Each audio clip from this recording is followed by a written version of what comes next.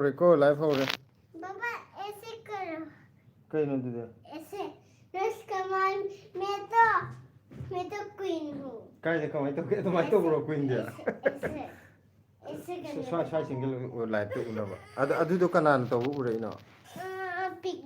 पिकना कमाई दे हम तारो तो सीधे उहलो सीधे फजन उहलो से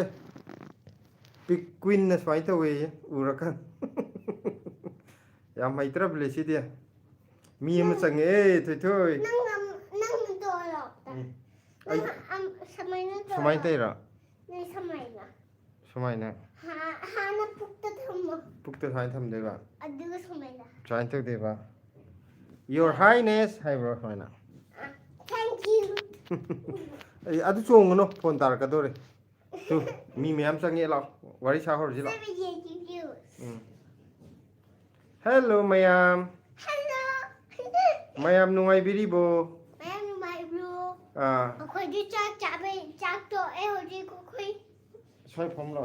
है ला से फम ला मैं उरे पापा मीना उरे आया कर हाय दे मीना उरे है रखरा आई सीधो उरे जी हेलो मैम दी करी इंजांग चाबी रगे ngasi je hai ला मैम के इंजांग चाबी आके अखोई जो अखोई ना नाने अदुगा इगी खजिंगने अदुगा चांग अमा थोंगे अदुगा खजिंग जलो नंग उदरे फज अम्मा कई थोंगनो अखोई की ngasi ro soibunga nga mako ko ma thonge खजिंग अमा ngौरे अदुगा चाका लोइरे दु खतने दा आसी खतंगने कांगुजु कांगु यावदेदा कांगु यावदे नंग खजिंग ngौदे नंग ngौरे केनो एगी खजिंग ngौवे से रोमिता टेक्सम ना चिकन है चिकन चारे है सीधे वारी साजी ला चिकन एगी चिकन चागे अखोई की चिकन जोले मार्केटा कोतलादा तफलादा चिकन योन ब्रा अखोई नामो की चापदा चेरा नेनेरा कनानो रोमिता टेक्सम जे मुई चिकन चाय हाव हाव ngन थोय अदमाइना नातुन कुटका से हाव ब्रो हायो हावे नतिये चिकन जे मुई जे चिकन चाबदा हाव ब्रो हंगोबा चिकन चाबला हावब्रा हुमांग छौरे हुमांग तै थोकपिने हैना तेतकदो निंगथम दादा हुमांग छौरे ब्लेसी मुंजे आई दयो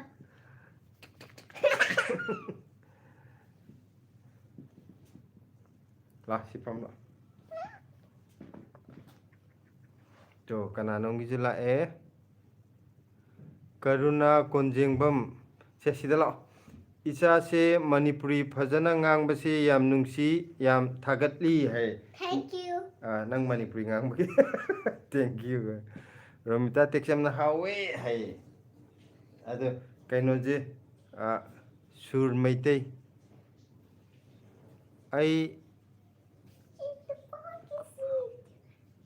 आई ला एब्रो है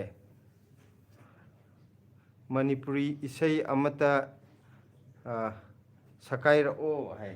हरे मणिपुरी इसई अमता सकायर ओ ये कई सकाई बदा इसई सक्तर ओ है बा नंग इसई ngасai am ta gi dai na कम से नई karam bana nang ngасai ta bi sei de ba ngасai nang isai am ta gi bi isai ngasi hai re ka yam hai dai na Hindi की school दा hindi na te manipuri gi da hai ba Manipuri की अखो yum da kam se school की हिंदी का English का thokchom piska hai hai thokchom piska सिकाइदा pink color na hai hai re ba oh thank you he nang ju hello hai go hello la sida se kai no tor ji dance sa to gi hai ra adu kana to ge du dance ta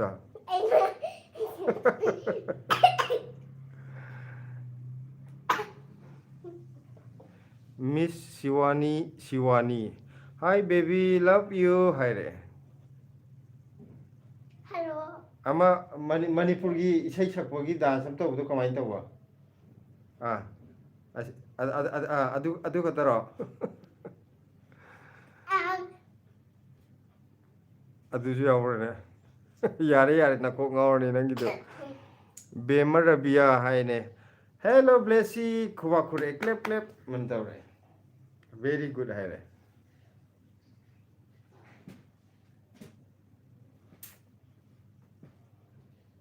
ꯑꯁ ꯃꯈꯨꯠꯁꯨ ꯆꯥꯎꯋꯦ ꯎꯝ ꯁꯤꯅ ꯀꯅꯥꯒꯤ ꯃꯈꯨꯠ ꯆꯥꯎꯕꯗ ꯈꯨꯠ ꯑꯆꯧꯕꯅ ꯍꯥꯏ ꯍꯥꯏꯔꯛꯏꯕ ꯀꯅꯥꯒꯤꯅꯣ ꯑꯁꯤꯔꯣ ꯎꯝ ꯑꯁꯤ ꯀꯩꯅꯣꯒꯤ ꯊꯣꯛꯆꯣꯝ ꯄꯤꯁꯀꯥꯒꯤ ꯑꯣ ꯁꯤꯅ ꯀꯅꯥꯒꯤ ꯃꯈꯨꯠ ꯄꯤꯛꯄꯅꯣ ꯑꯁꯤꯅ ꯕꯦꯃ ꯔꯕꯤꯌꯥꯒꯤ ꯄꯤꯛꯑꯦ ꯌꯥꯝ ꯌꯥꯝ ꯄꯤꯛꯑꯦ ꯎꯝ ꯑꯁ ꯇꯨ ꯊꯣꯛꯆꯣꯝ ꯄꯤꯁꯀꯥꯅ ꯀꯩꯅꯣꯝꯁꯨ ꯄꯤꯔꯛꯑꯦ ꯇꯨ ꯂꯞ ꯁꯥꯏꯟꯒꯤꯁꯨ ꯄꯤꯔꯛꯑꯦ ꯁꯤꯅ ꯑꯦꯝꯕꯨꯂꯦꯟꯁꯀꯤ ꯅꯥꯕꯤꯒꯤꯅꯦ ꯑꯦꯝꯕꯨꯂꯦꯟꯁ ꯂꯥꯛꯑꯣ ꯁꯤ ꯂꯞ ꯁꯥꯏꯟꯁꯦ ꯎꯝ ꯁꯦ ꯀꯩꯅꯣ ꯇꯧꯁꯤ ꯋꯥꯔꯤ ꯁꯥꯁꯤ ꯂꯥꯛꯑꯣ ꯃꯌꯥꯝ ꯀꯔꯤ ꯀꯔꯤ ꯃꯊꯦꯜ ꯆꯥꯕꯤꯔꯒꯦ ꯉꯁꯥꯏ ꯀꯩꯅꯣꯗꯤ ꯍꯥꯏꯔꯛꯑꯦ ꯁꯦ ꯌꯥꯔꯦ ꯁꯤ ꯇꯧꯅꯨꯁꯦ ꯀꯔꯤ ꯀꯔꯤ ꯃꯊꯦꯜ ꯆꯥꯕꯤꯔꯒꯦ ꯍꯪꯉꯣ ꯀꯩ ꯃꯊꯦꯜ ꯆꯥꯕꯤꯔꯒꯦ ꯑꯩꯈꯣꯏꯁꯨ ꯑꯥ ꯆꯥꯔꯦ ꯂꯣꯏꯔꯦ ꯆꯥꯛ ꯇꯣꯛꯑꯦ ꯉꯁꯥꯏ ꯑꯃꯗꯤ ꯍꯥꯏꯔꯛꯑꯦ ꯑꯇꯣꯞꯄꯗꯤ ꯍꯥꯏꯕꯤꯔꯛꯇ꯭ꯔꯤ ꯀꯣ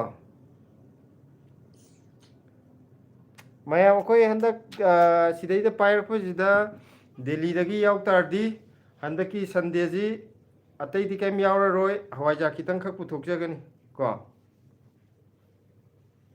ꯌꯥꯔꯦ ꯊꯣꯏꯊꯣꯏ ꯌꯥꯔꯦ ꯌꯥꯝ ꯍꯩꯔꯦ ꯌꯥꯔꯦ ꯌꯥꯔꯦ ꯅꯪ ꯇꯤꯡꯒꯣꯡ ꯀꯥꯡꯒꯣꯡ ꯃꯥꯜꯂꯦ ꯇꯤꯡꯒꯣꯡ ꯀꯥꯡꯒꯣꯡ ꯃꯅꯤꯡꯀꯗꯣꯡ ꯃꯃꯥꯡꯀꯗꯣꯡ ꯇꯤꯡꯒꯣꯡ ꯀꯥꯡꯒꯣꯡ ꯇꯤꯡꯒꯣꯡ ꯀꯥꯡꯒꯣꯡ ꯇꯥꯔꯦ ꯁꯦ ꯃꯤꯁ ꯁꯤꯕꯥꯅꯤ ꯁꯤꯕꯥꯅꯤ ꯏꯆꯦꯒ ꯗꯗꯥꯒ ꯌꯥꯝ ꯅꯨꯡꯁꯤ ꯑꯗꯨꯒ ꯌꯥꯝꯅꯁꯨ ꯌꯦꯡꯕꯁꯨ ꯅꯨꯡꯉꯥꯏ ꯑꯩꯁꯨ ꯗꯦꯜꯂꯤꯗ ꯂꯩ ꯑꯠꯆꯥ ꯃꯤꯁ ꯁꯤꯕꯥꯅꯤꯁꯤ ꯗꯦꯜꯂꯤ ꯀꯗꯥꯏ ꯖꯒꯥꯗ ꯂꯩꯕꯤꯕꯅꯣ ꯊꯣꯛꯆꯣꯝ ꯄꯤꯁꯀ ꯑꯕꯦꯝꯃ ꯀꯥꯡꯁꯣꯏ ꯆꯥꯔꯦ ꯇꯣ ꯀꯥꯡꯁꯣꯏ ꯆꯥꯔꯦ ꯍꯥꯏꯌꯦ ꯌꯥꯝ ꯍꯥꯎꯅꯤꯀꯣ ꯌꯥꯝ ꯍꯥꯎꯅꯤ ꯑꯩꯈꯣꯏꯒꯤꯁꯨ ꯊꯣꯡꯉꯦ ꯀꯥꯡꯁꯣꯏ ꯉꯁꯤ ꯊꯣꯡꯗꯦꯗ ꯉꯔꯥꯡ ꯆꯥꯕꯅꯤ ꯀꯥꯡꯁꯣꯏꯗꯤ ꯀꯥꯡꯁꯣꯏꯗꯤ ꯑꯩꯈꯣꯏ ꯉꯔꯥꯡ ꯆꯥꯕꯅꯦ ꯉꯁꯤꯗꯤ ꯁꯣꯏꯕꯨꯝ ꯊꯣꯡꯕ ꯆꯥꯏ ꯀꯩꯅꯣ ꯕ꯭ꯂꯦꯁꯤꯌꯥ ꯑꯩꯈꯣꯏ ꯃꯦꯗꯥꯝꯁꯨ ꯌꯧꯕꯤꯔꯛꯑꯦ ꯁꯣꯝꯗ ꯂꯦꯡꯁꯤꯟꯕꯤꯔꯛꯑꯣ ꯑꯁ ꯕ꯭ꯂꯦꯁꯤꯁꯦ ꯑꯉꯥꯡ ꯑꯣꯜꯂꯦ ꯀꯩꯅꯣ ꯍꯤꯗꯥꯛ ꯀꯩꯅꯣ ꯇꯩꯍꯟꯈꯣ ꯍꯥꯟꯅ ꯇꯩꯍꯜꯂꯒ ꯆꯪꯉꯣ ꯑꯗꯨꯒ ꯏꯁꯩ ꯐꯖꯕ ꯑꯃ ꯁꯛꯇꯣꯛꯑꯁꯤ ꯉꯁꯥꯏ ꯏꯁꯩ ꯃꯥ ꯌꯥꯝ ꯇꯥꯒꯦ ꯍꯥꯏꯗꯥꯏꯅꯦ ꯀꯩ ꯏꯁꯩꯅꯣ ꯃꯃꯥꯅ ꯁꯛꯑꯣ ꯍꯥꯏꯕꯗꯣ ꯈꯪꯅ ꯈꯪꯅ ꯍꯥꯏꯕꯗꯣ ꯁ꯭ꯀꯨꯜꯗꯅ ꯀꯔꯤ ꯂꯦꯡꯒ꯭ꯋꯦꯖ ꯃꯔꯣꯟ ꯂꯣꯟꯅꯤ ꯍꯥꯏꯕ ꯏꯪꯂꯤꯁ ꯑꯥ ꯍꯤꯟꯗꯤꯒ ꯌꯨꯝꯗꯅ ꯀꯔꯤ ꯃꯅꯤꯄꯨꯔ ꯃꯅꯤꯄꯨꯔꯤ ꯁꯤꯗꯩꯗ ꯋꯥꯔꯤ ꯁꯥꯟꯅꯔꯁꯤ ꯂꯥꯛꯑꯣ ꯁꯦ ꯃꯌꯥꯝꯗꯁꯨ ꯍꯥꯏꯖꯦ ꯍꯧꯖꯤꯛꯀꯤꯗோ ꯃꯃꯥꯅ ꯍꯥꯏꯕꯗꯣ ꯁꯤꯗꯩꯗ ꯑꯝꯇ ꯂꯥꯛꯑꯣ ꯋꯥꯔꯤ ꯑꯝꯇ ꯁꯥꯁꯦ ꯁꯤꯗ ꯑꯝꯇ ꯐꯪꯉꯣ ꯈꯪꯅ ꯈꯪꯅꯧꯗꯦꯀꯣ ꯍꯨꯀꯔꯤ ꯃꯇꯝꯗꯣ ꯀꯂꯥ ꯏꯒꯨ ꯕꯤꯗ꯭ꯌꯥꯁꯈꯤ ꯈꯪꯅ ꯆꯩꯔꯩꯔꯁꯨꯗ ꯅꯥꯄꯤ ꯇꯥꯔꯤ ꯗꯟꯗꯦ ꯃꯥꯇꯦ ꯅꯪꯒꯤ ꯀꯤꯌꯥ ꯑꯗꯨ ꯍꯩꯇ꯭ꯔꯦ ꯑꯗꯨ ꯏꯁꯩ ꯐꯥꯗꯣꯏꯅꯤꯀꯣ ꯅꯠꯇꯦ ꯍꯌꯦꯡ ꯁꯛꯇꯣꯏꯅꯤꯀꯣ ꯃꯥꯅ ꯗꯥꯟꯁ ꯇꯧꯔꯤꯁꯦ ꯇꯤꯡꯒꯣꯡ ꯀꯥꯡꯒꯣꯡ ꯃꯥꯟꯕꯤ ꯇꯦꯛꯇꯥ ꯇꯦꯛꯇꯥ ꯁꯦ ꯃꯦꯁꯦꯖ ꯃꯌꯥꯝ ꯂꯥꯛꯑꯦ ꯁꯤ ꯃꯦꯁꯦꯖ ꯃꯌꯥꯝ ꯑꯝꯇ ꯄꯥꯍꯧꯈꯤꯒꯦ ꯑꯝꯇ ꯄꯥꯍꯧꯗ꯭ꯔꯕꯅꯤ ꯃꯌꯥꯝ ꯀꯥꯈꯠꯈ꯭ꯔꯕꯅꯤ ꯀꯩꯅꯣꯒꯤꯅ ꯊꯣꯛꯆꯣꯝ ꯄꯤꯁꯀꯥꯒꯤ ꯀꯥꯡꯁꯣꯏ ꯆꯥꯔꯦ ꯍꯥꯏꯕꯁꯤꯃ ꯄꯥꯔꯦ ꯁꯤ ꯃꯈꯥ ꯄꯥꯗ꯭ꯔꯤꯀꯣ ꯌꯥꯔꯦ ꯁꯤ ꯍꯟꯇꯣꯛꯎꯔꯁꯨ ꯑꯗꯨꯒ ꯂꯥꯛꯑꯣ ꯊꯨꯅ ꯂꯥꯛꯑꯣ ꯅꯪ ꯉꯥꯏꯅꯦ ꯃꯊꯪꯁꯤꯅ ꯖꯦꯛ ꯔꯣꯕ꯭ꯂꯣꯛꯁ ꯍꯥꯏꯀꯣ ꯆꯤꯛꯀꯟ ꯃꯨꯛꯕꯥꯡ ꯇꯧꯒꯗ꯭ꯔꯣ ꯍꯥꯏꯌꯦ ꯑꯗꯨ ꯅꯪ ꯂꯥꯛꯑ ꯍꯥꯏꯔꯨ ꯂꯥꯛꯑꯣꯅꯦ ꯑꯣ ꯁꯣꯏꯕꯨꯝꯁꯨ ꯍꯥꯎꯕꯅꯦ ꯍꯥꯏ ꯑꯩꯈꯣꯏꯁꯨ ꯁꯣꯏꯕꯨꯝꯁꯤ ꯌꯥꯝ ꯄꯥꯝꯃꯦ ꯑꯗꯨꯒ ꯑꯕꯦ ꯂꯥꯏꯁ꯭ꯔꯝꯁꯨ ꯆꯪꯉꯛꯑꯦ ꯕ꯭ꯂꯦꯁꯤ ꯆꯥꯛ ꯆꯥꯔꯕꯣ ꯁꯤ ꯕ꯭ꯂꯦꯁꯤ ꯍꯧꯖꯤꯛ ꯃꯥ ꯀꯩꯅꯣ ꯋꯥꯁꯔꯨꯝ ꯆꯪꯈꯤ ꯃꯥ ꯊꯣꯛꯑꯒ ꯈꯨꯝꯍꯜꯂꯛꯀꯦ ꯇꯝꯐꯥꯁꯅꯥ ꯑꯥꯔ ꯀꯦ ꯕ꯭ꯂꯦꯁꯤ ꯂꯞ ꯌꯨ ꯏꯔꯣꯝꯕꯒ ꯆꯝꯐꯨꯠꯀ ꯈꯖꯤꯡ ꯀꯥꯡꯍꯧꯒ ꯆꯥꯔꯦ ꯑꯁ ꯁꯤꯗꯤ ꯃꯊꯦꯜꯁꯤ ꯌꯥꯝ ꯍꯥꯎꯔꯅꯤ ꯃꯤꯁ ꯁꯤꯋꯥꯅꯤꯒꯤ ꯖꯨꯂꯦꯅꯥꯗ ꯂꯩ ꯑꯣꯀꯦ ꯑꯣꯀꯦ ꯑꯣꯀꯦ ꯑꯗꯨꯒ ꯊꯣꯛꯆꯣꯝ ꯄꯤꯁꯀ ꯑꯕꯦꯝꯃ ꯏꯁꯩ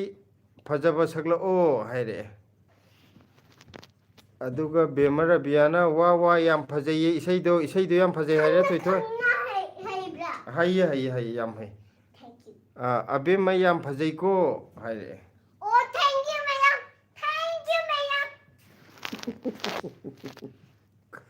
ꯂꯣꯏꯔꯕꯣ ꯏꯁꯩ ꯑꯗꯨꯗꯤ ꯍꯦꯟꯅ ꯍꯩꯇ꯭ꯔꯕꯣ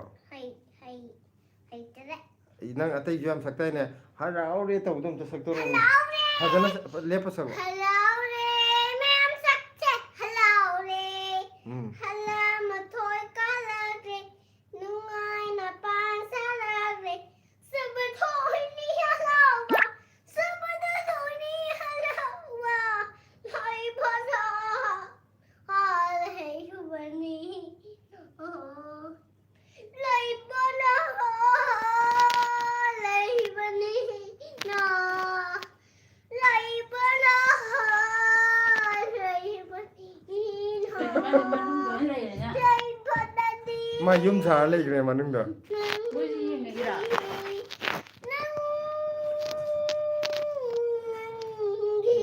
ngasi na khara mek seng ne ba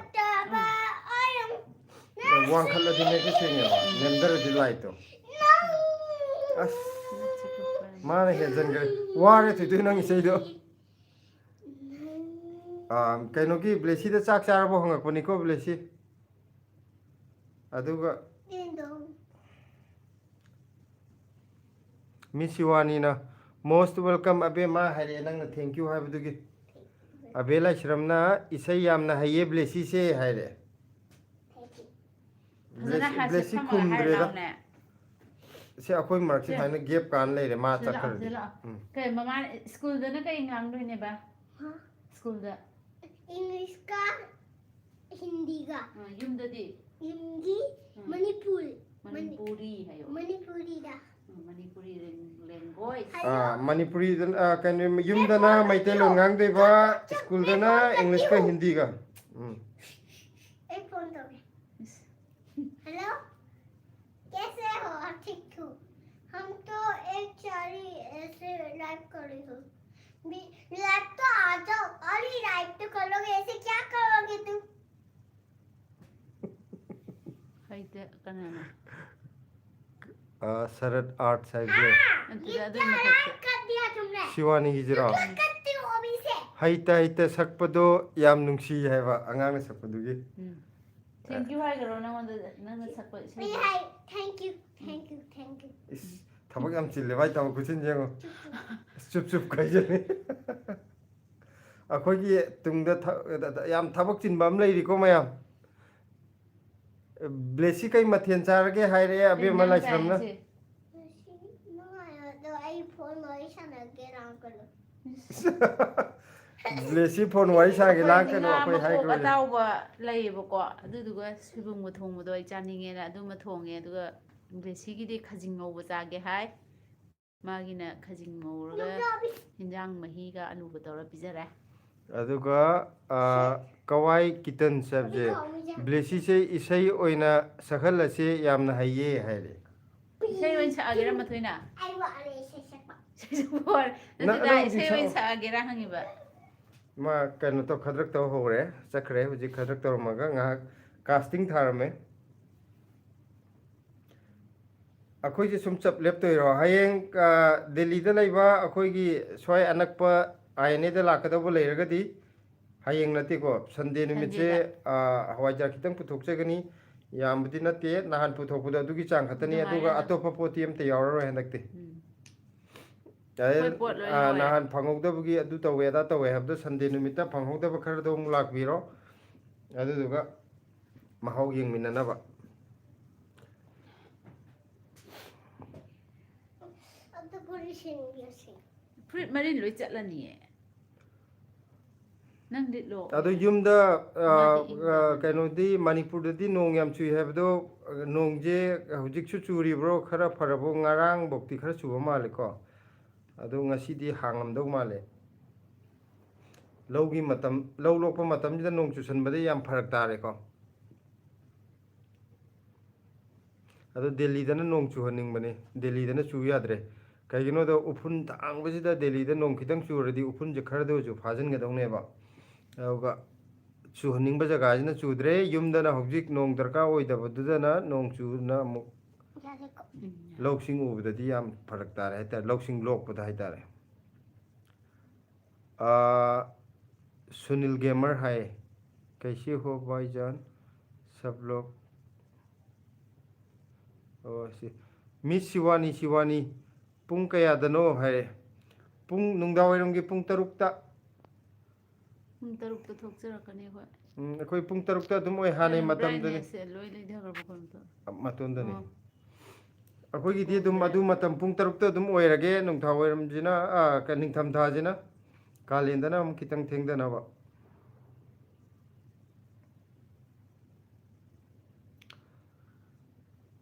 ꯀꯔꯤ ꯍꯥꯏꯅꯣ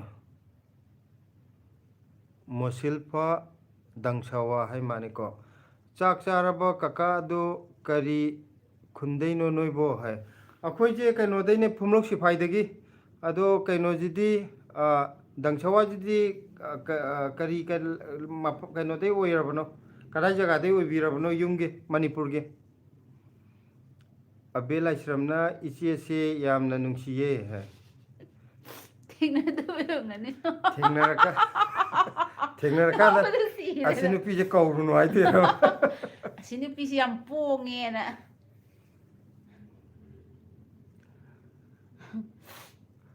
ꯑꯃꯨꯛꯇꯪ ꯑꯕꯦ ꯂꯥꯏꯁ꯭ꯔꯝꯁꯦ ꯀꯥꯏꯋꯥꯏꯗ ꯂꯩꯒꯦ ꯗꯤꯜꯂꯤꯗ ꯂꯩꯕ꯭ꯔꯥ ꯅꯠꯇ꯭ꯔꯒꯅ ꯌꯨꯝ ꯃꯅꯤꯄꯨꯔꯗꯔ ꯃꯅꯤꯄꯨꯔ ꯑꯣꯏꯔꯒꯅ ꯀꯔꯤ ꯂꯝꯗꯩꯅꯣ ꯎꯝ ꯑꯗꯨꯒ ꯗꯪꯁꯥꯋꯥꯁꯨ ꯀꯔꯤ ꯂꯝꯗꯩꯅꯣ ꯍꯥꯏꯕꯤꯔꯛꯑꯣ ꯍꯥꯏꯗꯤ ꯂꯝ ꯃꯃꯤꯡ ꯈꯪꯉꯒꯗꯤ ꯁꯨꯝ ꯅꯨꯡꯉꯥꯏꯗꯅꯀꯣ ꯋꯥꯔꯤ ꯁꯥꯟꯅꯕꯁꯦ ꯍꯥꯏꯗꯤ ꯁꯤꯒꯤ ꯖꯒꯥꯁꯤꯗꯁꯨ ꯑꯩꯈꯣꯏꯁꯤ ꯌꯦꯡꯕꯤꯔꯤ ꯅꯠꯇ꯭ꯔꯒ ꯑꯩꯈꯣꯏꯒꯤ ꯐꯦꯃꯤꯂꯤ ꯌꯨꯇ꯭ꯌꯨꯕꯁꯤꯒꯤ ꯐꯦꯃꯤꯂꯤ ꯑꯣꯏꯔꯤ ꯁꯨꯝ ꯈꯪꯕꯗꯣ ꯑꯗꯨꯒꯤ ꯆꯦꯆꯦ ꯑꯉꯥꯡꯁꯤꯡꯒꯤ ꯊꯣꯛ ꯈ꯭ꯔꯤꯁꯇꯤꯅꯥꯅ ꯊꯥꯛ ꯍꯥꯏꯁꯦ ꯍꯥꯏ ꯇꯧꯔꯦ ꯑꯉꯥꯡꯁꯤꯡꯒꯤ ꯊꯣꯛ ꯊꯥꯛꯅ ꯈꯨꯕꯥꯛ 4 5 ꯈꯨꯕꯥꯛ 6 ꯄꯤꯔꯦ ꯊꯣꯏꯊꯣꯏ ꯄꯤꯡ ꯀꯂꯔꯒꯤ ꯆꯦꯆꯦ ꯈ꯭ꯔꯤꯁꯇꯤꯅꯥꯅ ꯆꯦꯆꯦ Thank ꯈ꯭ꯔꯤꯁꯇꯤꯅꯥꯅꯦ you. Thank you. ꯆꯦꯆꯦꯗ ꯍꯪꯉꯣ ꯆꯦꯆꯦ ꯀꯩ ꯏꯟꯖꯥꯡ ꯆꯥꯔꯒꯦꯒ ꯍꯥꯏ ꯑꯃ Chichi kinjang chage. ꯁ꯭ꯀꯨꯜ ꯆꯠꯇ꯭ꯔꯕꯣ ꯉꯁꯤ ꯁ꯭ꯀꯨल ꯆꯠꯂꯨꯕ꯭ꯔꯣ Challe challe. ꯍꯥꯏꯔꯣꯏꯗ ꯍꯥꯏꯔꯤ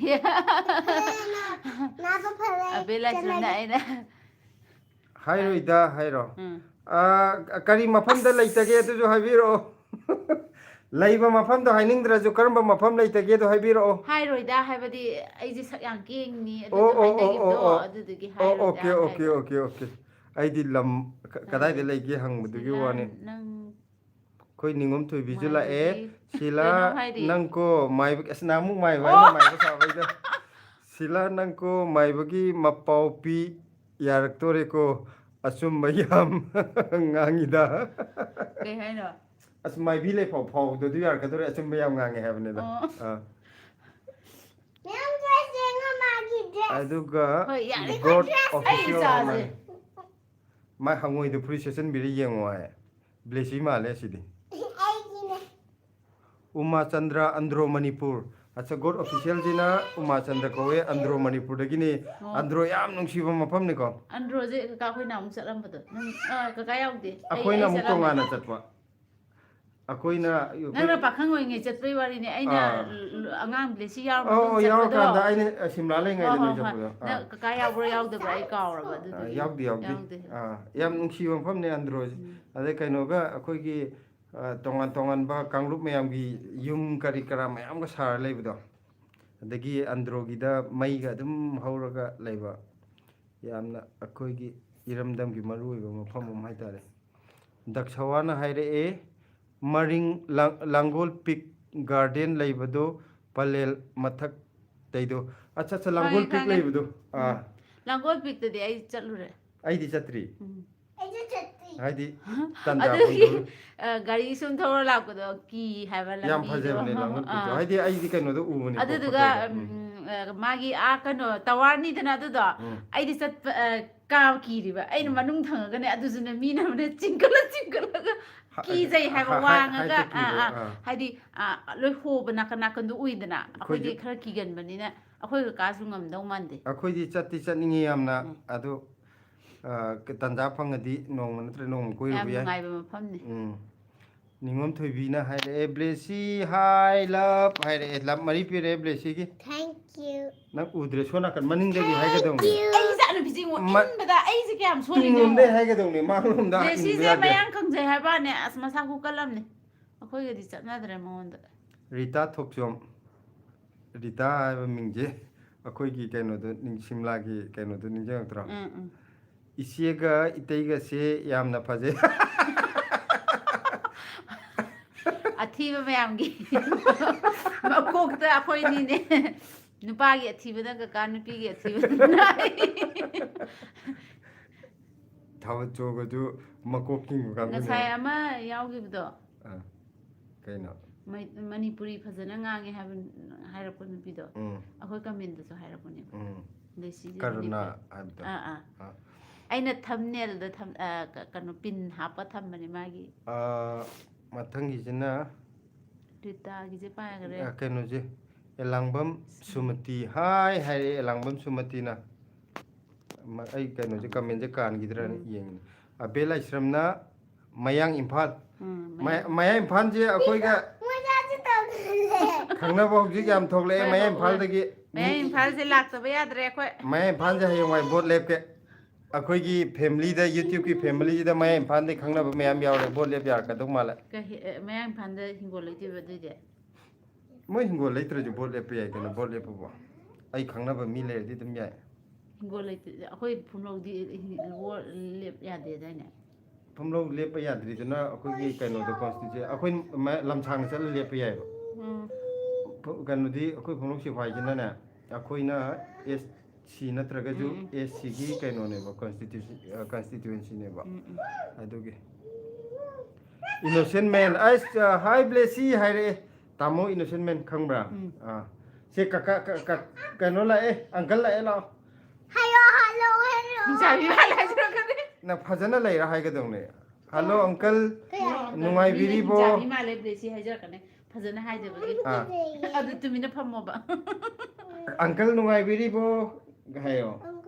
ꯑꯪꯀꯜꯗꯤ ꯌꯥꯝ ꯂꯥꯞꯅ ꯂꯩꯕꯅꯦ ꯀꯥꯏꯗ ꯑꯃꯦꯔꯤꯀꯥꯗ ꯑꯩꯈꯣꯏꯁꯨ ꯑꯃꯦꯔꯤꯀꯥ ꯆꯠꯇꯣꯏꯅꯦ ꯅꯪ ꯂꯥꯏꯔꯤꯛ ꯀꯟꯅ ꯄꯥꯒꯗꯕ ꯈꯪꯉꯕ ꯆꯠꯀꯗ꯭ꯔꯥ ꯑꯦꯔꯣꯄ꯭ꯂꯦꯟ ꯇꯣꯡꯉ ꯆꯠꯀꯗ꯭ꯔꯥ ꯑꯉꯥꯎꯕꯤꯁꯤꯗꯤ ꯄꯨꯔꯥ ꯃꯃꯥꯅꯦ ꯁꯤꯃꯗꯤ ꯔꯤꯇꯥ ꯊꯣꯛꯆꯣꯝꯅ ꯇꯨ ꯈꯨꯕꯥꯛ ꯈꯨꯖꯤꯜꯂꯛꯑꯦ ꯍꯥꯏ ꯍꯥꯏꯔꯛꯑꯦ ꯈꯨꯕꯥꯛ ꯈꯨꯔꯛꯏꯕ ꯑꯗꯒꯤ ꯅꯤꯉꯣꯝ ꯊꯣꯏꯕꯤꯒꯤ ꯑꯃꯨꯛꯁꯨ ꯂꯥꯛꯑꯦ ꯑꯁ ꯅꯣꯏ ꯂꯥꯏꯐꯁꯦ ꯅꯪꯂꯗꯤ ꯍꯦꯛꯇ ꯌꯥꯎꯗ ꯉꯝꯗꯦ ꯉꯜꯂꯗꯤ ꯍꯥꯏꯕꯀꯣ ꯍꯧꯖꯤꯛꯁꯨ ꯆꯥꯛ ꯆꯥꯗꯣꯔꯦ ꯑꯃꯨꯛ ꯍꯣꯏ ꯆꯥꯛ ꯌꯥꯏꯌꯦ ꯆꯥꯊꯣꯛꯄꯤꯔꯨꯔꯣ ꯀꯩꯒꯨꯝꯕ ꯍꯣꯔꯦꯟ ꯆꯥꯛ ꯆꯥꯕ ꯂꯣꯏꯕꯗꯨꯐꯥꯎꯗ ꯊꯦꯡꯅꯔꯒ ꯑꯃꯨꯛ ꯀꯩꯅꯣ ꯋꯥꯔꯤ ꯁꯥꯟꯅꯔ ꯂꯣꯏꯔꯦ ꯑꯗꯨꯒ ꯑꯉꯥꯡꯁꯤꯡꯒꯤ ꯊꯣꯛ ꯊꯥꯛ ꯑꯉꯥꯡꯁꯤꯡꯒꯤ ꯅꯣꯡꯃ ꯊꯣꯡ ꯂꯥꯛꯑꯣꯌꯦ ꯊꯥꯛꯁꯤꯗꯤ ꯀꯅꯥꯗꯅꯣ ꯑꯣ ꯗꯪꯁꯥ ꯗꯪꯁꯋꯥꯗꯒ ꯅꯣꯡꯃ ꯂꯥꯛꯑꯣ ꯍꯣꯏ ꯁꯣꯏꯗꯅ ꯂꯥꯛꯆꯒꯦ ꯌꯥꯝꯅꯁꯨ ꯆꯠꯅꯤꯡꯕ ꯃꯐꯝꯅꯦ ꯑꯩꯗꯤ ꯆꯠꯇ꯭ꯔꯤꯕ ꯁꯤꯂꯥꯗꯤ ꯆꯠꯂꯨꯔꯦ ꯍꯥꯏ ꯕ꯭ꯂꯦꯁꯤ ꯑꯩ ꯁꯥꯎꯗꯣꯔꯦ ꯑꯗꯨꯒ ꯀꯩꯅꯣꯒꯤ ꯑꯉꯥꯡꯁꯤꯡꯒꯤ ꯊꯣꯛ ꯊꯥꯛꯇꯤ ꯀꯞ 3 ꯐꯪꯈ꯭ꯔꯦꯍꯦ ꯕ꯭ꯂꯦꯁꯤ ꯅꯤꯉꯣꯝ ꯊꯣꯏꯕꯤ ꯅꯤꯉꯣꯝ ꯊꯣꯏꯕꯤꯅ ꯅꯣꯏꯅ ꯅꯣꯛꯄꯗ ꯅꯣꯏꯅ ꯑꯩꯁꯨ ꯅꯣꯛꯄꯗ ꯑꯩꯁꯨ ꯅꯣꯛꯑꯦ ꯑꯩꯈꯣꯏ ꯋꯥꯔꯤ ꯅꯣꯛꯃꯤꯟꯅꯔ ꯂꯣꯏꯔꯦ ꯁꯥꯕꯅꯤꯅ ꯅꯣꯛꯃꯤꯟꯅꯒꯗꯧꯅꯤ ꯍꯥꯏꯗꯤ ꯐꯣꯟꯒꯤ ꯅꯥꯀꯟ ꯅꯥꯀꯟꯗ ꯂꯩꯅꯔꯒꯁꯨ ꯑꯁꯣꯝ ꯅꯥꯀꯟꯗꯅ ꯃꯌꯥꯝ ꯂꯩꯔꯦ ꯁꯣꯝ ꯅꯥꯀꯟꯗꯅ ꯑꯩꯈꯣꯏ ꯊꯣꯏꯊꯣꯏꯕ ꯃꯣꯏꯈꯣꯝ ꯍꯥꯏꯔ ꯕ꯭ꯂꯦꯁꯤ ꯀꯔꯤꯅꯣ ꯇꯧꯔꯤꯁꯤꯕꯣ ꯊꯣꯏꯊꯣꯏꯕ ꯋꯥꯏꯈꯣꯝꯅꯁꯨ ꯍꯥꯏ ꯍꯥꯏꯕꯤꯔꯛꯑꯦ ꯊꯣꯏꯊꯣꯏ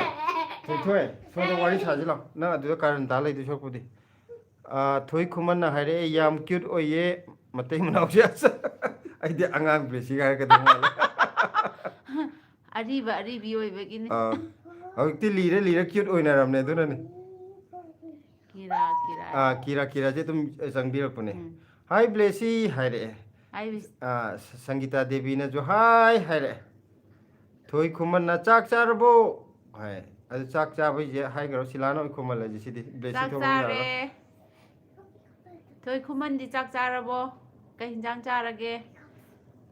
ꯑꯩꯈꯣꯏꯒꯤꯗꯤ ꯁꯣꯏꯕꯨꯝꯒ ꯉꯥ ꯃꯀꯣꯛꯀ ꯊꯣꯡꯉꯦ ꯊꯣꯛꯆꯣꯝ ꯄꯤꯁꯛ ꯂꯩꯃꯅ ꯊꯝꯁꯑꯞ ꯕ꯭ꯂꯦꯁꯤꯒꯤ ꯊꯝꯁꯑꯞ 3 ꯑꯃꯒ ꯂꯞ ꯑꯃꯒ ꯄꯤꯔꯛꯑꯦ Thank you. Olivangi. Sari Thamcha. ꯅꯪꯕꯨ ꯌꯨꯝꯗꯗꯤ ꯀꯩ ꯍꯥꯏꯅꯤ ꯍꯥꯏꯕꯅꯣ Yumgi Manipur. Manipuri Yumgi. ꯎꯝ Aduga school gi Hindi ga English ga. ꯑꯗꯨ ꯌꯨꯝꯗ ꯃꯅꯤꯄꯨꯔꯤ ꯉꯥꯡꯉꯗꯤ ꯃꯅꯤꯄꯨꯔꯤ ꯉꯥꯡꯗꯧ ꯅꯠꯇ꯭ꯔꯣ ꯊꯣꯏ ꯈꯨꯃꯟꯗꯤ ꯀꯥꯡꯍꯧ ꯆꯥꯔꯦ ꯍꯥꯏꯌꯦ ꯀꯥꯡꯍꯧ ꯆꯥꯔꯦ ꯔꯥꯅꯤ ꯗꯦꯕꯤ ꯍꯥꯏ ꯍꯥꯏꯔꯛꯏꯟꯗ꯭ꯔꯣ ꯊꯣꯏ ꯈꯨꯃꯟꯁꯦ ꯃꯄꯥꯟꯗ ꯂꯩꯔꯝꯗꯧ ꯃꯥꯜꯂꯦ ꯃꯅꯤꯄꯨꯔꯗ ꯑꯣꯏꯔꯝꯗꯧ ꯃꯥꯟꯗꯦ ꯔꯥꯅꯤ ꯗꯦꯕꯤ ꯍꯥꯏ ꯑꯗꯩ ꯏꯉꯨꯗꯝ ꯆꯤꯇ꯭ꯔꯥ ꯍꯥꯏ ꯕ꯭ꯂꯦꯁꯤ ꯍꯥꯏ ꯇꯧꯔ ꯂꯥꯛꯑꯣ ꯑꯩꯈꯣꯏꯒꯤꯗ ꯑꯗꯨꯝ ꯌꯥꯝ ꯅꯨꯡꯁꯤꯅ ꯀꯩꯅꯣ ꯄꯤꯕꯤꯕꯅꯦ ꯏꯉꯨꯗꯝ ꯆꯤꯇ꯭ꯔꯥꯁꯦ ꯑꯕꯦ ꯂꯥꯏꯁ꯭ꯔꯝꯅ ꯆꯦ ꯍꯣꯏꯒꯤ ꯂꯥꯏꯐꯁꯦ ꯌꯦꯡꯕ ꯌꯥꯝꯅ ꯅꯨꯡꯉꯥꯏꯌꯦ ꯑꯩꯈꯣꯏꯒꯤ ꯂꯥꯏꯐ ꯅꯨꯡꯉꯥꯏꯕꯁꯦ ꯑꯇꯩ ꯅꯠꯇꯦ ꯑꯩꯈꯣꯏ ꯆꯪꯕꯤꯔꯛꯏꯕ ꯀꯃꯦꯟ ꯄꯤꯕꯤꯔꯛꯏꯕ ꯃꯌꯥꯝꯁꯦ ꯁꯤꯁꯤꯅꯁꯨ ꯌꯥꯝ ꯁꯞꯄꯣꯔꯠ ꯇꯧꯕꯤꯕ ꯅꯨꯡꯉꯥꯏ ꯅꯨꯡꯉꯥꯏꯕ ꯀꯃꯦꯟ ꯄꯤꯕꯤꯔꯛꯄ ꯍꯥꯏꯗꯤ ꯑꯗꯨꯗ ꯑꯆꯨꯝꯅ ꯑꯩꯈꯣꯏꯁꯨ ꯋꯥꯔꯤ ꯁꯥꯕ ꯅꯣꯛꯆꯕ ꯈꯛꯇꯅꯤ ꯅꯣꯛꯇꯅ ꯑꯩꯈꯣꯏꯅꯁꯨ ꯅꯣꯛꯆꯕ ꯑꯩꯈꯣꯏꯒꯤ ꯁꯛꯁꯤ ꯎꯔꯒ ꯃꯌꯥꯝꯅꯁꯨ ꯅꯣꯛꯅꯤꯡꯕ ꯅꯣꯛꯄꯗ ꯑ, ꯁꯤꯔꯦꯗ ꯑꯗꯨꯅ ꯑꯅꯤꯃꯛ ꯂꯣꯏ ꯅꯣꯛꯄ ꯍꯥꯏꯇꯥꯔꯦ ꯃꯌꯥꯝꯒꯤ ꯅꯨꯡꯁꯤꯕ ꯀꯃꯦꯟꯗ ꯑꯩꯈꯣꯏ ꯅꯣꯛꯆꯔꯦ ꯑꯩꯈꯣꯏꯒꯤ ꯅꯣꯛꯅꯤꯡꯕ ꯁꯛꯇ ꯃꯌꯥꯝꯅ ꯑꯃꯨꯛ ꯅꯣꯛꯄꯤꯔꯦꯀꯣ ꯌꯥꯝ ꯐꯖꯕ ꯀꯃꯦꯟ ꯑꯃ ꯂꯥꯛꯑꯦ ꯅꯤꯉꯣꯝ ꯊꯣꯏꯕꯤꯒꯤ ꯑꯕꯦ ꯂꯥꯏꯁ꯭ꯔꯝꯒꯤꯁꯦ ꯄꯥꯔꯕ ꯄꯥꯔꯦ ꯄꯥꯈ꯭ꯔꯦ ꯅꯤꯉꯣꯝ ꯊꯣꯏꯕꯤꯒꯤꯅ ꯂꯤꯔ ꯂꯤꯔ ꯐꯖꯕꯁꯦ ꯉꯥꯗꯪ ꯑꯣꯏꯔꯝꯗ꯭ꯔꯦꯀꯣ ꯅꯣꯏꯅꯤꯁꯨ ꯀ꯭ꯌꯨꯠ ꯑꯣꯏꯕꯒꯤ ꯐꯥꯔꯁꯇ ꯌꯥꯎꯔꯦꯀꯣ ꯂꯤꯔ ꯂꯤꯔ ꯐꯖꯕꯗꯤ ꯉꯥ ꯈꯛꯇ ꯑꯩ ꯅꯠꯇꯦ ꯍꯔꯥꯎꯕꯩ ꯅꯠꯇꯦꯀꯣ ꯑꯩ ꯅꯣꯏꯁꯦ ꯄꯣꯁ ꯇꯥꯕꯒꯤ ꯍꯥꯏꯗꯤ ꯀꯃꯦꯟꯁꯦ ꯌꯥꯝ ꯄꯣꯁ ꯇꯥꯕ ꯑꯗꯨꯗꯨꯒꯤꯅꯦ ꯑꯩ ꯅꯣꯏꯁꯦ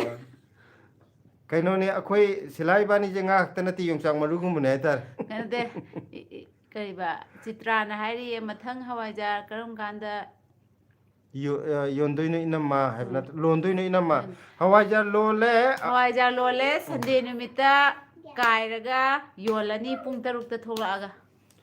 ꯍꯟꯗꯛꯀꯤ ꯁꯟꯗꯦꯁꯦ ꯑꯗꯨꯒ ꯃꯊꯪꯒꯤ ꯁꯟꯗꯦꯗꯤ ꯂꯦꯞꯄꯅꯤ ꯁꯟꯗे ꯑꯃ ꯄꯣꯊꯥꯔꯒꯦ ꯅꯤꯉꯣꯝ ꯊꯣꯏꯕꯤꯅ ꯅꯣꯛꯄꯗ ꯌꯥꯔꯤ ꯅꯨꯡꯁꯤꯠ ꯀꯥꯗꯣꯔꯦꯀꯣ ꯑꯩꯈꯣꯏꯁꯨꯅꯦ ꯑꯩ ꯌꯥꯔꯤꯅ ꯁꯤꯖꯤꯟꯅꯗꯦ ꯑꯩꯗꯤ ꯁ꯭ꯋꯥꯏꯁꯦ ꯍꯦꯛꯇ ꯅꯥꯏ ꯍꯥꯏꯕ ꯃꯌꯥꯝ ꯑꯩꯈꯣই ꯃꯁꯦꯟ ꯄꯨꯜꯂꯒ ꯀꯩꯅꯣ ꯂꯥꯏꯅꯥ ꯈꯤꯇ ꯄꯥꯏꯊꯣꯛꯍꯟꯈꯤꯁꯦ ꯇꯧꯅꯦꯗ ꯍꯥꯏꯗꯤ ꯅꯣꯛꯑꯗꯤ ꯂꯥꯏꯅꯥ ꯆꯣꯡꯊꯣꯛꯈꯤ ꯍꯥꯏꯗꯥꯏꯅꯦ ꯅꯥꯗꯦ ꯍꯥꯏꯗꯥꯏꯅꯦ ꯑꯗꯨꯒꯤ ꯑꯩꯈꯣꯏ ꯃꯌꯥꯝ ꯅꯣꯛꯃꯤꯟꯅꯁꯦ ꯁꯅꯤꯊꯥ ꯁꯤ ꯑꯦꯁ ꯍꯥꯏꯅ ꯍꯥꯏ ꯁꯤꯜꯂꯨ ꯍꯥꯏ ꯀꯩꯅꯣ ꯁꯤꯜꯂꯥꯗꯒꯤ ꯁꯤꯜꯂꯨ ꯍꯥꯏꯔꯛꯏꯔꯥ ꯑꯩ ꯊꯣꯛꯆꯣꯝ ꯄꯤꯁꯛ ꯂꯩꯃ ꯍꯥꯏꯔꯦ ꯂꯞ ꯂꯞ ꯍꯥꯏꯔꯦ ꯕ꯭ꯂꯦꯁꯤ ꯅꯪꯒꯤ ꯀꯩꯅꯣꯁꯦ ꯄꯤꯔꯛꯑꯦ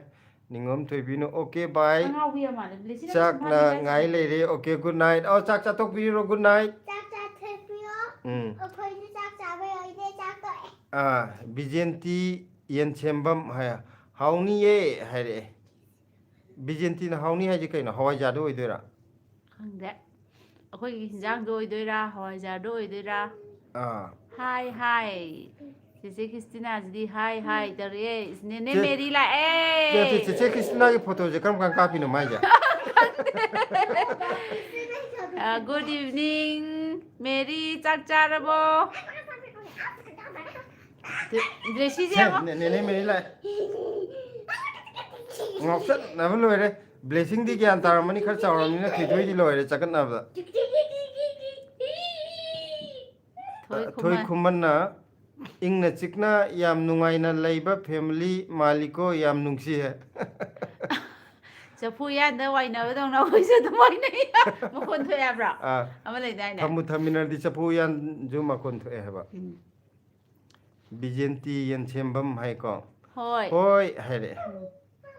ꯕꯤꯖꯦꯟꯇꯤ ꯌꯦꯟꯁꯦꯝ ꯆꯞ ꯃꯥꯟꯅꯔ ꯍꯣꯏ ꯃꯥꯅꯦ ꯑꯅꯤꯁꯦ ꯆꯥꯛ ꯆꯥꯔꯦ ꯑꯩꯈꯣꯏꯗꯤ ꯆꯥꯛ ꯆꯥꯔꯦ ꯁꯣꯏꯕꯨꯝꯒ ꯉꯥ ꯃꯀꯣꯛꯀ ꯊꯣꯡꯉꯦ ꯃꯦꯔꯤ ꯅꯣꯏꯗꯤ ꯆꯥꯔꯕꯣ ꯍꯤꯟꯖꯥꯡꯗꯣ ꯑꯣ ꯍꯤꯟꯖꯥꯡ ꯑꯣꯏꯗꯣꯏꯅꯦ ꯍꯥꯏꯕ ꯍꯥꯎꯋꯦ ꯑꯩꯗꯤ ꯁꯣꯏꯕꯨꯝꯒ ꯉꯥꯒ ꯊꯣꯡꯕꯁꯦ ꯑꯩꯅ ꯌꯥꯝ ꯄꯥꯝꯖꯩ ꯁꯣꯏꯕꯨꯝꯁꯦ ꯌꯥꯝ ꯄꯥꯝꯃꯦ ꯑꯩꯈꯣꯏ ꯀꯀꯥꯁꯨ ꯄꯥꯝꯃꯦ ꯃꯥꯗꯤ ꯁꯣꯏꯕꯨꯝ ꯏꯔꯣꯝꯕꯅ ꯍꯦꯜꯂꯦꯌꯦ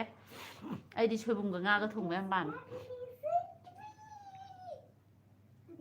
ꯀꯩꯅꯣ ꯆꯥꯛ ꯃꯦꯔꯤꯅ ꯍꯥꯏꯁꯦ ꯀꯩ ꯍꯥꯏꯅꯣ ꯆꯥꯛ ꯇꯣꯛꯇ ꯉꯥꯏꯔꯤ ꯏꯆꯦ ꯍꯥꯏꯕ ꯑꯣ ꯑꯣ ꯀꯔꯤ ꯑꯣ ꯃꯊꯦꯜ ꯆꯥꯔꯒꯦ ꯃꯦꯔꯤ ꯍꯣꯏꯒꯤꯗꯤ ꯑꯍꯥꯎꯕꯗꯤ ꯁꯣꯏ ꯆꯥꯔꯝꯃꯅꯤ ꯃꯣꯏꯗꯤ ꯀꯥꯡꯁꯣꯏ ꯊꯣꯡꯉꯁꯨ ꯑꯗꯨꯝ ꯍꯥꯎꯔꯦ ꯏꯔꯣꯜꯂꯁꯨ ꯑꯗꯨꯝ ꯍꯥꯎꯔꯦ ꯃꯣꯏꯗꯤ ꯑꯉꯥꯡꯁꯤꯡ ꯊꯣꯛ ꯊꯥꯛ ꯃꯌꯥꯝ ꯒꯨꯗ ꯅꯥꯏꯠ ꯕ꯭ꯂꯦꯁꯤ ꯍꯥꯏ ꯒꯨꯗ ꯅꯥꯏꯠ ꯍꯥꯏꯈ꯭ꯔꯣ ꯁꯦ ꯆꯦꯆꯦꯅ ꯒꯨꯗ ꯅꯥꯏꯠ ꯏꯌꯦ ꯁꯦ ꯒꯨꯗ ꯅꯥꯏꯠ ꯑꯝꯇ ꯍꯥꯏꯈ꯭ꯔꯣ ꯕ꯭ꯂꯦꯁꯤ ꯒꯨꯗ ꯅꯥꯏꯠ ꯑꯝꯇ ꯍꯥꯏꯈ꯭ꯔꯣ ꯕ꯭ꯂꯦꯁꯤ ꯉꯥꯎꯔꯦ ꯒꯨꯗ ꯅꯥꯏꯠ ꯏꯁ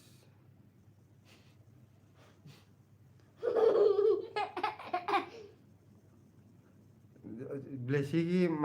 ꯃꯆꯥꯅꯦ ꯑꯁꯤ ꯁꯥꯛ ꯑꯃ ꯂꯩꯁꯦ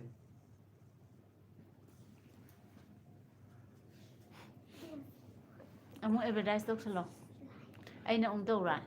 ꯌꯥꯏ ꯅꯪ ꯍꯟꯗꯛ ꯂꯥꯛꯏꯕ ꯑꯩꯈꯣꯏꯅ ꯂꯥꯏভ ꯇꯧꯖꯔꯛꯏꯁꯦ ꯉꯥꯏꯈꯣ ꯃꯌꯥꯝ ꯑꯝꯇ ꯇꯤꯡ ꯇꯣꯡ ꯌꯥꯔꯦ ꯇꯧꯔꯣ ꯑꯩꯈꯣꯏꯅ ꯉꯁꯤ ꯂꯥꯏꯚ ꯊꯥꯖꯔꯛꯏꯁꯦ ꯃꯌꯥꯝ ꯇꯤꯡ ꯇꯪ ꯇꯣꯒꯤ ꯇꯤꯡ ꯗꯪ ꯑꯩ ꯇꯧꯔꯦ ꯑꯩꯈꯣꯏꯅ ꯉꯁꯤ ꯂꯥꯏꯚ ꯊꯥꯖꯔꯛꯏꯁꯦ ꯃꯌꯥꯝ ꯍꯌꯦꯡ ꯍꯪꯆꯤꯠ ꯁꯟꯗꯦꯁꯦ ꯁꯤꯗꯩꯁꯤꯗ ꯍꯋꯥꯏꯖꯥꯔ ꯑꯃꯨꯛ ꯌꯣꯟꯗꯣꯏꯅꯦꯕꯀꯣ ꯄꯨꯡ 6ꯗ ꯊꯣꯛꯆꯔꯛꯀꯅꯤ ꯃꯌꯥꯝ ꯑꯗꯣ ꯆꯥꯕꯤꯅꯤꯡꯕꯁꯤꯡꯅ ꯗꯤꯜꯂꯤꯗ ꯂꯩꯕ ꯈꯔ ꯑꯅꯛꯄ ꯂꯩ ꯇꯥꯔꯒꯗꯤ ꯂꯥꯛꯄꯤꯌꯣ ꯁꯤꯁꯤꯒꯤꯗꯃꯛꯇ ꯂꯥꯏꯠ ꯊꯥꯖꯔꯛꯏꯅꯦ ꯇꯤꯡ ꯇꯣꯡ ꯍꯥ ꯍꯥ ꯌꯦꯟ ꯁꯤꯡꯖꯨ ꯆꯥꯔꯦ ꯑꯗꯨꯅꯦꯕ ꯑꯍꯥꯎꯕ ꯉꯥꯛꯇꯅꯦ ꯃꯦꯔꯤꯅ ꯆꯥꯔꯝꯗꯣꯏꯁꯦ ꯑꯗꯣ ꯑꯩꯗꯤ ꯆꯥꯗꯕꯅꯤꯅ ꯃꯍꯥꯎ ꯈꯪꯗ꯭ꯔꯦꯀꯣ ꯌꯦꯟ ꯁꯤꯡꯖꯨ ꯈꯥꯏꯗꯦꯝꯒꯤ ꯃꯔꯨ ꯆꯪꯉꯦ ꯇꯣ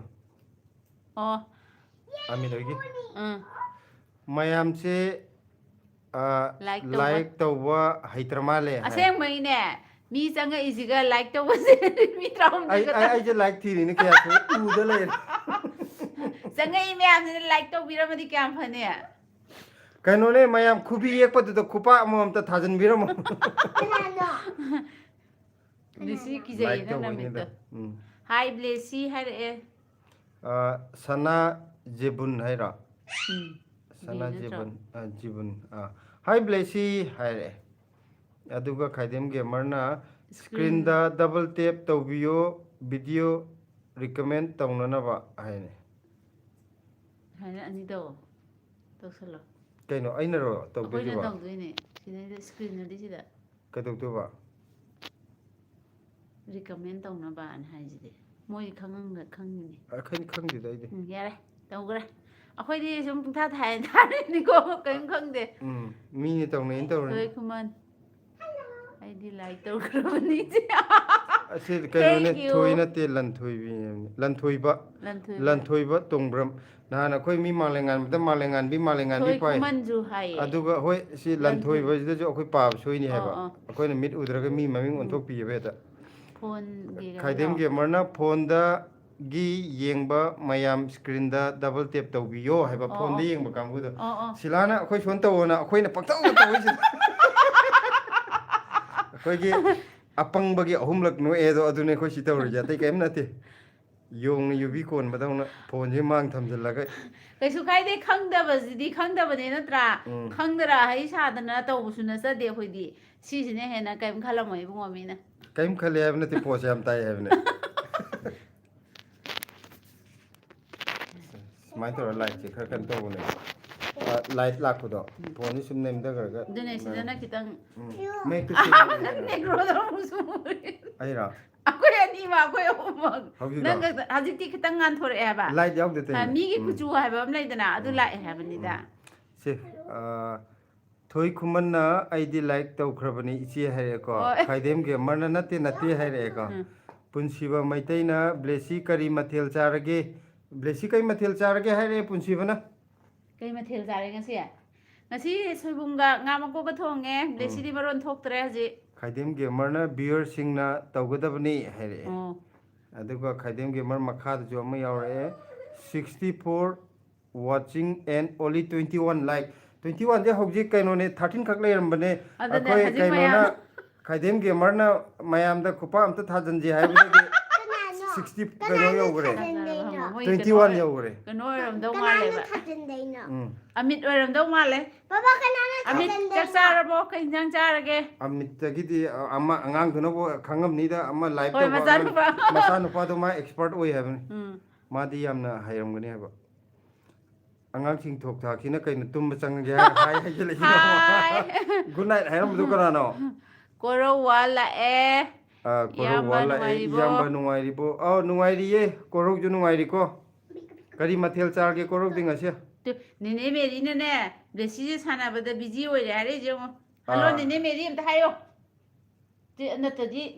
ꯅꯪ ꯅꯤꯅꯤ ꯕ꯭ꯂꯦꯁꯤꯁꯦ ꯀꯅꯥꯅꯣꯝ ꯆꯪꯉꯦꯍꯦ ꯏꯅꯛ ꯅꯛꯄ ꯕꯦꯔꯅ ꯑꯩꯈꯣꯏ ꯂꯩꯀꯥꯏ ꯊꯪꯅꯕꯗ ꯂꯩꯕꯅꯦ ꯁꯤꯗꯤ ꯃꯃꯥꯁꯨ ꯇꯧꯈ꯭ꯔꯕꯅꯦ ꯏꯃꯥ ꯆꯥꯛ ꯆꯥꯔꯕꯣ ꯑꯩꯈꯣꯏꯗꯤ ꯏꯃꯥꯁꯦ ꯇꯣꯛꯑꯦ ꯆꯥꯛꯆꯥ ꯇꯣꯛꯑꯝꯃꯗ꯭ꯔꯥ ꯈꯪꯗꯦ ꯏꯟꯖꯥꯡ ꯂꯥꯜꯂꯛꯀꯦ ꯇꯧꯕꯅꯦ ꯑꯗꯣ ꯆꯥꯛ ꯇꯣꯛꯑꯝꯃꯅꯤꯅ ꯄꯤꯍꯧꯗ꯭ꯔꯦ ꯗꯦꯕꯤꯀꯥ ꯑꯁꯦꯝ ꯀꯩ ꯍꯣꯠꯅꯔꯤꯅꯣ ꯃꯄꯥꯟꯗ ꯂꯩꯔꯤꯁꯦ ꯍꯥꯏ ꯃꯄꯥꯟꯗ ꯑꯩꯈꯣꯏ ꯉꯝꯅꯕ ꯑꯗꯨꯝ ꯍꯣꯠꯅꯖꯔꯤ ꯄꯩꯁꯥ ꯈꯔ ꯐꯪꯅꯕ ꯍꯋꯥꯏꯖꯥꯔ ꯂꯣꯜꯂꯒ ꯍꯤꯟꯖꯥꯡ ꯅꯥꯄꯤ ꯈꯔ ꯌꯣꯜꯂꯒ ꯏꯇꯩ ꯏꯅꯥꯎ ꯌꯥꯝ ꯀꯟꯅ ꯂꯦꯜꯂꯤ ꯑꯗꯨ ꯇꯥꯔꯦ ꯉꯝꯅꯕ ꯊꯕꯛ ꯈꯔ ꯑꯐꯪꯕ ꯇꯧꯖꯔꯤ ꯍꯥꯏꯇꯥꯔꯦ ꯎꯝ.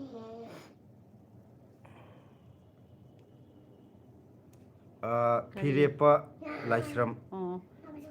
ꯍꯦꯜꯂꯣ ꯍꯥꯏꯔꯦ ꯍꯦꯜꯂꯣ ꯐꯤꯔꯦꯞꯄꯅ ꯍꯥꯏꯔꯛꯑꯣ ꯊꯣꯏ ꯈꯨꯃꯟ ꯊꯣꯏ ꯈꯨꯃꯟꯅ ꯌꯥꯝ ꯆꯝꯕ ꯃꯥꯂꯤꯀꯣ ꯇꯥꯃꯣꯒ ꯆꯦꯒꯁꯦ ꯍꯥꯏ ꯆꯝꯕꯗ ꯑꯩꯈꯣꯏꯗꯤ ꯆꯝꯐꯨꯠ ꯃꯍꯨꯠꯇ ꯃꯣꯔꯣꯛ ꯃꯦꯠꯄ ꯑꯣꯏꯔꯝꯕ꯭ꯔꯥ ꯈꯪ ꯄꯣꯟꯇꯦꯗ ꯊꯨꯝꯁꯨ ꯑꯝꯇ ꯊꯥꯛꯇ꯭ꯔꯦ ꯑꯗꯨ ꯇꯥꯔꯦ ꯑꯩꯈꯣꯏꯒꯤꯗꯤ ꯃꯥꯔꯁꯤ ꯃꯤꯖꯣ ꯍꯥꯏꯔꯦ ꯂꯚ ꯍꯥꯏꯔꯦ love Altaf M new subscriber ꯑꯩꯒꯤꯁꯨ ꯇꯧꯕꯤꯔꯝꯃꯣ ꯑꯦꯅꯤꯋꯦ ꯀꯩ ꯍꯥꯏꯅꯣ ꯑꯅꯧꯕꯅꯤ ꯚꯥꯏ ꯍꯥꯏꯕ ꯍꯣꯏ ꯇꯧꯖꯒꯦ ꯀꯩꯅꯣꯁꯦ ꯁꯤꯒꯤ ꯃꯤꯡꯁꯤꯗ ꯑꯗꯨꯝ ꯂꯩꯗꯣꯏꯅꯤꯀꯣ ꯑꯜꯇꯥꯐ ꯍꯥꯏꯁꯤꯗ ꯑꯜꯇꯥꯐ ꯃꯌꯥꯝ ꯑꯜꯇꯥꯐ ꯑꯦꯝꯒꯤꯁꯨ ꯃꯌꯥꯝ ꯁꯕꯁꯀ꯭ꯔꯥꯏꯞ ꯇꯧꯕꯤꯔꯝꯃꯣ ꯃꯥꯒꯤꯁꯨ ꯕ꯭ꯂꯣꯛ ꯍꯥꯡꯉꯦ ꯍꯥꯏ ꯑꯅꯧꯕꯅꯦ ꯍꯥꯏ ꯍꯦꯜꯂꯣ ꯐꯤꯔꯦꯞꯄꯔ ꯂꯥꯏꯁ꯭ꯔꯝ ꯍꯦꯜꯂꯣ ꯆꯥꯛ ꯐꯣꯟ ꯊꯣꯡꯗ꯭ꯔꯤ ꯌꯦꯡꯒꯅꯨ ꯄꯄꯥ ꯍꯋꯥꯏꯖꯥꯔ ꯑꯣ ꯏꯃꯥꯁꯨ ꯍꯋꯥꯏꯖꯥꯔ ꯂꯣꯜꯂꯤ ꯆꯥꯛ ꯊꯣꯡꯗ꯭ꯔꯤꯌꯦ ꯍꯋꯥꯏꯖꯥꯔ ꯂꯣꯟꯕꯁꯤ ꯏꯃꯥ ꯈꯨꯠꯇꯤ ꯈꯔ ꯆꯪꯉꯤꯀꯣ ꯍꯥꯏꯗꯤ ꯂꯥꯏꯁꯨ ꯂꯥꯏ ꯂꯨꯁꯨ ꯂꯨꯏ ꯄꯨꯟꯁꯤꯕ ꯑꯆꯥ ꯃꯤꯇꯩ ꯑꯜꯇꯥꯐ ꯖꯦ ꯕ꯭ꯂꯦꯁꯤ ꯍꯤꯟꯗꯤ ꯑꯜꯇꯥꯐ ꯂꯣꯟꯕ ꯒꯤꯁꯦ ꯍꯩꯕ꯭ꯔꯣ 243 ꯁꯕꯁꯀ꯭ꯔꯥꯏꯕꯔꯅꯦ ꯑꯗꯣ ꯑꯩꯅꯁꯨ ꯇꯧꯁꯜꯂꯛꯑꯦ ꯍꯧꯖꯤꯛ ꯀꯌꯥ ꯌꯧꯔꯝꯃꯅꯤ 244 ꯌꯧꯔꯝꯃꯅꯤ ꯑꯩꯈꯣꯏꯅꯁꯨ ꯇꯧꯔꯦ ꯄꯨꯟꯁꯤꯕ ꯃꯤꯇꯩ ꯕ꯭ꯂꯦꯁꯤ ꯍꯤꯟꯗꯤ ꯂꯣꯟꯕ ꯍꯩꯕ꯭ꯔꯥ ꯕ꯭ꯂꯦꯁꯤꯅ ꯍꯤꯟꯗꯤ ꯂꯣꯟꯕ ꯍꯩꯕ꯭ꯔꯥ ꯍꯩꯌꯦ ꯑꯝꯇ ꯋꯥꯔꯤ ꯁꯥꯟꯅꯧ ꯂꯥꯛꯑꯣ ꯍꯤꯟꯗꯤꯗ ꯏꯆꯦꯒ ꯗꯗꯥꯒ ꯁꯤꯗꯩꯗ ꯋꯥꯔꯤ ꯁꯥꯟꯅꯁꯤ ꯕ꯭ꯂꯦꯁꯤꯒ ꯂꯥꯛꯑꯣ ꯅꯪ ꯁ꯭ꯀꯨꯜꯗ ꯌꯥꯝꯅ ꯉꯥꯡꯕ ꯏꯪꯅ ꯆꯤꯛꯅ ꯅꯨꯡꯉꯥꯏꯅ ꯄꯥꯜꯂꯦ ꯌꯦꯡꯕ ꯌꯥꯝꯅ ꯅꯨꯡꯉꯥꯏ ꯑꯩꯈꯣꯏ ꯂꯩꯕꯁꯤꯁꯨ ꯈꯔ ꯖꯪꯒꯜ ꯑꯣꯏꯕꯩꯅꯤꯅꯦ ꯃꯃꯥ ꯃꯤꯒꯤ ꯒꯤꯐ ꯄꯣꯔꯛꯑꯦꯌꯣ ꯑꯩꯈꯣꯏ ꯂꯩꯔꯤꯕ ꯖꯒꯥꯁꯤꯗꯤ ꯌꯥꯝꯅꯗꯤ ꯏꯪꯕꯨꯗꯤ ꯆꯤꯛꯑꯦ ꯑꯗꯨꯒ ꯁꯍꯔꯗꯤ ꯃꯌꯣꯜꯅꯦ ꯑꯗꯨꯒ ꯑꯩꯈꯣꯏꯅ ꯌꯥꯔꯦ ꯊꯝꯃꯣ ꯏꯪꯅ ꯀꯩꯒꯤꯅꯣ ꯑꯗꯨꯛ ꯇꯞꯅ ꯌꯥꯝ ꯂꯩꯕꯒꯤꯅꯦ ꯊꯥꯡꯉꯤꯗꯨꯕꯣ ꯍꯥꯏꯇꯥꯔꯦ ꯁꯤ ꯒꯤꯐꯅꯦ ꯒꯤꯐꯅꯦ ꯒꯤꯐ ꯑꯗꯨꯃꯥꯏꯅ ꯃꯌꯥꯝ ꯊꯥꯡꯕ ꯌꯥꯗꯦ ꯁꯦ ꯀꯣꯔꯧ ꯉꯥꯏꯈꯣ. ꯋꯥꯠꯂꯛꯑꯦ ꯀꯔꯤ ꯃꯊꯦꯜ ꯃꯃꯥ ꯇꯧꯔꯒꯦ ꯏꯌꯥꯝꯕ ꯏꯃꯥꯗꯤ ꯍꯋꯥꯏꯖꯥꯔ ꯂꯣꯜꯂꯤꯌꯦ ꯅꯪꯒꯤ ꯒꯤꯐꯅꯦ ꯀꯨꯀꯔꯒꯤ ꯁꯤꯅ ꯅꯪꯒꯤ ꯊꯣꯡꯅꯕ ꯍꯣ ꯍꯣ ꯏꯃꯥ ꯍꯋꯥꯏꯖꯥꯔ ꯂꯣꯜꯂꯗꯤ ꯁꯤꯗ ꯌꯣꯟꯁꯤ ꯂꯥꯛꯑꯣ ꯐꯣꯟꯒꯤ ꯊꯦꯡꯅꯕ ꯂꯥꯏꯕꯒꯤ ꯅꯠꯇ꯭ꯔꯒꯅ ꯊꯥꯔꯛꯀꯦ ꯍꯥꯏꯕ꯭ꯔꯥ ꯏꯃꯥ ꯏꯆꯥ ꯄꯨꯂꯞ ꯌꯣꯟꯁꯦ ꯍꯣ ꯍꯣ ꯍꯣꯏ ꯌꯥꯔꯦ ꯕ꯭ꯂꯦꯁꯤ ꯀꯔꯤ ꯃꯊꯦꯜ ꯇꯧꯔꯒꯦ ꯏꯌꯥꯝꯕ ꯍꯥꯏꯕ ꯑꯩꯈꯣꯏꯗꯤ ꯉꯁꯤ ꯁꯣꯏꯕꯨꯝꯒ ꯉꯥ ꯃꯀꯣꯛꯀ ꯊꯣꯡꯉꯦ ꯍꯥꯏꯇꯥꯔꯦ ꯉꯥ ꯑꯗꯨꯒ ꯃꯀꯣꯛ ꯈꯥꯏꯗꯦꯝ ꯒꯦꯃꯔꯒꯤꯁꯦ ꯑꯝꯇ ꯑꯇꯥꯎꯕꯗꯨꯒ ꯄꯥꯔꯛꯑꯣ ꯃꯔꯛ ꯈꯥꯏꯗꯦꯝ ꯃꯔꯛꯇ ꯒꯦꯃꯔꯒꯤ ꯃꯔꯛ ꯃꯔꯛꯇ ꯕꯤꯌꯔꯗ ꯍꯥꯏꯕꯤꯌꯨ ꯋꯥꯔꯤ ꯅꯨꯡꯉꯥꯏꯗꯅ ꯂꯥꯏꯛ ꯇꯧꯕ ꯀꯥꯎꯕꯅꯤ ꯑꯣ ꯑꯣ ꯑꯗꯨꯅ ꯐꯣꯟꯗ ꯗꯕꯜ ꯇꯦꯞ ꯈꯨꯗꯣꯝꯕꯤꯅ ꯗꯕꯜ ꯇꯦꯞ ꯇꯧꯁꯤꯜꯂꯣ ꯍꯥꯏꯕ ꯃꯥꯅꯦ ꯆꯨꯝꯃꯦ ꯃꯥꯁꯨ ꯈꯪꯉꯝꯒꯅꯤ ꯍꯧꯖꯤꯛ ꯃꯤ 94ꯅꯦ ꯆꯪꯉꯤꯁꯦ 94ꯁꯦ ꯍꯧꯖꯤꯛ ꯂꯥꯏꯛꯇꯤ ꯀꯨꯝꯃꯔꯤ ꯈꯛꯇꯅꯦ ꯈꯨꯄꯥꯛꯅ ꯑꯃꯃꯝꯇ ꯗꯕꯜ ꯇꯦꯞ ꯊꯥꯖꯤꯟꯕꯤꯌꯣꯌꯦ ꯂꯥꯏꯛꯁꯦ ꯑꯝꯇ ꯐꯥꯠ ꯂꯥꯎꯅ ꯑꯝꯇ ꯌꯥꯝꯅꯕ ꯁꯤꯗ ꯊꯝꯃꯣ ꯊꯝꯃꯣ ꯐꯤꯔꯦꯞꯄ ꯂꯥꯏꯁ꯭ꯔꯝꯅ ꯍꯥꯏꯁꯦ ꯆꯥꯛ ꯆꯥꯔꯕ ꯍꯥꯏꯔꯛꯑꯦ ꯆꯥꯛ ꯆꯥꯖꯔꯦ ꯕ꯭ꯂꯦꯁꯤ ꯄꯨꯟꯁꯤꯕ ꯃꯩꯇꯩꯅ ꯑꯃꯨꯛ ꯑꯗꯨꯝ ꯍꯥꯏꯔꯛꯏꯁꯦ ꯅꯪ ꯁꯥꯟꯅꯗꯣ ꯁꯥꯟꯅꯔꯣ ꯏꯆꯦꯒ ꯗꯗꯥꯒ ꯈꯠꯅꯕꯒꯤ ꯌꯥꯎꯕ꯭ꯔꯣ ꯈꯠꯅꯕꯒ ꯌꯥꯎꯕ꯭ꯔꯣ ꯌꯥꯎꯔꯝꯗꯧ ꯃꯥꯟꯗꯦ ꯑꯩꯈꯣꯏ ꯚꯤꯗꯤꯑꯣꯗ ꯑꯗꯨꯝ ꯌꯥꯎꯕꯅꯤ ꯏꯕꯥꯅꯤ ꯏꯁꯧ ꯂꯥꯡꯕꯩ ꯃꯇꯝ ꯈꯔꯒꯤ ꯑꯗꯨꯝ ꯃꯃꯥꯡꯒꯤ ꯚꯤꯗꯤꯑꯣ ꯌꯦꯡꯕꯤꯌꯨ ꯅꯠꯇꯦ ꯌꯥꯎꯕ꯭ꯔꯥ ꯍꯥꯏꯕꯗꯤ ꯌꯨꯝꯗ ꯌꯥꯎꯔꯝꯗꯧ ꯃꯥꯟꯗꯦ ꯍꯥꯏꯕ ꯍꯣꯏꯅꯦ ꯌꯨꯝꯗ ꯌꯥꯎꯔꯝꯗꯧ ꯃꯥꯟꯗꯕꯗꯣ ꯚꯤꯗꯤꯑꯣꯗꯐꯥꯎ ꯌꯥꯎꯔꯕꯅꯤ ꯁꯤꯅꯤ ꯑꯩ ꯍꯥꯏꯅ ꯑꯣ ꯑꯩꯁꯨ ꯃꯄꯥꯟꯗ ꯔꯦꯟꯇ ꯂꯩꯌꯦ ꯉꯁꯥꯏ ꯏꯆꯦ ꯑꯩꯅ ꯍꯥꯏꯕꯗꯣ ꯍꯣꯏ ꯅꯠꯇ꯭ꯔꯥ ꯚꯤꯗꯤꯑꯣ ꯎꯔꯒ ꯏꯟꯁꯥꯡ ꯊꯥꯕꯅ ꯑꯩꯁꯨ ꯃꯄꯥꯟꯗ ꯔꯦꯟꯇ ꯉꯥꯎꯋꯦ ꯂꯩꯌꯦ ꯏꯆꯦꯍꯣꯏ ꯚꯤꯗꯤꯑꯣ ꯖꯒꯥ ꯂꯩꯇꯕꯗ ꯎꯔꯒ ꯑꯦꯟꯁꯥꯡ ꯊꯥꯅꯤꯡꯕꯅ ꯃꯥꯗꯤ ꯖꯒꯥ ꯉꯥꯎꯋꯦ ꯂꯩꯇꯦꯕ ꯖꯒꯥ ꯂꯩꯇꯕ ꯃꯥꯅꯦ ꯖꯒꯥ ꯂꯩꯇ꯭ꯔꯗꯤ ꯎꯄꯥꯏ ꯂꯩꯇꯦꯀꯣ ꯆꯨꯝꯅ ꯒꯝꯂꯥꯗ ꯃꯆꯥ ꯑꯃ ꯑꯅꯤ ꯑꯃ ꯁꯨꯝ ꯊꯥꯕꯗꯨꯗ ꯍꯦꯟꯅ ꯎꯄꯥꯏ ꯂꯩꯇꯦ ꯃꯦꯔꯤ ꯅꯪ ꯈꯗ꯭ꯔꯛ ꯇꯧꯔꯦꯗ ꯅꯪꯒꯤ ꯏꯆꯦ ꯌꯦꯟ ꯍꯣꯏꯒꯤ ꯁꯤꯡꯖꯨꯗꯨꯅ ꯍꯥꯎꯅꯤꯗ ꯃꯊꯦꯜꯅ ꯃꯍꯥꯎꯔꯦ ꯍꯥꯏ ꯆꯥꯗꯣꯏꯅꯤꯀꯣ ꯅꯣꯡꯃ ꯄꯤꯖꯅꯤ ꯃꯀꯣꯛꯀ ꯁꯣꯏꯕꯨꯝꯒ ꯊꯣꯡꯕ ꯑꯗꯨꯒ ꯃꯦꯔꯤ ꯅꯪꯅ ꯅꯣꯡꯃ ꯌꯦꯟ ꯁꯤꯡꯖꯨꯗꯣ ꯄꯤꯖꯧ ꯅꯆꯦꯗ ꯀꯀꯥꯗ ꯑꯣꯏꯅ ꯄꯤꯖꯧ ꯍꯥꯏꯗꯤ ꯑꯩꯈꯣꯏꯒꯤꯅ ꯃꯦꯔꯤꯒꯤꯅ ꯅꯆꯦꯗ ꯑꯄꯦꯛꯁ ꯍꯥꯏꯀꯣ ꯍꯋꯥꯏꯖꯥꯔ ꯂꯣꯟꯕꯒꯤ ꯄ꯭ꯔꯣꯁꯦꯁꯇꯨ ꯍꯧꯖꯤꯛ ꯑꯃꯨꯛꯇ ꯍꯥꯏꯕꯤꯔꯛꯑꯣ ꯇꯦꯟꯇꯛꯅ ꯁꯤꯂꯥ ꯀꯀꯥꯅ ꯍꯥꯏꯍꯜꯂꯛꯑꯒꯦ ꯍꯥꯏꯔꯣ ꯑꯩ ꯍꯩꯇꯦ ꯋꯥꯔꯤ ꯂꯤꯕ ꯍꯋꯥꯏꯖꯥꯔ ꯑꯩꯈꯣꯏꯒꯤꯁꯦ ꯚꯤꯗꯤꯑꯣꯕꯨꯗꯤ ꯍꯋꯥꯏꯖꯥꯔ ꯂꯣꯟꯕꯩꯗꯣ ꯑꯃꯨꯛꯇ ꯚꯤꯗꯤꯑꯣ ꯁꯦꯝꯕꯤꯔꯛꯑꯣꯅ ꯁꯦꯝꯃꯕꯅꯦꯕꯀꯣ ꯍꯌꯦꯡ ꯑꯌꯨꯛ ꯅꯠꯇ꯭ꯔꯒ ꯅꯨꯡꯗꯥꯡꯋꯥꯏꯔꯝ ꯌꯥꯔꯒꯗꯤ ꯊꯥꯒꯠꯄ ꯌꯥꯕ꯭ꯔꯥ ꯌꯦꯡꯒꯦ ꯌꯥꯝ ꯆꯝꯃꯦ ꯍꯥꯏꯗꯤ ꯍꯋꯥꯏꯖꯥꯔ ꯂꯣꯟꯕꯁꯤꯗ ꯌꯥꯝ ꯂꯨꯕꯗꯤ ꯅꯠꯇꯦꯕꯀꯣ ꯑꯗꯨ ꯈꯤꯇꯪ ꯀꯩꯅꯣꯗꯕꯨꯗꯤ ꯄꯨꯡꯗꯤ ꯌꯦꯡꯁꯤꯟꯕ ꯄꯨꯡ ꯑꯃ ꯃꯇꯝ ꯈꯔ ꯃꯩ ꯀꯨꯏꯅ ꯂꯩꯊꯔꯒ ꯆꯪꯕꯩꯀꯣ ꯈꯤꯇꯪ ꯌꯦꯡꯁꯤꯟꯕꯤꯕ ꯑꯃ ꯆꯪꯉꯦꯕ ꯑꯩꯈꯣꯏꯅ ꯁꯤꯗ ꯂꯣꯜꯂꯤꯁꯦ ꯍꯋꯥꯏꯖꯥꯔꯁꯦ ꯃꯔꯨꯗꯣ ꯁꯤꯗꯗꯤ ꯑꯀꯨꯞꯄꯗꯨꯗꯤ ꯐꯪꯗ꯭ꯔꯦ ꯑꯆꯧꯕꯗꯨꯅꯦ ꯑꯩꯈꯣꯏ ꯁꯤꯖꯤꯟꯅꯩꯁꯤꯅ ꯑꯆꯧꯕꯗꯣ ꯐꯖꯅ ꯑꯍꯤꯡ ꯅꯣꯡꯃ ꯋꯥꯠꯂꯤꯉꯩꯗ ꯇꯤꯡꯖꯜꯂꯦ ꯍꯥꯏꯇꯥꯔꯦ ꯑꯍꯤꯡ ꯑꯃ ꯄꯨꯔꯥ ꯇꯤꯡꯉꯦ ꯃꯥ ꯄꯨꯔꯥ ꯆꯥꯎꯊꯣꯔꯛꯑꯀꯥꯟꯗ ꯃꯔꯤ ꯃꯉꯥꯔꯛ ꯆꯥꯝꯃꯦꯕꯀꯣ ꯍꯥꯏꯗꯤ ꯃꯥꯒꯤ ꯃꯅꯥꯡ ꯀꯔꯤ ꯀꯔꯥ ꯐꯠꯇꯕꯗꯣ ꯂꯣꯏꯅꯃꯛ ꯆꯠꯈꯤꯅꯕꯅ ꯃꯔꯦꯛ ꯀꯥꯕꯁꯤꯡꯗꯣ ꯑꯗꯣ ꯃꯔꯤ ꯃꯉꯥꯔꯛ ꯆꯥꯝꯊꯣꯛꯑ ꯃꯇꯨꯡꯗ ꯑꯩꯈꯣꯏꯒꯤꯁꯦ ꯀꯨꯀꯔ ꯑꯩꯈꯣꯏꯗ ꯂꯩꯕꯁꯦ ꯂꯤꯇꯔ 5 ꯆꯥꯎꯕꯗꯨ ꯑꯃꯈꯛ ꯈ꯭ꯋꯥꯏ ꯆꯥꯎꯕꯁꯦ ꯂꯤꯇꯔ 5 ꯆꯥꯎꯕꯗꯨꯅꯦꯕꯀோ ꯑꯗꯨꯅ ꯂꯤꯇꯔ 5 ꯆꯟꯕ ꯀꯨꯀꯔꯗꯨꯒꯤꯗꯤ ꯍꯋꯥꯏꯖꯥꯔ KG ꯑꯃꯅ ꯆꯞ ꯆꯥꯏꯌꯦꯕ ꯑꯗꯣ ꯍꯋꯥꯏ ꯉꯁꯥꯏꯒꯤ ꯇꯤꯡꯕ ꯃꯔꯨꯗꯣ ꯐꯖꯅ ꯆꯥꯝꯊꯣꯛꯑꯒ ꯀꯨꯀꯔꯗꯨꯗ ꯍꯥꯞꯆꯤꯟꯕꯤꯔꯅꯤ ꯑꯗꯨꯒ ꯏꯁꯤꯡ ꯍꯥꯞꯄꯩ ꯆꯥꯡꯁꯦ ꯑꯩꯈꯣꯏꯒꯤ ꯍꯋꯥꯏꯖꯥꯔꯗꯨꯒꯤ ꯂꯦꯚꯦꯜ ꯍꯋꯥꯏꯖꯥꯔ ꯃꯔꯨꯗꯨꯒꯤ ꯂꯦꯚꯦꯜꯗꯨꯒ ꯑꯗꯨꯝ ꯏꯈꯦꯠ ꯈꯦꯠꯅꯗꯅ ꯑꯗꯨꯒꯤ ꯂꯦꯚꯦꯜꯗꯨꯗ ꯍꯥꯞꯄꯤꯕ 이싱나 hengat비가노 이싱ꯅ ꯍꯦꯟꯀꯠꯇꯕꯤꯗ ꯉꯁꯥꯏ ꯍꯋꯥꯏ ꯃꯔꯨꯒꯤ ꯆꯥꯡꯗꯨꯗ ꯑꯗꯨꯝ ꯂꯩꯍꯟꯕ ꯏꯁꯤꯡꯁꯦ ꯍꯥꯏꯗꯤ ꯌꯥꯝ ꯀꯥ ꯍꯦꯟꯅ ꯍꯥꯞꯆꯤꯟꯗꯕ ꯍꯥꯏꯇꯥꯔꯦ 파타락다바네바 ꯑꯇꯩ 두두나 ꯀꯩꯒꯤꯅꯣꯗ ꯍꯋꯥꯏꯖꯥꯔꯗꯨ ꯂꯣꯟꯕ ꯃꯇꯝꯗ ꯌꯥꯝ ꯄꯥꯊꯔꯗꯤ ꯁꯦꯟꯅꯕ ꯌꯥꯝ ꯋꯥꯕꯅꯦꯕ ꯐꯨꯜꯂꯒ ꯑꯃꯨꯛ ꯃꯩꯒ ꯂꯣꯏꯅꯃꯛ ꯀꯩꯅꯣ ꯇꯧꯕꯗꯣ ꯑꯗꯨꯗꯨꯅ ꯏꯁꯤꯡꯗꯣ ꯉꯁꯥꯏꯒꯤ ꯍꯋꯥꯏꯖꯥꯔ ꯃꯔꯨꯗꯨꯒꯤ ꯂꯦꯚꯦꯜ ꯑꯗꯨꯋꯥꯏꯃꯨꯛꯇꯪ ꯍꯥꯞꯄꯤꯔꯅꯤꯗꯅꯀோ ꯑꯗꯨ ꯍꯥꯞꯄꯤꯔꯒ ꯉꯁꯥꯏꯒꯤ ꯀꯨꯀꯔꯗꯣ ꯑꯣꯏꯔꯗꯤ ꯀꯩꯅꯣꯗꯣ ꯈꯤꯇꯪ ꯊꯥꯎ ꯀꯩꯅꯣꯒꯇꯣ ꯇꯩꯕꯤꯔꯣ ꯈꯤꯇꯪ ꯄꯥꯊꯕ ꯐꯅꯅꯕ ꯑꯩꯈꯣꯏꯒꯤ ꯑꯀꯣꯏꯕꯗꯣ ꯃꯈꯨꯝꯒꯤ ꯑꯗꯨꯒ ꯀꯥꯝꯕꯝꯒꯤ ꯁꯔꯨꯛꯇꯨꯒ ꯑꯗꯨꯒ ꯃꯥꯁꯦ ꯀꯥꯝꯕꯤꯔꯅꯤ ꯍꯋꯥꯏꯖꯥꯔꯁꯦ ꯑꯍꯥꯟꯕꯩꯗꯤ ꯃꯩ ꯈꯤꯇꯪ ꯂꯩꯈꯠꯄꯤꯔꯒ ꯑꯃꯨꯛꯇꯪ ꯐꯖꯅ ꯀꯥꯝꯊꯣꯛꯄꯤꯔꯣ ꯑꯃꯨꯛ ꯀꯥꯝꯈ꯭ꯔꯕ ꯃꯇꯨꯡꯗꯗꯤ ꯃꯩꯗꯨ ꯂꯩꯊꯕꯤꯔꯒ ꯃꯦꯗꯤꯌꯝꯗ ꯊꯝꯕꯤꯔꯒꯀꯣ ꯑꯗꯨꯝ ꯂꯣꯟꯕ ꯑꯗꯨꯝꯁꯨ ꯀꯥꯝꯍꯟꯕꯗꯨꯅ ꯄꯨꯡ ꯑꯃꯃꯨꯛꯀꯤ ꯆꯥꯡꯁꯦ ꯀꯥꯝꯕꯤꯌꯣꯕ ꯍꯥꯏꯗꯤ ꯇꯞꯅ ꯃꯦꯗꯤꯌꯝꯗ ꯊꯝꯃꯒꯅꯤꯀꯣ ꯍꯥꯏꯁꯦ ꯆꯨꯝꯅ ꯄꯨꯡ ꯆꯥꯡꯁꯤꯗꯅꯦ 50ꯃꯨꯛ ꯃꯌꯥ ꯀꯥꯝꯕꯅꯦꯕ ꯑꯗꯨꯃꯥꯏꯅ 50 ꯑꯗꯨꯃꯥꯏꯅ ꯀꯥꯝꯃꯛꯄꯅꯦ ꯍꯥꯏꯗꯤ ꯃꯦꯗꯤꯌꯝꯗ ꯌꯥꯝꯅ ꯄꯤꯛꯅꯁꯨ ꯅꯠꯇꯕ ꯆꯥꯎꯅꯁꯨ ꯅꯠꯇꯕ ꯄꯤꯛꯄꯗꯒꯤ ꯈꯤꯇꯪ ꯂꯩꯈꯠꯄꯤꯗꯣ ꯑꯗꯨꯃꯥꯏꯅ ꯄꯨꯡ ꯑꯃꯃꯨꯛ ꯀꯩꯅꯣ ꯀꯥꯝꯕꯤꯔꯣ ꯑꯗꯨꯒ ꯑꯗꯨ ꯍꯥꯡꯗꯣꯛꯑ ꯌꯦꯡꯕ ꯃꯇꯝꯗ ꯉꯁꯥꯏ ꯍꯋꯥꯏꯖꯥꯔꯗꯨ ꯀꯩꯅꯣ ꯇꯧꯔꯝꯃꯅꯤꯕ ꯃꯨꯟꯕꯗꯤ ꯑꯗꯨꯝ ꯃꯨꯟꯕ꯭ꯔꯥ ꯈꯪꯅꯤꯗꯅꯀꯣ ꯃꯨꯟꯗꯕ꯭ꯔꯥ ꯃꯌꯥꯝ ꯌꯦꯡꯕꯤꯔꯣꯕ ꯂꯧꯊꯣꯛꯑꯒ ꯑꯗꯨꯗ ꯀꯩꯒꯨꯝꯕ ꯃꯨꯟꯗ꯭ꯔꯒꯗꯤ ꯈꯤꯇꯪꯒ ꯀꯥꯝꯕꯤꯔꯣ ꯑꯗꯨ 50 ꯀꯥꯝꯕꯗ ꯆꯞ ꯆꯥꯅꯗꯤ ꯃꯨꯟꯕꯅꯦ ꯑꯩꯈꯣꯏ ꯁꯤꯗꯩꯗ ꯑꯗꯣ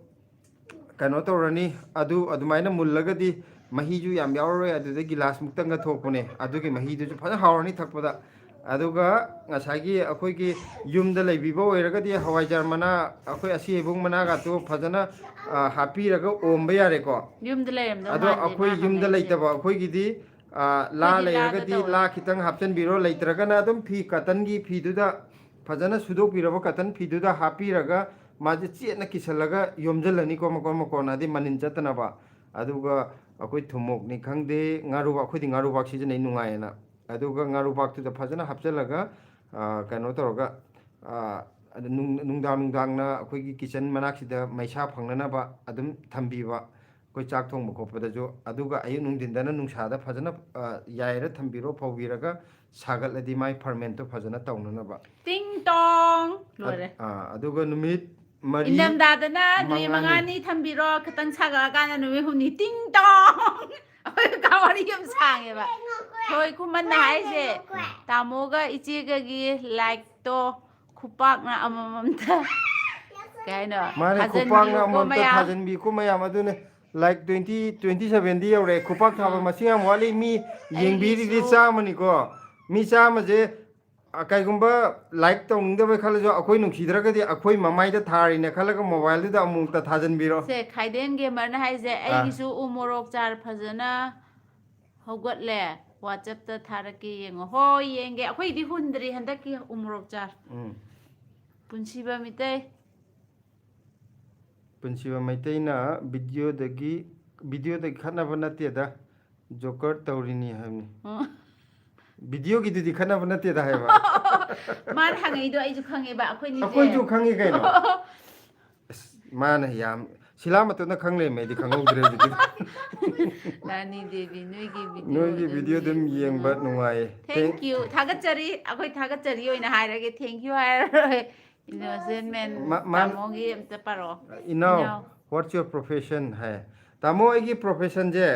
ꯍꯥꯏꯗꯣꯔꯦ ꯑꯩꯈꯣꯏ ꯀꯩꯅꯣ ꯍꯥꯏꯗꯤ ꯌꯨꯇ꯭ꯌꯨꯕ ꯐꯦꯃꯤꯂꯤꯒ ꯑꯩꯈꯣꯏ ꯍꯥꯟꯅ ꯍꯥꯏꯅꯈꯤꯕ ꯑꯃ ꯂꯩꯕꯅꯦꯕꯀꯣ ꯑꯩꯒꯤ 30K ꯍꯦꯛ ꯌꯧꯕ नुमित्तुꯗ ꯑꯩ ꯃꯌꯥꯝꯗ ꯔꯤꯚꯤꯜ ꯇꯧꯖꯒꯦꯅ ꯌꯥꯅꯈꯤꯕ ꯑꯃ ꯂꯩꯕꯅꯦꯕꯀꯣ ꯑꯗꯣ 30Kꯁꯨ ꯌꯧꯗꯧ ꯌꯥꯝꯗ꯭रे 30Kꯗꯣ ꯌꯧꯕꯒ ꯑꯩ ꯚꯤꯗꯤꯑꯣ ꯁꯦꯝꯃꯒ ꯍꯥꯞꯆꯔꯒꯦ ꯑꯗꯨꯐꯥꯎꯇ ꯉꯥꯏꯕꯤꯌꯨ ꯇꯥꯃꯣ ꯋꯥꯔꯧꯕꯤꯅꯨꯀꯣ ꯑꯩꯅ ꯁꯤ ꯍꯥꯏꯌꯦꯅ ꯄꯨꯟꯁꯤꯕ ꯃꯤꯇꯩꯅ ꯍꯥꯏꯅꯦ ꯑꯩꯗꯤ ꯂꯥꯏꯚ ꯆꯪꯗ꯭ꯔꯤꯉꯩꯗ ꯂꯥꯏꯛ ꯍꯥꯟꯅ ꯅꯝꯖꯈ꯭ꯔꯦ ꯑꯗꯨꯅꯦ ꯃꯩ ꯇꯥꯔꯦ मेरीना हा दादा के महौ तंगहनगे ꯃꯦꯔꯤ ꯍꯣꯏꯒ ꯑꯩꯈꯣꯏꯒ ꯌꯨꯝꯗꯪꯅꯍꯧꯗꯕꯁꯦ ꯅꯨꯡꯉꯥꯏꯇꯦꯕꯨ Kaya hai no adu oitadi sundar longjam. Sundar longjam hai ro. Tamo itaima nungaina leiba male nungsibane ubada nungsinaba ubada nungaijai ekhoisu. Thank you mayam loi nungsinar leije ko anu adi amumuk saungaga tok khana tholo he. Mayamju nungsinana leibiyo khoje nungsinana leijage. Apex hai. Okay, hawaidu putlaga amuk ising asengbana chamthokpura. Si hai hogre. Ising do sawan Hawaidu putlaga ising asabana amuk phajana chamthokpiba. Chamthokpado akhoi ki kon ahoba polangumba adum ke steel gi da leidana aduda phajana chithokpiyo ko aduda hapaga ising asabda hajila dok dok dok nikthokpadane phajana adum chumthokini aduga om dringai matamda machumda phajana tahanbiyo yam ti sima haiba leore aina hairam dai da silana disturb yam toksala khibduda ai hayogdamni ting tong toksala pududa khaidem gamer na double khupak ne single ne yaroi double tap togdawde adi khupak tha ni ko me khupak ngan thokare mo khupak tha do khajai nam kakta na te ani makta tha ga da wa du etadi like chang de ni Kanagino. thoi gi thoi gi kakala e wakhal gi pukai message ka khre thoi ko re tu ko pu cha ku ne ba do thoi ko re tu kakala se bless you gi dear parents na la e message Sitting nangani. adu kana kaka sao re So tu kaka na koi bala roi gi nang sa ko rakti hai re kaka na thoi ko re nang khumakti hai re sao re kaka Hi ge. adu phajana hai ro hai ge bu kai na kari hai ge hayo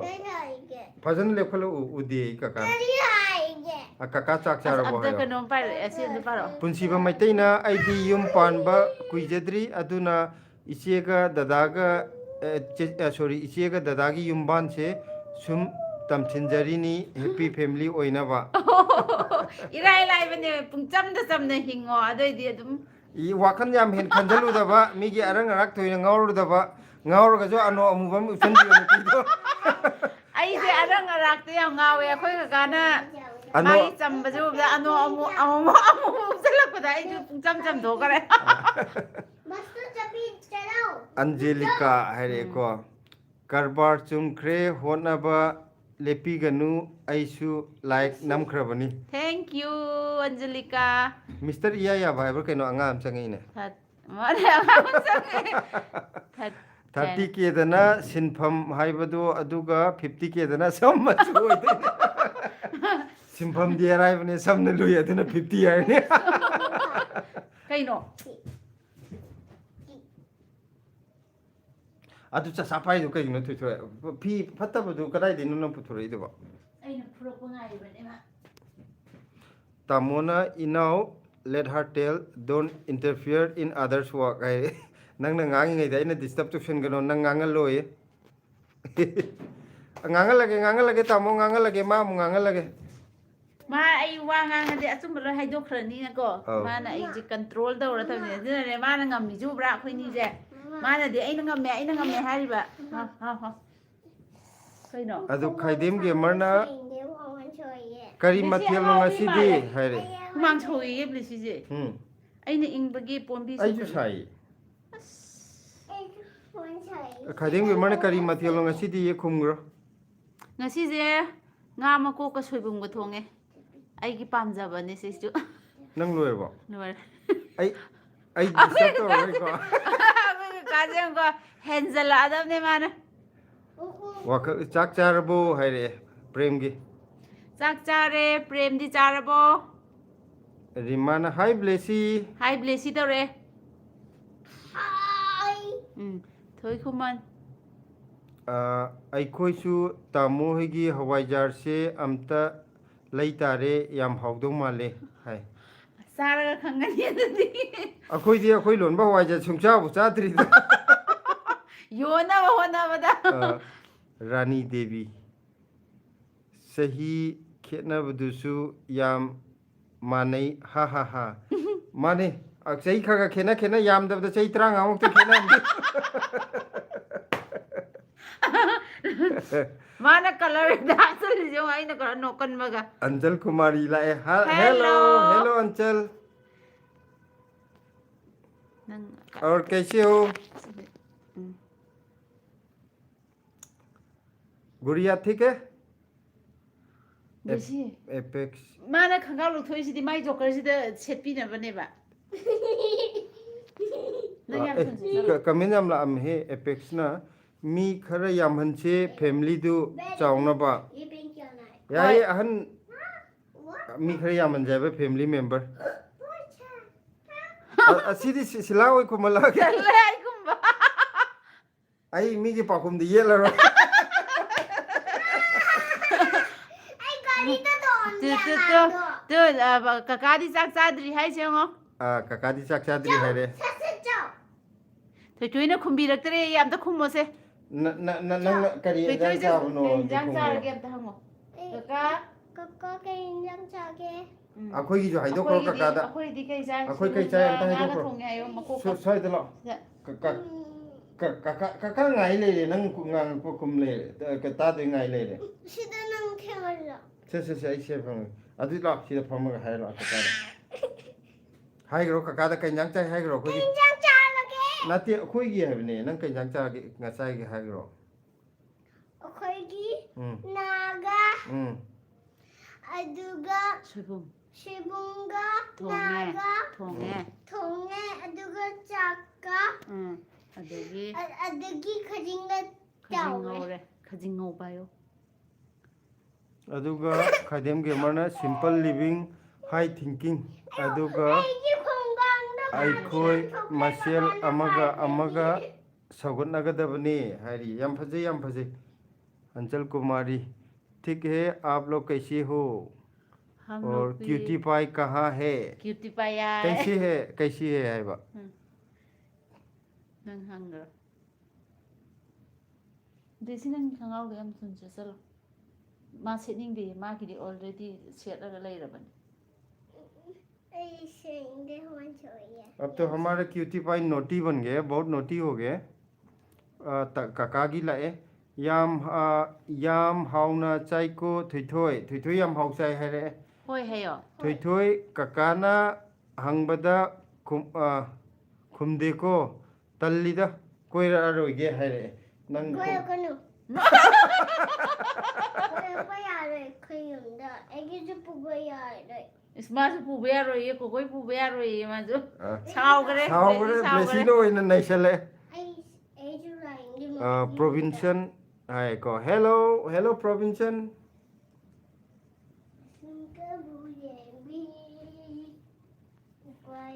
काकादा ब्लेसिनो इन नैसनगरे काकाना सावे बु ब्लेसिनो सावजले कोई बचतपदा मा पुजु यारोय माना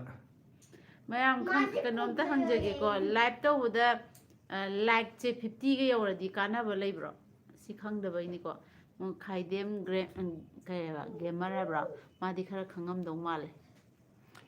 काका की message ला हाय ngasiदी याम सावीदा थोइथोइना कई कनाना करी हाइरागे थोइथोइ छे हाइबा थोइथोइदी याम Sao ngasa हुजि हाइबदो ओ हाइदी माना काका कोइ पे यारो माजु चलवे हाइबदो अदुगी करी हाइरगे साव थोइथोइ काका ना कई की सावरिनो हंगे कनाना कक्का तो हेमा अखोइ काका सवाई ने समना हाय अनी सुबा लाइव यावने यावजबनी अखोइगी लाइव तन सुबा यावने थैंक यू लाइव चंबी रखपगी थैंक यू तामो इनोसेंट मेन गे मुलाय इनाव मणिपुरी लैंग्वेज नते मैते लोन हाइसे we Meitei need to change our mindset. I think you know what I am trying to say. Mane tamo yam seng na khangje. Yam chumme tamo takpiri je. Aduga haidi akoi Meitei ron do Meitei ron ayo Manipuri ji di pulap chatkibagi ko. Koi Meitei gi do. Meitei ron ni dana. Yam chumme tamo takpiri je. Mary gi Blessy नोइदा नेने blessing पुरगा लाके याब्रो दादागा लाके ये नेने तो याब्रो ये दादा ब्लेसन पुरगा लाके ये या पे यारे कई गया पापा यारे ए शोरे अंगावी माले नंग खुसाउदो ब्लेसी सावरे ये कई की सावरे ना रिमा दादा गा इनमागा दादागा इनमगगी टेरेस गार्डन दो उबदा ngaujaribane aisu pot thaba yam pamjai balcony da balcony da kaida khara khara tek tek thajari hai yam phai akhoi ju yam banate da video da sum yam man be wani picture pikpa jaga ne adu sum pamjabagi yumgi pochai jing je yam ju yam draga ju khitang makhan suna ba kaina khitang thabai wani jaga di kasu akhoi gi massage da phang kasu phang ponte adu pam thawaina bu yaurdi adum asan be kharaga thai adu yam phai kaino ju thari je haidi yam da ba kharaga thai and balcony daga yam phai hema gi pa dera hema sorai sam ko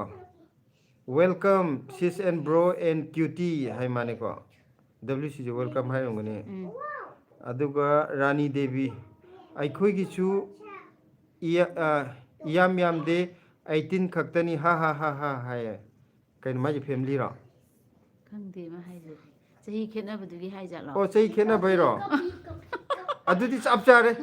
हेंजु Hendre Vachu वात्रे हाइतारे apex इचा नुपीदु class कया तम लगे याम नुंसिये मा nursery the तम्मी होजी काका प्रेम गी अमुला ए वाखल गी पुकई थोई मसक याम फजरे हाइदेरो साउरदी मीना सक याम थिजले हाइरकनी साउबे यादे को हाइबा काका न ने साउरदी ने मी मसक थिजले हौदी याम फजै साउबे यादे साउरदी मसक थिजन बने हाइबा काका न अदु नक साउरी बो साउद्रबो काका दा याने हे साउ फरो यादे साउर लेदी मसक थिजन बने ने से मा सेनिंग दे हुमांग साउरी माइ दि लो सेजर लै जंगो से चलो No, hoi hoi. टाइम दे है से ब्लू जो संगे जो से ब्लू लाई hello Blessy I am so happy है रे No. करीगिनो से याम हैप्पी है जे अमता हंगिलो ब्लेसी जे कोक लाइकाय गरे मयाम वारी छाय यादरे प्रोविंसन को if you reach 100k you will you will silver play button you will get haidine mai you will get silver play button adune silana ngari je ma sanao kano to ge sanao yalan ge ma cham cha golden di isana ai ngamoy khalle bako silver si di ai try taugen khalle medina ha saurasu yam cute oye nungsiye aikoi blesi se hai blesi je ngasi kai dawram no khangde ma asawi guli jagra gam tawre che blue la blesi cutie ko re blesi nungsi bi ko re che blue je one che blue je blesi je yaad da aduga tamona I hope you reach 30k very soon hoi tamo mayam na nungsi bi redi dum thuna yorani Siamantak Sharma hai mane che blue kalam mein che blue gi di lappi re che blue na blesi gi Siamantak Sharma hai ko hi I am Sam and I am from USA hai hello Siamantak ka adu Siamantak Sharma gana can I subscribe you absolutely yes Hema Soraisam sis and bro hoigi live se nungti gi thabro pung kaya dai oige thardi nungti gi thade khaga asang ma matam da do mayam ga wari sarani pudu sum thabne kai no gumba aidi Saturday gumba adagi khoi sum free phang je yeng bane ado hayeng Saturday ni hayeng ju kai gumba thabak sangagadi mayam thajar ke akhoi je 8 makhai natraga 9 swai dagi dum hone ko aduga ngaha pungama makhai haidi mayam sum wari sanab je nungai ringai dum ngahak thajai hai tare nungti gi dinate akhoi ayam thari jina hawai jar je Sunday dai yondoi ni dana adugi su mayam da sum khangnana bagi sum update tawjaba haidi mayam na akhoi khangaude haibirakte adu haibe yabudo adudugi hawai jar dugi jo akhoi ni information pi bai tare sumaina hawai jar sinumi sida puthoni do adu ngasi akhoi laksai jo handak lakadori ba hayeng mathang hangchit che hawai jar kharap puthokchar kani ko adudugi sadok phamaira hawai jar yon basi kanana hagdore ino ꯍꯋꯥꯏꯖꯥꯔ ꯌꯣꯟꯕꯁꯦ ꯂꯣꯟꯕꯗꯤ ꯁꯤꯂꯥꯅ ꯍꯧꯗꯣꯔꯛꯄꯅꯤ ꯌꯣꯟꯕꯅ ꯑꯩꯅ ꯑꯣꯏꯔ ꯃꯥꯜꯂꯦꯀꯣ ꯃꯥ ꯍꯥꯏꯕ cooker litre 10ꯒꯤꯗꯣ ꯂꯩꯔꯒꯦ ꯑꯩꯅ ꯑꯃꯨꯛꯇꯪꯗ ꯂꯣꯟꯅꯕ꯭ꯔꯥꯕꯨ ꯑꯅꯤꯔꯛꯅꯦ ꯑꯩ ꯉꯝꯃꯔꯣꯏ ꯑꯩ ꯍꯥꯏꯗꯤ KG 2 ꯂꯣꯟꯕꯁꯤꯅ ꯑꯩꯒꯤ ꯀꯥꯐꯤ ꯑꯣꯏꯔꯦ ꯕ꯭ꯂꯦꯁꯤ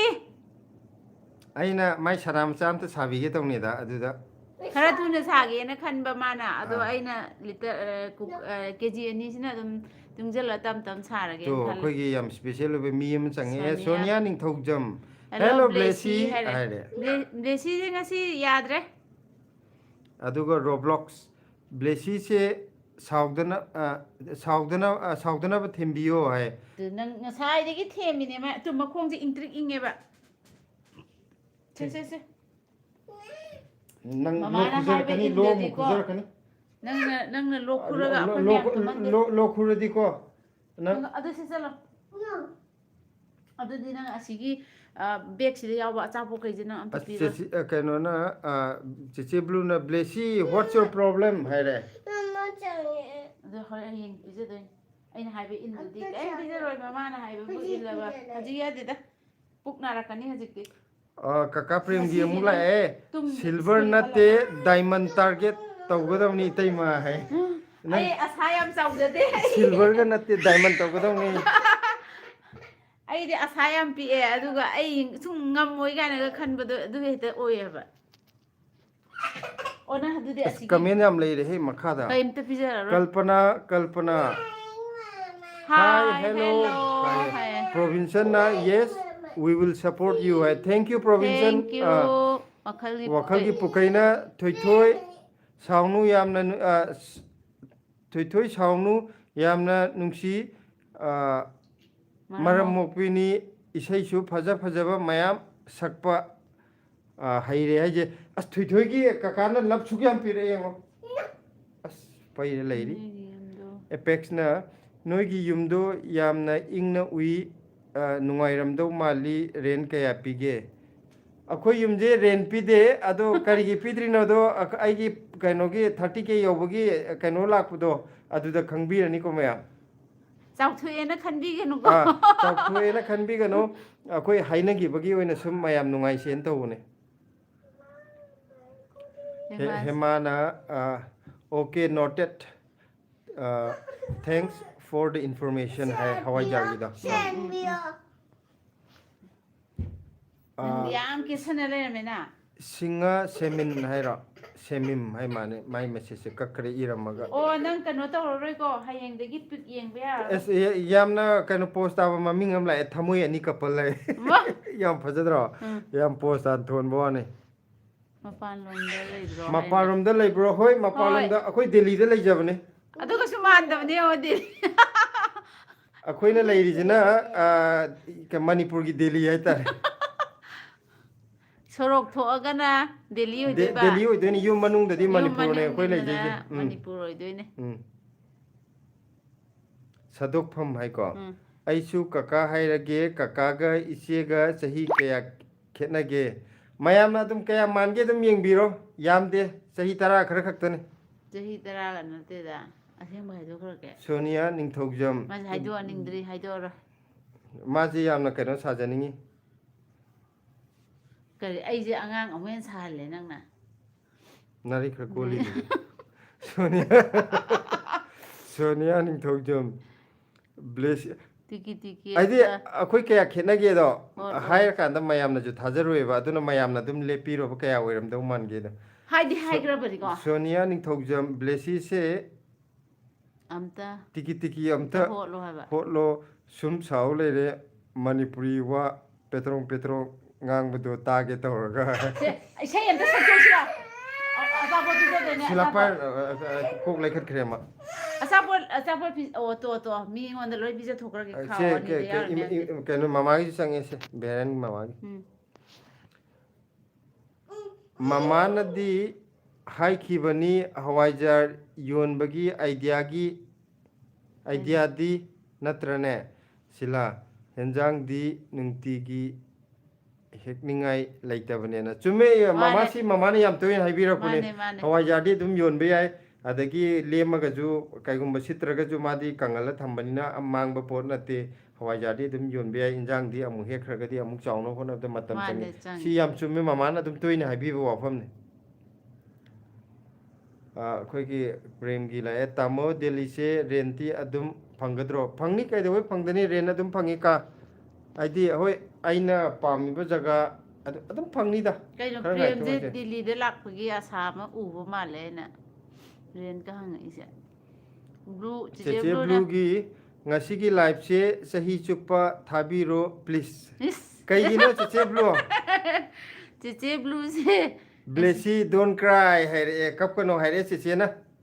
ꯕ꯭ꯂꯦꯁꯤꯅ ꯀꯞꯀꯅꯣ ꯁꯥꯎꯒꯅꯣ ꯍꯥꯏꯔꯛꯑꯦ ꯆꯦꯆꯦꯅ ꯀꯩꯅꯣꯅ ꯑꯣ ꯑꯁꯤ ꯆꯤꯆꯦ ꯕ꯭ꯂꯨꯗ ꯂꯣꯏ ꯄꯤꯈ꯭ꯔꯒꯦ ꯃꯥꯒꯤ ꯕꯦꯛ ꯑꯅꯤꯗꯅꯦ ꯑꯆꯥꯄꯣꯠ ꯂꯩꯌꯦꯕꯀꯣ ꯎꯝ ꯑꯗꯨ ꯂꯣꯏ ꯄꯤꯊꯣꯛꯈ꯭ꯔꯅꯤ ꯑꯩꯅ ꯑꯗꯨꯗꯤ ꯂꯥꯛꯑꯣ ꯑꯁꯤ ꯃꯤ ꯃꯌꯥꯝꯅ ꯏꯁꯩ ꯈꯪꯅ ꯈꯪꯍꯧꯗꯦꯀꯣ ꯑꯗꯣ ꯑꯝꯇ ꯁꯛꯇꯣꯛꯁꯤ ꯂꯥꯛꯑꯣ ꯍꯌꯦꯡꯁꯨ ꯁꯛꯇꯣꯏꯅꯤ ꯃꯥꯏꯀ꯭ꯔꯣꯐꯣꯟꯗ ꯅꯪ ꯁꯛꯇꯣꯏꯅꯤ ꯀꯩꯅꯣꯗ ꯆꯥꯛꯀꯧꯕꯒꯤꯗ ꯁ꯭ꯇꯦꯖꯇ ꯁꯛꯀꯅꯤ ꯍꯥꯏꯕꯗꯣ ꯑꯃꯨꯛꯇꯒ ꯂꯥꯛꯑꯣ ꯑꯃꯨꯛꯇ ꯁꯛꯑꯁꯤ ꯂꯥꯛꯑꯣ ꯄꯄꯥꯒ ꯁꯛꯁꯤ ꯂꯥꯛꯑꯣ ꯄꯄꯥꯒ ꯃꯔꯝ ꯑꯣꯏ ꯃꯥꯗꯤ ꯂꯥꯛꯑꯅꯤ ꯌꯦꯡꯉꯨ ꯑꯦꯄꯦꯛꯁꯀꯤꯀꯣ ꯅꯠꯇꯦꯗ ꯆꯍꯤ ꯁꯤ ꯃꯊꯛꯀꯤ ꯃꯊꯛꯀꯤꯗꯣ ꯑꯅꯤꯁꯦ ꯃꯊꯛꯀꯤ ꯄꯥꯍꯧꯗ꯭ꯔꯕ ꯊꯥꯡꯕꯝ ꯁꯪꯒꯤꯇꯥ ꯗꯦꯕꯤ ꯊꯣꯡꯕꯝ ꯍꯥꯏꯕ ꯊꯥꯡꯕꯝ ꯍꯥꯏꯖꯜꯂꯛꯑꯦ ꯊꯣꯡꯕꯝ ꯁꯪꯒꯤꯇꯥ ꯗꯦꯕꯤ ꯑꯁꯤ ꯃꯃꯥꯡꯗꯁꯨ ꯑꯗꯨꯝ ꯆꯪꯕꯤꯔꯛꯄꯅꯤ ꯗꯗꯥ ꯍꯣꯏ ꯀꯩꯗꯧꯔꯒ ꯂꯩꯕꯅꯣ ꯈꯪꯅꯤꯡꯗꯅ ꯍꯪꯕꯅꯤ ꯑꯩꯈꯣꯏ ꯍꯧꯖꯤꯛꯀꯤ ꯑꯣꯏꯅꯗꯤ ꯚꯤꯗꯤꯑꯣꯗꯗꯤ ꯀꯩꯅꯣ ꯎꯠꯂꯤꯀꯣ ꯍꯥꯏꯗꯤ ꯄꯣꯠ ꯌꯣꯟꯕꯒ ꯄꯣꯠ ꯆꯩ ꯊꯥꯕꯒ ꯑꯗꯨꯒ ꯑꯇꯣꯞꯄ ꯊꯕꯛ ꯑꯃꯁꯨ ꯂꯩꯖꯔꯤ ꯑꯗꯨꯗꯨꯅ 30K ꯌꯧꯕꯒ ꯃꯌꯥꯝꯗ ꯂꯣꯏꯅꯃꯛ ꯑꯩꯈꯣꯏ ꯂꯥꯛꯆꯔꯅꯤ ꯔꯤꯚꯤꯜ ꯇꯧꯖꯔꯛꯑꯅꯤꯀꯣ ꯑꯗꯨꯅ 30K ꯌꯧꯕ ꯉꯥꯏꯔꯁꯤ ꯌꯧꯕꯁꯤ ꯀꯨꯏꯗꯧ ꯃꯥꯟꯗ꯭ꯔꯦꯀꯣ ꯃꯌꯥꯝꯅ ꯅꯨꯡꯁꯤꯕꯤꯗꯅ ꯍꯟꯗꯛꯁꯤ ꯈꯔ ꯄꯤꯛ ꯍꯦꯟꯒꯠꯂꯛꯑꯦ 30K ꯌꯧꯕꯒ ꯑꯩ ꯃꯌꯥꯝꯗ ꯔꯤꯚꯤꯜ ꯇꯧꯖꯔꯛꯑꯒꯦ ꯀꯣꯔꯧꯋꯥꯜ ꯀꯣꯔꯧꯅ ꯏꯌꯥꯝꯕꯩ ꯏꯌꯥꯝꯕꯩ ꯁꯣꯏꯕꯨꯝꯒ ꯉꯥꯒ ꯊꯣꯡꯕꯗꯣ ꯍꯥꯎꯅꯤ ꯍꯦ ꯍꯥꯏ ꯍꯥꯎꯋꯦ ꯑꯗꯨꯝ ꯆꯥꯛ ꯐꯖꯅ ꯑꯗꯨꯝ ꯂꯧꯈꯠꯂꯦꯀꯣ ꯑꯩꯈꯣꯏꯗꯤ ꯍꯥꯎꯕ ꯍꯥꯎꯔꯗꯤꯕ ꯎꯝ ꯑꯅꯤꯃꯛꯁꯦ ꯀꯅꯥꯝ ꯌꯦꯡꯅꯗꯦ ꯍꯥꯏꯇꯥꯔꯦ ꯑꯗꯣ ꯃꯥꯅꯗꯤ ꯑꯗꯨꯝ ꯍꯥꯜꯂꯦ ꯆꯥꯛ ꯑꯩꯅ ꯑꯉꯥꯡꯒꯤ ꯀꯔꯤꯒꯤ ꯍꯣꯠꯅꯔꯤꯉꯩꯗ ꯑꯗꯣ ꯑꯩꯅ ꯆꯥꯕ ꯍꯟꯖ ꯇꯥꯔꯁꯨ ꯃꯥꯒꯤ ꯁꯔꯨꯛꯇꯣ ꯃꯥ ꯐꯖꯅ ꯀꯣꯊꯔ ꯄꯨꯈꯝꯗ ꯑꯗꯨꯝ ꯂꯣꯏ ꯊꯝꯍꯧꯋꯦ ꯑꯩꯅ ꯇꯥꯅꯤꯡꯗꯦ ꯍꯦꯟꯈꯤꯅꯤꯅ ꯑꯗꯨꯁꯨ ꯑꯩꯅ ꯈꯔ ꯍꯥꯏꯕꯗꯩꯅꯤꯀꯣ ꯃꯥꯅꯒ ꯍꯥꯟꯅꯒ ꯀꯣꯊꯕꯤꯔꯝꯕꯖꯥꯠ ꯅꯠꯇꯦ ꯑꯦꯄꯦꯛꯁ ꯑꯦꯄꯦꯛꯁꯅꯀꯣ ꯆꯍꯤ ꯈꯦꯠꯅꯔꯁꯨ ꯑꯗꯨꯝ ꯂꯦꯡꯒꯥ ꯑꯣꯏꯅ ꯎꯏ ꯌꯥꯝ ꯆꯥꯅꯩ ꯄꯔꯐꯦꯛ ꯀꯄꯜꯅꯤ ꯑꯣ ꯃꯥꯅꯦ ꯆꯍꯤ ꯈꯦꯠꯅꯔꯁꯨ ꯑꯩꯈꯣꯏ ꯂꯦꯡꯒꯥꯅꯤ ꯍꯥꯏꯇꯥꯔꯦ ꯏꯕꯥꯅꯤ ꯑꯩ ꯌꯥꯝ ꯍꯦꯛꯇ ꯄꯣꯁ ꯅꯣꯛꯅꯤꯡꯉꯦ ꯁꯤꯒꯤ ꯌꯥꯝ ꯋꯥꯔꯤꯁꯦ ꯄꯣꯁ ꯇꯥꯔ ꯇꯥꯅ ꯀꯃꯦꯟ ꯆꯍꯤꯒꯤ ꯃꯔꯝꯗ ꯍꯥꯏꯔꯛꯄꯁꯦ ꯍꯦꯛꯇ ꯅꯣꯛꯅꯤꯡꯉꯦ ꯑꯩꯗꯤ ꯕ꯭ꯂꯨꯅ ꯑꯥꯏ ꯑꯦꯝ ꯖꯁ ꯀꯤꯗꯤꯡ ꯑꯪꯀꯜ ꯍꯥꯏꯔꯦ ꯀꯩꯁꯨ ꯀꯥꯏꯗꯦ ꯑꯩꯈꯣꯏ ꯄ꯭ꯔꯦꯝꯒꯤꯀꯣ ꯂꯥꯛꯄꯒꯤꯗꯤ ꯌꯥꯝꯅ ꯆꯥꯎꯅ ꯑꯁꯥ ꯑꯁꯥ ꯍꯥꯏꯔꯣ ꯀꯥꯏꯖꯜꯂꯛꯏꯅ ꯂꯥꯛꯄꯒꯤꯗꯤ ꯌꯥꯝ ꯆꯥꯎꯅ ꯑꯁꯥ ꯂꯩꯔꯤꯌꯦ ꯑꯩꯒꯤ ꯆꯥꯏꯜꯍꯨꯗ ꯑꯃ ꯐꯪꯅꯕ ꯗꯦꯜꯂꯤꯗ ꯂꯩꯕ ꯑꯦꯝ ꯍꯥꯏꯕ ꯑꯩꯒꯤ ꯆꯥꯏꯜꯍꯨꯗ ꯑꯦꯝ ꯐꯪꯅꯅꯕ ꯗꯦꯜꯂꯤꯗ ꯂꯩꯇꯕ ꯌꯥꯗ꯭ꯔꯕ ꯃꯔꯝ ꯑꯃ ꯂꯩꯌꯦ ꯏꯇꯩꯃꯥ ꯑꯣ ꯌꯥꯏꯌꯦ ꯂꯥꯛꯑꯣ ꯑꯗꯨꯗꯤ ꯗꯦꯜꯂꯤꯗ ꯂꯥꯛꯑꯗꯤ ꯑꯗꯨꯝ ꯑꯩꯈꯣꯏ ꯀꯩꯅꯣ ꯄꯨꯟ ꯌꯥꯔꯦꯀꯣ ꯆꯤꯆꯦ ꯕ꯭ꯂꯨꯅ ꯂꯥꯛꯑꯣꯌꯦ ꯅꯣꯛꯎ ꯂꯥꯛꯑꯣꯌꯦ ꯀꯩꯅꯣ ꯕ꯭ꯂꯦꯁꯤꯁꯦ ꯀꯩꯗꯧꯔꯒꯦ ꯈꯪꯗꯦ ꯃꯥ ꯁꯥꯎꯔꯤ ꯆꯤꯆꯦ ꯕ꯭ꯂꯨ ꯀꯩꯅꯣ ꯕ꯭ꯂꯦꯁꯤꯁꯦ ꯀꯔꯤꯅꯣ ꯑꯩꯈꯣꯏꯁꯨ ꯒ꯭ꯌꯥꯟ ꯑꯃ ꯃꯥ ꯇꯥꯗ꯭ꯔꯦ ꯁꯥꯎꯕꯒꯤ ꯃꯔꯤ ꯑꯃ ꯇꯠꯈ꯭ꯔꯦ ꯁꯥꯎꯔꯤ ꯇꯠꯈ꯭ꯔꯦ ꯆꯦꯆꯦ ꯕ꯭ꯂꯨꯅ ꯕ꯭ꯂꯦꯁꯤ ꯀꯝ ꯑꯦꯟ ꯁ꯭ꯃꯥꯏꯜ ꯍꯥꯏꯔꯛꯑꯦꯀꯣ ꯕ꯭ꯂꯦꯁꯤ ꯀꯝ ꯑꯦꯟ ꯇꯣꯛ ꯋꯤꯠ ꯃꯤ ꯍꯥꯏ ꯑꯗꯨꯒ ꯑꯕꯦꯝꯅ ꯏꯅꯝꯃ ꯆꯥꯛ ꯆꯥꯔꯕꯣ ꯍꯥꯏꯔꯛꯑꯦ ꯆꯥꯔꯦ ꯆꯥꯛ ꯆꯥꯔꯦ ꯑꯕꯦꯝꯗꯤ ꯆꯥꯛ ꯆꯥꯔꯕꯣ ꯑꯗꯨꯒ ꯋꯥꯈꯜꯒꯤ ꯄꯨꯛꯀꯩꯀꯣ ꯌꯥꯏꯌꯦ ꯇꯥꯃꯣ ꯆꯤꯆꯦ ꯕ꯭ꯂꯨꯅ ꯀꯃꯣꯟ ꯍꯥꯏꯔꯛꯑꯦ ꯃꯈꯥꯗꯤ ꯂꯩꯇꯕ ꯃꯥꯜꯂꯦꯀꯣ ꯁꯤꯕꯣ 32 ꯅꯠꯇꯦ ꯂꯥꯏꯐ ꯅꯠꯇꯦ ꯌꯦꯡꯉꯤꯁꯦ ꯑꯅꯧꯕ ꯆꯪꯕꯤꯔꯛꯄꯁꯤꯡꯅ ꯀꯔꯤꯕ ꯁ꯭ꯀ꯭ꯔꯤꯟꯁꯤꯗ ꯑꯅꯤꯔꯛ ꯃꯣꯕꯥꯏꯜꯒꯤ ꯅꯝꯕꯤꯌꯣ ꯁ꯭ꯀ꯭ꯔꯤꯟꯗꯨꯗ ꯈꯨꯄꯥꯡꯅ ꯑꯅꯤꯗꯪ ꯐꯛ ꯊꯥꯕꯤꯌꯣ ꯑꯗꯨ ꯑꯣꯏꯔꯗꯤ ꯂꯥꯏꯛ ꯇꯧꯋꯦ ꯍꯥꯏꯌꯦ ꯃꯌꯥꯝ ꯇꯧꯕ꯭ꯔ ꯑꯝꯇ ꯌꯦꯡꯕꯤꯌꯨ ꯑꯝꯇ ꯂꯥꯏꯛ ꯍꯥꯏꯗꯤ ꯐꯖꯗ꯭ꯔꯒ ꯅꯝꯃ ꯌꯦꯡꯉꯨꯅꯦ ꯑꯗꯨꯅꯦ ꯁ꯭ꯀ꯭ꯔꯤꯟꯗ ꯑꯅꯤꯔꯛ ꯈꯛꯇꯪ ꯊꯦꯡꯕꯤꯌꯨꯅꯦ ꯑꯗꯨꯒ ꯍꯦꯟꯒꯠꯂꯛꯄ꯭ꯔꯥ ꯑꯝꯇ ꯌꯦꯡꯉꯨꯅꯦ ꯇꯣ 33 ꯁꯨꯈ꯭ꯔꯦ 30 ꯁꯨꯈ꯭ꯔꯦ ꯃꯌꯥꯝ ꯈꯨꯄꯥꯛ ꯊꯥꯕ ꯀꯧꯕꯤꯒꯅꯨ ꯋꯥꯔꯤ ꯁꯥꯟꯅꯔꯤꯉꯩꯗ ꯑꯗꯨꯅꯦ ꯁ꯭ꯀ꯭ꯔꯤꯟꯗ ꯍꯦꯛꯇ ꯈꯨꯄꯥꯛ ꯊꯥꯕ ꯀꯥꯎꯋꯦ ꯀꯧꯕ ꯌꯥꯗꯦ ꯍꯥꯏꯌꯦꯕꯀꯣ ꯈꯨꯄꯥꯛ ꯑꯃꯈꯛ ꯊꯥꯗꯧ ꯅꯠꯇꯦ ꯑꯅꯤꯔꯛ ꯊꯥꯖꯤꯟꯒꯗꯧꯕ ꯑꯩꯈꯣꯏꯗꯤ ꯉꯁꯤꯅ ꯑꯍꯥꯟꯕꯁꯨꯅꯦ ꯑꯗꯣ ꯑꯗꯨ ꯈꯪꯉꯤꯁꯦ ꯑꯩꯈꯣꯏꯁꯨ ꯍꯧꯖꯤꯛꯇ ꯑꯩꯈꯣꯏꯒꯤ ꯃꯔꯨꯞ ꯑꯃꯅ ꯇꯥꯛꯄꯤꯔꯛꯄꯗꯤ ꯈꯪꯉꯤꯅꯦ ꯏꯅꯝꯃ ꯀꯩ ꯃꯊꯦꯜꯅꯣ ꯑꯩꯈꯣꯏꯒꯤ ꯁꯣꯏꯕꯨꯝꯒ ꯉꯥ ꯃꯀꯣꯛꯀ ꯊꯣꯡꯉꯦ ꯅꯪꯗꯤ ꯀꯩ ꯍꯤꯟꯖꯥꯡ ꯊꯣꯡꯉꯒꯦ ꯀꯅꯥꯒꯤꯅꯣ ꯀꯩꯅꯣ ꯈꯨꯄꯥꯛ ꯊꯥꯕ ꯍꯥꯏꯕꯗꯨꯔꯣ ꯍꯩ ꯃꯤꯉꯣꯟꯗ ꯊꯥꯗꯧ ꯅꯠꯇꯦ ꯐꯣꯟ ꯊꯛ ꯊꯛ ꯑꯗꯨꯝ ꯊꯥꯔꯛꯑꯣ ꯁꯤ ꯄꯥꯔꯛꯑꯣ ꯑꯁꯥꯡꯕ ꯑꯃ ꯂꯥꯛꯑꯦ ꯃꯀꯥ ꯂꯥꯏꯐ ꯍꯥꯏꯕꯁꯦ ꯅꯣꯏꯒꯤ ꯄꯣꯠ ꯌꯥꯝ ꯁꯤꯠꯄꯗꯨ ꯌꯥꯝ ꯍꯔꯥꯎꯋꯦ ꯑꯩꯁꯨ ꯗꯦꯜꯂꯤꯗ ꯂꯩꯔꯝꯃꯗꯤ ꯁꯨꯛꯁꯣꯏ ꯁꯣꯏꯗꯅ ꯂꯩꯕ ꯂꯥꯛꯂꯝꯒꯗꯕꯅꯤ ꯑꯩꯈꯣꯏ ꯂꯩꯔꯤꯉꯩꯗꯗꯤ ꯄꯣꯠ ꯄꯣꯠ ꯀꯩꯅꯣ ꯑꯩꯈꯣꯏ ꯂꯩꯔꯤꯉꯩꯗꯗꯤ ꯄꯣꯠ ꯊꯥꯕꯗꯨꯗ ꯌꯦꯡꯉꯤ ꯌꯣꯟꯗꯤ ꯌꯣꯟꯗꯕ ꯑꯗꯨꯅ ꯂꯥꯛꯇꯕꯅꯦ ꯍꯥꯏꯔꯛꯄ ꯑꯩꯈꯣꯏꯁꯨ ꯌꯣꯟꯕꯅ ꯄꯣꯠ ꯆꯩꯒꯤꯗ ꯊꯑꯣꯏꯅ ꯀꯩꯅꯣ ꯇꯧꯕ ꯅꯠꯇꯦꯗ ꯑꯩꯈꯣꯏꯒꯤ ꯆꯥꯐꯝ ꯊꯛꯄꯁꯨ ꯆꯥꯏ ꯑꯗꯒꯤ ꯑꯩꯈꯣই ꯌꯨꯝꯗ ꯁꯨꯝ ꯃꯌꯥꯝ ꯂꯥꯛꯄꯤꯕ ꯀꯣꯏꯕꯤꯕꯗꯣ ꯑꯗꯨꯝ ꯑꯩꯈꯣꯏꯒꯤ ꯑꯉꯝꯕꯁꯨ ꯑꯗꯨꯝ ꯍꯥꯞꯆꯩꯀꯣ ꯌꯥꯝꯗ꯭ꯔꯒꯁꯨ ꯆꯔꯥ ꯑꯃꯃꯝꯇ ꯑꯣꯏꯔꯁꯨ ꯑꯗꯩꯗ ꯁꯤꯂꯥ ꯏꯕꯥꯅꯤꯅ ꯃꯌꯥꯝꯁꯦ ꯁꯨꯝ ꯏꯟꯇꯔꯦꯁ ꯍꯥꯏꯗꯤ ꯄꯣꯠ ꯆꯩꯗꯨ ꯌꯣꯜꯂꯒ ꯄꯩꯁꯥ ꯌꯥꯝ ꯐꯪꯅꯤ ꯅꯠꯇ꯭ꯔꯒ ꯑꯩꯈꯣꯏꯅ ꯌꯣꯜꯂꯤꯕ ꯄꯣꯠꯇꯨ ꯌꯥꯝ ꯌꯥꯝꯃꯦ ꯃꯌꯥꯝꯅ ꯌꯥꯝ ꯆꯥ ꯐꯪꯒꯅꯤ ꯍꯥꯏꯕꯩꯁꯨ ꯅꯠꯇꯦꯕ ꯈꯤꯇꯪꯈꯛ ꯊꯥꯕꯅꯦ ꯑꯗꯩꯗ ꯁꯨꯝ ꯌꯣꯟꯅꯕꯩꯒ ꯈꯤꯇꯪꯒ ꯄꯨꯊꯣꯛꯄꯗꯣ ꯁꯨꯃꯥꯏꯅ ꯑꯗꯨꯗꯨꯒꯤ ꯌꯣꯜꯂꯤꯅꯤ ꯀꯥꯏꯔꯒ ꯈꯤꯇꯪ ꯑꯦꯟꯇꯔꯇꯦꯟ ꯑꯣꯏꯅꯕ ꯃꯌꯥꯝꯅꯁꯨ ꯁꯨꯝ ꯅꯨꯡꯉꯥꯏꯕ ꯑꯗꯒꯤ ꯃꯔꯨ ꯑꯣꯏꯅ ꯑꯩꯈꯣꯏꯒꯤ ꯚꯤꯗꯤꯑꯣꯒꯤ ꯑꯩꯈꯣꯏ ꯚꯤꯗꯤꯑꯣ ꯌꯦꯡꯕꯤꯔꯤꯕ ꯍꯥꯏꯇꯥꯔꯦ ꯑꯩꯈꯣꯏ ꯌꯨꯇ꯭ꯌꯨꯕꯁꯤꯒꯤ ꯐꯦꯃꯤꯂꯤ ꯃꯦꯝꯕꯔꯁꯨ ꯊꯦꯡꯅꯕꯒꯤ ꯈꯨꯗꯣꯡꯆꯥꯕ ꯑꯃ ꯐꯪꯉꯦ ꯍꯥꯟꯅꯗꯤ ꯀꯃꯦꯟꯗ ꯀꯩꯗ ꯄꯤꯅꯕꯗꯪꯅꯤ ꯑꯗꯣ ꯍꯟꯗꯛꯀꯤ ꯄꯣꯠ ꯌꯣꯟꯕꯁꯤꯗ ꯑꯩꯈꯣই ꯚꯤꯗꯤꯑꯣ ꯌꯦꯡꯕꯤꯕ ꯃꯤ ꯐꯅꯌꯥꯝ ꯊꯦꯡꯅꯔꯦ ꯐꯅꯌꯥम ꯈꯪꯅꯔꯦꯕꯀꯣ ꯑꯗ ꯁꯨꯝ ꯃꯌꯥꯝꯒ ꯀꯩꯅꯣ ꯇꯧꯅꯕꯗꯣ ꯎꯅꯕꯒꯤ ꯄꯨꯟꯕꯒꯤ ꯇꯥꯟꯖꯥ ꯑꯃꯁꯨ ꯐꯪꯕ ꯑꯗꯨꯅ खितंग योनबनी सी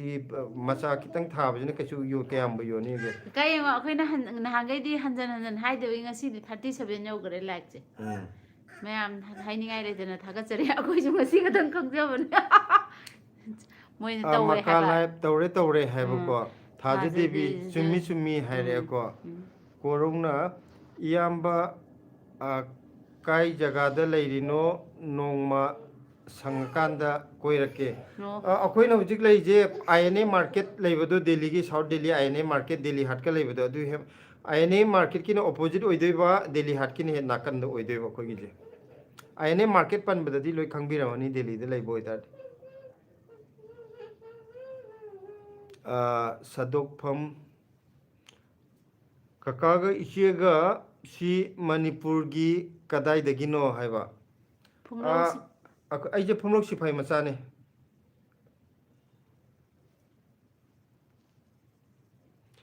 ꯋꯥꯈꯜꯒꯤ ꯄꯨꯀꯩ ꯁꯦꯚꯤꯡ ꯀꯟꯅ ꯇꯧꯔꯤꯌꯦ ꯍꯧꯖꯤꯛ ꯁꯦꯚꯤꯡ ꯀꯟꯅ ꯇꯧꯔꯤꯌꯦ ꯇꯥꯃꯣ ꯑꯩꯒꯤꯗꯤ ꯃꯃꯥ ꯂꯩꯔꯤꯉꯩꯗꯗꯤ ꯁꯞꯄꯣꯔꯠ ꯇꯧꯕꯤꯔꯝꯃꯦ ꯍꯧꯖꯤꯛꯇꯤ ꯏꯊꯟꯇ ꯅꯠꯇ꯭ꯔꯗꯤ ꯁꯞꯄꯣꯔꯠ ꯇꯧꯅꯕ ꯂꯩꯇꯦ ꯑꯗꯨꯅ ꯃꯇꯝ ꯈꯤꯇꯪ ꯆꯪꯈꯤꯅꯤ ꯇꯥꯃꯣ ꯀꯩꯁꯨ ꯀꯥꯏꯗꯦ ꯑꯗꯣ ꯌꯥꯝ ꯐꯕ ꯑꯃꯅꯅꯦ ꯍꯥꯏꯗꯤ ꯏꯁꯥꯅ ꯁꯨꯃꯥꯏꯅ ꯍꯣꯠꯅꯔꯒ ꯇꯧꯕꯁꯦ ꯁꯤꯁꯤꯅ ꯄꯣꯠꯇꯨꯒꯤ ꯚꯦꯂꯨꯁꯦ ꯌꯥꯝ ꯈꯦꯠꯅꯅꯤꯕꯀꯣ ꯍꯥꯏꯗꯤ ꯌꯥꯝ ꯚꯦꯂꯨ ꯂꯩꯅꯦꯕ ꯑꯗꯨꯒ ꯍꯥꯏꯗꯤ ꯀꯔꯤꯒꯨꯝꯕ ꯊꯕꯛ ꯑꯃ ꯑꯣꯏꯔꯣ ꯈꯨꯗꯝ ꯑꯣꯏꯅ ꯑꯩꯈꯣꯏ ꯑꯍꯜ ꯂꯃꯟꯗꯒꯤ ꯂꯨꯄꯥ ꯀꯩꯒꯨꯝꯕ ꯑꯩ ꯈꯣꯔꯁꯥ ꯑꯣꯏꯒꯦꯅ ꯂꯨꯄꯥ 500 ꯑꯃ ꯂꯧꯕꯗꯨꯒ ꯑꯩꯅ ꯇꯥꯟꯖꯔꯒ ꯐꯪꯉꯛꯄ 500ꯗꯨꯒ 500 ꯑꯗꯨꯒꯤ ꯈꯦꯠꯅꯕ ꯌꯥꯝ ꯂꯩꯕꯅꯤꯀꯣ ꯄꯩꯁꯥꯕꯨꯗꯤ ꯆꯞ ꯃꯥꯟꯅꯩ 500 ꯉꯥꯛꯇꯅꯤ ꯑꯗꯨ ꯑꯣꯏꯇꯥꯔꯁꯨ ꯑꯩꯅ ꯀꯩꯝꯇ ꯋꯥꯔꯨꯗꯅ ꯏꯃꯥ ꯏꯄꯥꯅ ꯑꯦꯁꯦ ꯅꯪ ꯀꯩꯅꯣꯝ ꯆꯥꯎ ꯅꯪ ꯑꯄꯥꯝꯕ ꯑꯃ ꯇꯧꯔꯣꯅ ꯂꯨꯄꯥ 500 ꯄꯤꯔꯛꯄꯗꯨꯒ ꯑꯩꯅ ꯋꯥꯅ ꯇꯥꯟꯖꯕ 500ꯗꯨꯒ ꯑꯅꯤꯗꯨꯒꯤ ꯚꯦꯂꯨ ꯍꯥꯏꯇꯥꯔꯦꯅꯦ ꯃꯒꯨꯟ ꯌꯥꯝ ꯈꯦꯠꯅꯕ ꯍꯥꯏꯇꯥꯔꯦ ꯚꯦꯂꯨ ꯄꯩꯁꯥꯗꯤ ꯆꯞ ꯃꯥꯟꯅꯔꯒꯁꯨ ꯑꯗꯨꯅ ꯑꯩꯈꯣই ꯏꯅꯥꯎꯅ ꯀꯟꯅ ꯍꯣꯠꯅꯔꯤꯗꯣ ꯑꯗꯨꯗꯨꯅ ꯍꯌꯦꯡ ꯏꯅꯥꯎꯅ ꯐꯪꯖꯔꯤꯕ ꯑꯗꯨꯒꯤ ꯃꯍꯩꯁꯨ ꯌꯥꯝ ꯆꯥꯎꯗꯣꯏꯅꯤ ꯌꯥꯝ ꯐꯩ ꯍꯥꯏꯇꯥꯔꯦ ꯕꯦꯁꯤ ꯅꯪ ꯂꯥꯛꯑꯣ ꯍꯥꯏꯔꯛꯑꯦ ꯀꯀꯥꯅ ꯕ꯭ꯂꯦꯁꯤ ꯅꯨꯡꯁꯤꯕꯤ come on let's talk with your lovely uncle ꯍꯥꯏꯔꯛꯑꯦ ꯑꯗꯨ ꯕ꯭ꯂꯦꯁꯤꯁꯦ ꯉꯁꯤ ꯀꯩꯒꯤꯅꯣ ꯈꯪꯗꯦ ꯁꯨꯝ ꯋꯥꯔꯤ ꯁꯥꯟꯅꯔꯝꯕꯗꯤ ꯁꯥꯎꯔꯤ ꯇꯠꯈ꯭ꯔꯦꯕ ꯔꯤꯃꯥꯅ ꯏꯅꯝꯃꯒꯤ ꯍꯋꯥꯏꯖꯥꯔ ꯃꯔꯨꯗꯣ ꯀꯔꯝꯕ ꯕ꯭ꯔꯥꯟꯒꯤ ꯇꯧꯒꯦ ꯀꯩ ꯍꯥꯏꯅꯣ ꯕꯦꯠꯀꯥꯒꯤꯔ ꯑꯦꯃꯥꯖꯣꯟꯗꯩꯔ ꯑꯩꯈꯣꯏꯁꯤ ꯑꯥꯏ ꯑꯦꯟ ꯑꯦ ꯃꯥꯔꯀꯦꯠ ꯂꯩꯌꯦꯕꯀோ ꯗꯦꯜꯂꯤꯒꯤꯗꯤ ꯑꯥꯏ ꯑꯦꯟ ꯑꯦ ꯃꯥꯔꯀꯦꯠꯁꯦ ꯃꯌꯥꯝ ꯂꯣꯏ ꯈꯪꯉꯝꯃꯅꯤ ꯑꯗꯨ ꯃꯣꯏ ꯑꯥꯏ ꯑꯦꯟ ꯑꯦ ꯃꯥꯔꯀꯦꯠꯇ ꯃꯣꯏ ꯄꯦꯛ ꯇꯧꯔꯒ ꯌꯣꯜꯂꯦꯕꯀꯣ ꯃꯣꯏꯒꯤꯁꯤꯗ ꯅꯤꯕꯥ ꯗꯦꯕꯤ ꯑꯁꯥꯝ ꯅꯤꯕꯥ ꯗꯦꯕꯤ ꯑꯁꯥꯝ ꯊꯦꯡꯛ ꯌꯨ ꯅꯤꯕꯥ ꯗꯦꯕꯤ ꯑꯁꯥꯝꯗ ꯌꯦꯡꯕꯤꯔꯛꯄꯁꯦ ꯑꯩꯈꯣꯏꯅ ꯌꯥꯝꯅ ꯅꯨꯡꯁꯤꯖꯕ ꯂꯝꯗꯝꯅꯦꯀꯣ ꯑꯩꯈꯣꯏꯒꯤ ꯏꯔꯝꯗꯝꯒꯁꯨ ꯊꯪꯅꯅ ꯂꯩꯕ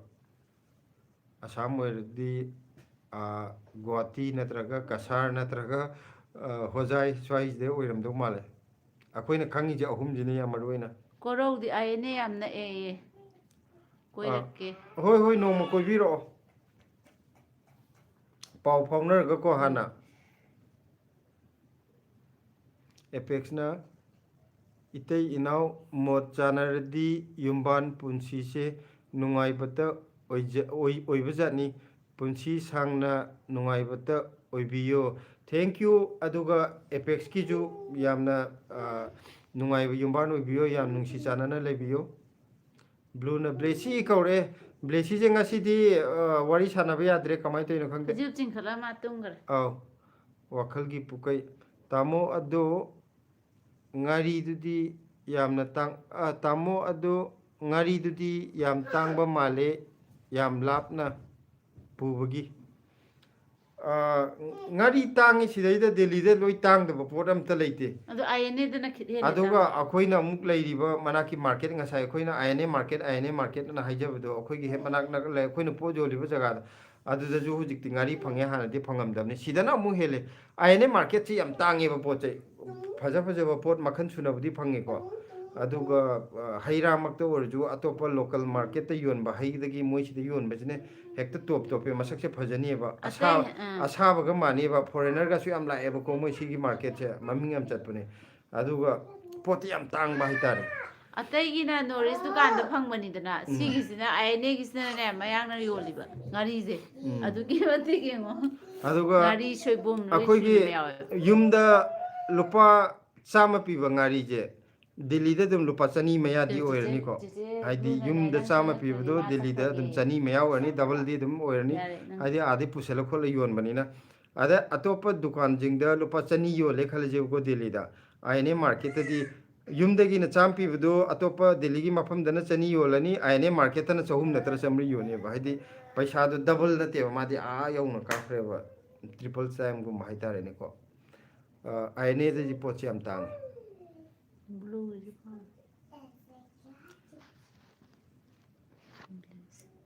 ब्लूना Blessy I will leave if you don't come है चेचे ब्लू नंग लात्रदी चलनी है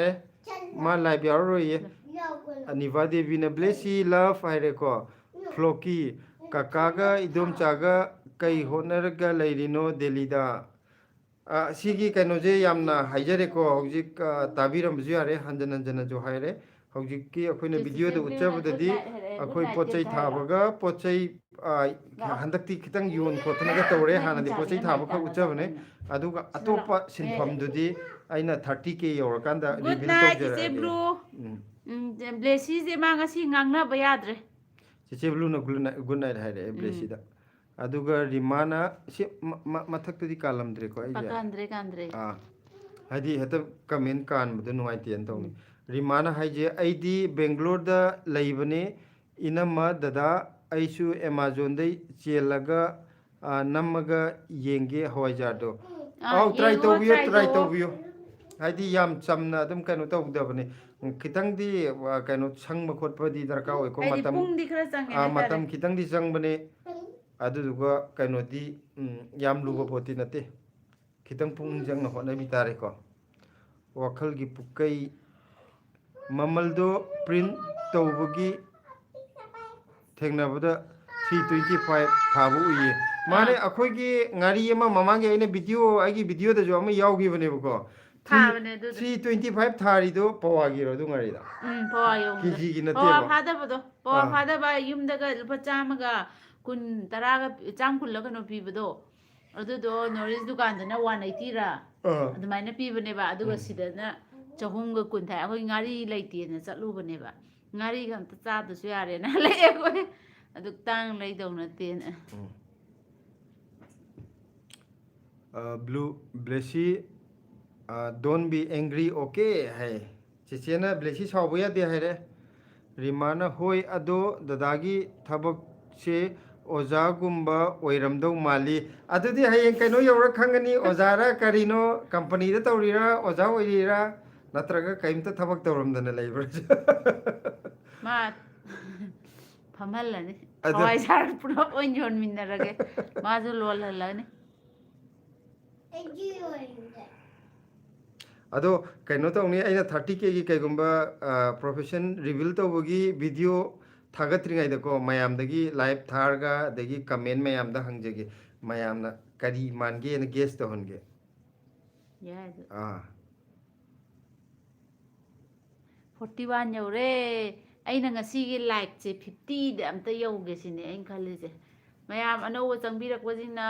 ꯁ꯭ꯀ꯭ꯔꯤꯟꯗ ꯗꯕꯜ ꯇꯦꯞ ꯇꯧꯕꯤꯌꯨꯀꯣ ꯀꯥꯎꯅꯤꯀꯣ ꯃꯌꯥꯝ ꯈꯨꯄꯥꯛꯅ ꯑꯅꯤꯔꯛꯇꯪ ꯊꯥꯖꯟꯕꯤꯌꯨ ꯁ꯭ꯀ꯭ꯔꯤꯟꯗ ꯑꯃꯨꯛꯇꯪ ꯊꯥꯕꯗꯤ ꯌꯥꯗꯦ ꯑꯣꯏ ꯌꯦꯠ ꯑꯅꯤꯃꯛ ꯈꯨꯄꯥꯛ ꯊꯥꯖꯟꯕꯤꯒꯗꯧꯕ ꯃꯥꯏ ꯅꯥꯀꯟ ꯅꯥꯝꯃ ꯑꯃꯃꯝ ꯑꯣꯏꯕꯒꯤ ꯑꯃꯃꯝ ꯍꯥꯏꯗꯤ ꯊꯥꯕꯤꯌꯣꯕ ꯅꯥꯝꯃ ꯉꯥꯡꯉ ꯅꯥꯝꯃ ꯉꯥꯡꯕꯗꯤ ꯐꯖꯗꯦ ꯑꯅꯤꯃꯛ ꯉꯥꯡꯅꯕ ꯁꯦꯠ ꯁꯦꯠ ꯊꯥꯖꯟꯕꯤꯕꯀꯣ ꯑꯅꯤꯔꯛ ꯑꯗꯨꯏꯗꯤ ꯂꯥꯏꯛ ꯑꯣꯜꯂꯦ ꯍꯥꯏꯕ ꯏꯁ ꯀꯅꯥꯅꯣ ꯑꯃ ꯆꯪꯉꯛꯏꯁꯦ ꯌꯦꯡꯉꯣ ꯊꯤꯌꯥꯝ ꯇꯣꯝꯕ ꯅꯠꯇꯦ ꯁꯦꯠ ꯍꯥꯏ ꯑꯗꯨ ꯃꯈꯥꯒꯤꯁꯦ ꯕꯣꯏꯆꯥ ꯅꯣꯡꯃꯥꯏꯊꯦꯝ ꯀꯅꯥꯅꯣ ꯈꯪꯗꯦ ꯑꯗꯨ ꯅꯪ ꯄꯥꯎꯑꯣ ꯅꯪꯅ ꯑꯩꯈꯣꯏ ꯀꯩꯅꯣꯗꯨ ꯃꯥꯜꯂꯨꯔꯤꯔꯕ ꯀꯅꯥ ꯃꯥꯟꯗꯦ ꯀꯅꯥꯅꯣ ꯆꯪꯉꯛꯑꯦ ꯍꯥꯏꯕꯗꯤ ꯃꯥꯒꯤ ꯀꯃꯦꯟꯁꯦ ꯍꯥꯏꯕꯅꯦ ꯑꯥ ꯃꯌꯥꯝ ꯃꯥꯒꯤ ꯀꯃꯦꯟꯁꯦ ꯃꯌꯥꯝ ꯆꯪꯗꯅ ꯑꯝꯇ ꯄꯥꯕꯤꯌꯨꯅꯦ ꯑꯗꯨꯒ ꯑꯗꯨꯝ ꯀꯩꯝꯇ ꯍꯥꯏꯔꯣꯏꯁꯦꯕ ꯑꯠꯆꯥ ꯑꯠꯆꯥ ꯅꯠꯇꯦ ꯃꯥꯗ ꯇꯥꯅꯤꯡꯗ꯭ꯔꯗꯤ ꯀꯩꯗꯧꯕꯩ ꯆꯪꯉꯛꯏꯅꯣ ꯁꯤꯅꯤꯗ ꯕꯣꯏꯆꯥ ꯅꯣꯡꯃꯥꯏꯊꯦꯝ ꯅꯪꯁꯦ ꯊꯕꯛ ꯈꯔ ꯆꯤꯟꯕ ꯃꯥꯜꯂꯦ ꯑꯩꯈꯣꯏ ꯂꯥꯏꯞꯇ ꯂꯥꯛꯑꯒ ꯑꯋꯥꯠ ꯑꯄꯥ ꯁꯥꯔꯤꯁꯦ ꯅꯪ ꯇꯨꯝꯃꯨꯔꯣ ꯌꯥꯔꯦꯀꯣ ꯇꯥꯅꯤꯡꯗ꯭ꯔꯦ ꯍꯥꯏꯗꯤꯅ ꯑꯗꯨꯝ ꯊꯣꯛꯄ ꯑꯗꯨꯝ ꯅꯠꯇꯦ ꯇꯧꯖꯈꯤꯗꯧꯅꯦ ꯍꯥꯏꯕ ꯌꯨꯇ꯭ꯌꯨꯕꯇꯨꯗ ꯑꯗꯨꯝ ꯊꯝꯃꯣ ꯀꯀꯥ ꯌꯨꯇ꯭ꯌꯨꯕꯇꯨꯗ ꯑꯗꯨꯛ ꯌꯥꯝꯅ ꯆꯦꯅꯦꯜ ꯂꯩꯔꯤꯗꯣ ꯌꯦꯡꯗꯗꯅ ꯑꯩꯈꯣꯏꯒꯤꯁꯤꯗ ꯇꯥꯅꯤꯡꯗꯦ ꯍꯥꯏꯕ ꯆꯪꯉꯛꯏꯗꯣ ꯅꯪ ꯊꯕꯛꯇꯤ ꯈꯤꯇꯪ ꯆꯤꯜꯂꯝꯗꯧ ꯃꯥꯜꯂꯦ ꯔꯤꯃꯥꯅ ꯍꯣꯏ ꯌꯥꯝ ꯊꯨꯅ 30K ꯇꯧꯕ ꯑꯣꯏꯔꯁꯅꯨ 30Kꯗꯩ ꯑꯃꯨꯛ ꯍꯦꯛꯇ ꯔꯣꯀꯦꯠ ꯀꯥꯞꯄꯗꯧꯅ ꯁꯕꯁꯀ꯭ꯔꯥꯏꯕꯔꯗꯣ ꯖꯤꯔꯤ ꯖꯤꯔꯤ ꯀꯥꯞꯄ ꯑꯣꯏꯔꯁꯅꯨꯌꯦ ꯑꯣꯏꯖꯔꯒꯦ ꯑꯗꯨ ꯑꯣꯏꯇꯥꯔꯗꯤ ꯃꯌꯥꯝꯒꯤ ꯑꯩ ꯁꯝ ꯕꯣꯔꯗꯒꯤ ꯑꯃꯨꯛ ꯁꯪꯉꯛꯀꯗꯣꯏꯅꯤꯀꯣ ꯁꯃꯨꯛ ꯆꯪꯉꯛꯇꯣꯏꯅꯦ ꯑꯥ ꯕꯤꯕꯤꯀꯥ ꯍꯥꯏꯔꯣ ꯁꯣꯏꯕꯝ ꯕꯤꯕꯤꯀꯥ ꯁꯣꯏꯕꯝꯅ ꯍꯋꯥꯏꯖꯥꯔ ꯂꯣꯟꯗ꯭ꯔꯕꯣ ꯂꯣꯜꯂꯦ ꯂꯣꯜꯂꯦ ꯂꯣꯜꯂꯦ ꯍꯋꯥꯏꯖꯥꯔꯒꯤ ꯑꯞꯗꯦꯠ ꯇꯧꯕꯒꯤꯅꯦ ꯉꯁꯤ ꯂꯥꯏꯚ ꯊꯥꯖꯔꯛꯏꯁꯦꯀꯣ ꯍꯟꯗꯛ ꯍꯌꯦꯡ ꯉꯥꯏꯈꯣ ꯍꯥꯡꯆꯤꯠꯀꯤ ꯀꯃꯦꯟ ꯑꯃ ꯁꯟꯗꯦꯁꯦ ꯀꯥꯟꯈ꯭ꯔꯦ ꯃꯅꯤꯄꯨꯔ ꯀꯃꯦꯟꯁꯦ ꯃꯔꯤ ꯃꯔꯤ ꯂꯥꯛꯑꯦ ꯑꯗꯨꯅꯅꯦ ꯁꯟꯗꯦꯁꯤꯗꯅꯦ ꯌꯣꯟꯗꯣꯏꯅꯦ ꯃꯌꯥꯝ ꯃꯅꯤꯄꯨꯔ ꯐ꯭ꯂꯥꯋꯔꯁ ꯑꯦꯟ ꯄꯦꯇꯦꯜꯁ ꯍꯥꯏꯀꯣ ꯇꯥꯃꯣꯒ ꯏꯆꯦꯒꯁꯦ ꯌꯥꯝ ꯅꯨꯡꯁꯤꯌꯦ ꯑꯗꯨꯝ ꯌꯦꯡꯖꯩ ꯚꯤꯗꯤꯑꯣ ꯂꯣꯏꯅ ꯍꯥꯏ ꯊꯦꯡꯛ ꯌꯨ ꯊꯥꯒꯠꯆꯔꯤ ꯃꯥꯏꯁꯦ ꯀꯔꯤ ꯍꯥꯏ ꯄꯥꯒꯦ ꯁꯤ ꯁꯥꯅꯤꯅꯤꯅ ꯄꯥꯕ꯭ꯔꯣ ꯖꯥꯅꯤꯅꯤ ꯄꯥꯕ꯭ꯔꯣ ꯁꯥꯅꯤꯅꯤ ꯍꯥꯏꯔꯝꯗꯧ ꯃꯥꯜꯂꯦꯀꯣ ꯑꯩꯁꯦ ꯄ꯭ꯔꯣꯅꯥꯎꯟꯁꯤꯌꯦꯁꯟ ꯇꯧꯕ ꯍꯩꯇ꯭ꯔꯦꯀꯣ ꯏꯇꯩꯃꯒ ꯇꯥꯃꯣꯒꯁꯦ ꯌꯥꯝ ꯅꯨꯡꯁꯤꯅꯕ ꯃꯥꯜꯂꯦ ꯏꯇꯩꯃꯅ ꯌꯥꯝ ꯀꯦꯁꯟꯂꯦ ꯀꯦꯁꯟꯕꯅꯗꯤ ꯑꯩ ꯏꯁꯥꯒꯤꯅꯤꯀꯣ ꯑꯗꯒꯤ ꯔꯤꯃꯥꯅ ꯏꯁꯃꯥꯏꯜ ꯈꯔ ꯊꯥꯖꯤꯜꯂꯛꯑꯦꯀꯣ ꯑꯗꯒꯤ ꯕꯦꯔꯟꯒꯤ ꯏꯃꯥꯁꯨ ꯑꯃꯨꯛ ꯂꯥꯛꯑꯦ ꯀꯃꯦꯟ ꯇꯣꯏꯅ ꯇꯧꯗ꯭ꯔꯁꯨ ꯇꯥꯔꯤꯅꯦ ꯏꯆꯥꯁꯤꯡꯒꯤ ꯂꯥꯏꯐꯇ ꯋꯥꯔꯤ ꯁꯥꯟꯅꯕꯁꯦ ꯄꯨꯡ 4:30ꯗꯒꯤ ꯍꯋꯥꯏꯖꯥꯔ ꯂꯣꯟꯕ ꯍꯧꯕꯅꯤ ꯍꯧꯖꯤꯛ ꯄꯨꯡ 8 ꯇꯥꯗꯧꯔꯦ ꯑꯦꯔꯦꯟꯖ ꯇꯧꯕ ꯍꯧꯔꯒꯦ ꯕꯥꯏ ꯇꯧꯔꯒꯦꯀꯣ ꯃꯃꯥ ꯍꯥꯏ ꯍꯣꯏ ꯃꯃꯥ ꯕꯥꯏ ꯃꯃꯥ ꯃꯃꯥꯒꯤ ꯊꯕꯛꯇꯣ ꯂꯣꯏꯁꯤꯟꯕꯤꯔꯨꯔꯣ ꯑꯗꯣ ꯊꯦꯡꯛ ꯌꯨ ꯆꯪꯕꯤꯔꯛꯄꯒꯤ ꯃꯃꯥ ꯋꯥꯈꯜꯒꯤ ꯄꯨꯀꯩ ꯌꯥꯝꯅ ꯇꯨꯀꯠꯆꯕ ꯃꯤꯅꯦ ꯇꯨꯝꯃꯨꯔꯣ ꯒꯨꯗ ꯅꯥꯏꯠ ꯕꯨꯠꯆꯥ ꯕꯨꯠ ꯇꯧꯅ ꯇꯨꯝꯃꯨ ꯁ꯭ꯋꯥꯏꯗ ꯃꯌꯥꯝ ꯆꯪꯉꯗꯤꯀꯣ ꯍꯥꯏꯗꯤ ꯑꯩꯈꯣꯏ ꯂꯥꯏꯐꯁꯦ ꯃꯤ ꯐꯅꯌꯥꯝ ꯌꯥꯝꯃꯦꯗꯅ ꯍꯥꯏꯗꯤ 100 ꯌꯧꯕ ꯃꯧꯗ꯭ꯔꯥ ꯍꯧꯖꯤꯛꯁꯨ 90 ꯑꯣꯏꯔ ꯃꯥꯅ ꯂꯩꯔꯤꯁꯦ ꯑꯗꯣ ꯑꯩꯈꯣꯏꯒꯤ ꯂꯥꯏꯔꯦꯟ ꯃꯆꯥ ꯆꯥꯛꯀꯣꯛ ꯑꯃꯨꯛꯇ ꯍꯪꯀꯣꯛ ꯑꯃꯗꯤ ꯑꯗꯨꯝ ꯌꯥꯎꯋꯦꯅ ꯍꯥꯏꯕꯅꯦꯕꯀꯣ ꯑꯃꯃꯝ ꯑꯗꯨꯅ ꯌꯥꯎꯔꯛꯏꯅꯦ ꯃꯤ ꯑꯁꯨꯛ ꯌꯥꯝꯕꯅꯤꯅ ꯑꯗꯨꯝ ꯖꯨꯒꯣꯠ ꯆꯥꯗꯕ ꯃꯊꯣꯡ ꯆꯥꯗꯕ ꯃꯤꯁꯨ ꯑꯗꯨꯝ ꯈꯔꯗꯤ ꯌꯥꯎꯔꯛꯀꯅꯤ ꯁꯤꯗꯩꯗ ꯑꯩꯈꯣꯏ ꯑꯗꯨꯝ ꯀꯔꯤꯝꯇ ꯈꯟꯗ꯭ꯔ ꯂꯣꯏꯔꯦ ꯂꯣꯏ ꯐꯧꯕ ꯃꯪꯂꯦꯝ ꯌꯥꯄꯣꯠꯇꯦ ꯂꯥꯏꯁ꯭ꯔꯝ ꯑꯉꯥꯎ ꯑꯐꯩ ꯈꯔꯗꯤ ꯑꯗꯨꯝ ꯆꯪꯀꯅꯦꯕ ꯆꯦ ꯁꯤꯂꯥ ꯃꯍꯤꯡ ꯐꯠꯇ꯭ꯔꯤꯕꯣ ꯃꯪꯂꯦꯟ ꯂꯥꯏꯁ꯭ꯔꯝ ꯃꯍꯤꯡꯁꯦ ꯏꯆꯦ ꯁꯤꯂꯥ ꯃꯍꯤꯡ ꯐꯠꯇ꯭ꯔꯤꯕꯣ ꯍꯥꯏ ꯃꯍꯤꯡꯁꯦ ꯈꯤꯇꯪꯗꯤ ꯄꯥꯊꯔꯦꯕꯀꯣ ꯑꯗꯨꯗꯨꯒꯅꯦ ꯑꯩꯒꯤ ꯇꯨꯜꯁꯤꯗꯣ ꯂꯣꯏꯊꯣꯛꯈ꯭ꯔꯦꯕ ꯑꯗꯨꯗꯨꯒꯤ ꯍꯧꯖꯤꯛ ꯂꯦꯞꯄꯤꯌꯦ ꯅꯤꯡꯊꯝ ꯐꯗꯤ ꯐꯕ ꯃꯥꯜꯂꯤꯀꯣ ꯃꯌꯥꯝ ꯇ꯭ꯔꯥꯏ ꯇꯧꯍꯟꯅꯤꯡꯉꯦ ꯄꯥꯊꯔꯛꯑꯃꯅꯦ ꯑꯗꯣ ꯀꯩꯅꯣ ꯇꯧꯔꯦ ꯇꯨꯜꯁꯤꯗꯣ ꯋꯤꯟꯇꯔ ꯑꯣꯏꯕꯩ ꯂꯣꯏ ꯀꯪꯈ꯭ꯔꯦꯕ ꯑꯩꯈꯣꯏꯒꯤꯗꯣ ꯃꯅꯥ ꯄꯥꯟꯗ꯭ꯔꯕ ꯏꯕꯣ ꯗꯣꯟ ꯑꯣꯖꯥ ꯍꯥꯏꯁꯤ ꯀꯩꯅꯣ ꯉꯁꯥꯏꯗꯨꯗꯔꯣ ꯗꯟ ꯑꯣꯖꯥ ꯗꯟ ꯍꯥꯏꯕꯅꯦ ꯑꯣꯖꯥ ꯍꯥꯏꯔꯣ ꯀꯩꯅꯣꯒꯤ ꯂꯥꯏꯛ ꯇꯧꯔꯝꯃꯅꯦꯕ ꯊꯦꯡꯛ ꯌꯨ ꯈꯣꯏꯔꯣꯝ ꯕꯥꯔꯇꯤꯁꯨ ꯆꯪꯉꯦ ꯇꯨ ꯍꯥꯏ ꯕꯥꯔꯇꯤ ꯌꯥꯍꯧ ꯊꯦꯡꯉꯦ ꯑꯗꯨꯒ RH ꯈꯨꯃꯟ ꯍꯥꯏꯔꯦ ꯏꯌꯥꯝꯕ ꯆꯥꯛ ꯆꯥꯔꯕꯣ ꯑꯁ ꯑꯩꯈꯣꯏꯗꯤ ꯉꯁꯤ ꯆꯥꯛ ꯆꯥꯊꯣꯛꯑꯦ ꯆꯥꯛ ꯉꯟꯅ ꯆꯥꯊꯣꯛꯑꯒ ꯃꯌꯥꯝ ꯂꯥꯏꯚ ꯋꯥꯔꯤ ꯇꯧꯖꯒꯦꯅ ꯁꯥꯟꯅꯒꯦꯅ ꯂꯥꯏꯚ ꯇꯧꯊꯔꯛꯑꯕꯅꯤ ꯑꯃꯨꯛ ꯂꯥꯛꯑꯦ Tractors. Let me see your tractors. ꯅꯪꯁꯦ ꯈꯥꯏꯕ ꯆꯪꯉꯛꯏꯔꯣ ꯑꯗꯨꯒ ꯃꯦꯔꯤꯅ ꯅꯣꯛꯇꯅ ꯋꯥꯔꯤ ꯇꯥꯔꯤꯌꯦ ꯁꯥꯏꯂꯦꯟ ꯚꯤꯌꯔ ꯇꯥꯏꯞꯇ ꯀꯩꯁꯨ ꯀꯥꯏꯗꯦ ꯅꯣꯛꯇꯤ ꯅꯣꯛꯏꯗꯅꯀꯣ ꯑꯗꯨꯒ ꯀꯩꯅꯣ ꯕꯤꯕꯤꯀꯥ ꯁꯣꯏꯕꯝ ꯅꯤꯡꯊꯧꯖꯝꯅꯤꯀꯣ ꯃꯣꯏꯁꯦ ꯅꯤꯡꯊꯧꯖꯝꯁꯨ ꯍꯥꯏ ꯌꯨꯝ ꯑꯁꯦꯡꯕ ꯀꯩ ꯂꯝꯗꯒꯤꯅꯣ ꯌꯨꯝ ꯑꯁꯦꯡꯕꯗꯤ ꯐꯣꯡꯂꯨꯛ ꯁꯤꯐꯥꯏꯗꯩꯅꯦ ꯀꯁꯤ ꯕꯤꯕꯤꯀꯥꯁꯦ ꯐꯣꯡꯅꯣꯛ ꯁꯤꯐꯥꯏ ꯃꯅꯥꯛꯇꯒꯤꯗꯣ ꯅꯠꯇꯦ ꯑꯣ ꯃꯣꯏꯗꯤ ꯂꯥꯏꯁꯣꯝꯅꯦ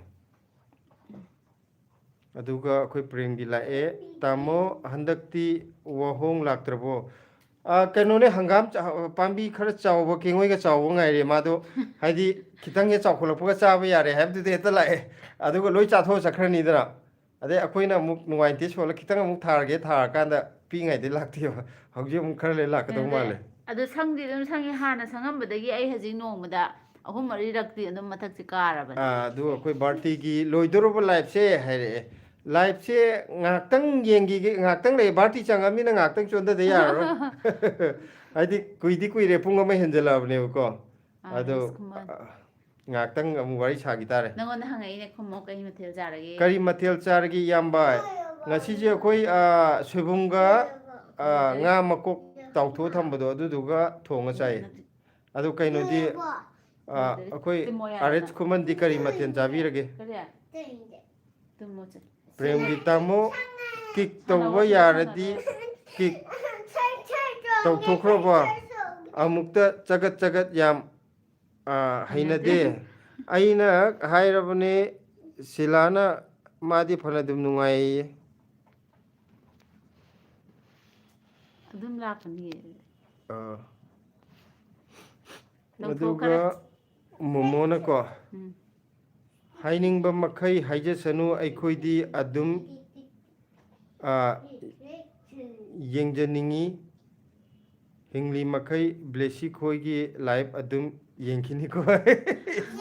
ꯃꯥꯅꯦ ꯑꯩ ꯃꯤ ꯃꯥ ꯑꯃꯈꯛꯅ ꯃꯋꯥ ꯂꯧꯕꯤꯗꯦꯗ ꯍꯥꯏꯗꯤ ꯑꯩꯈꯣꯏꯁꯨ ꯀꯩꯅꯣ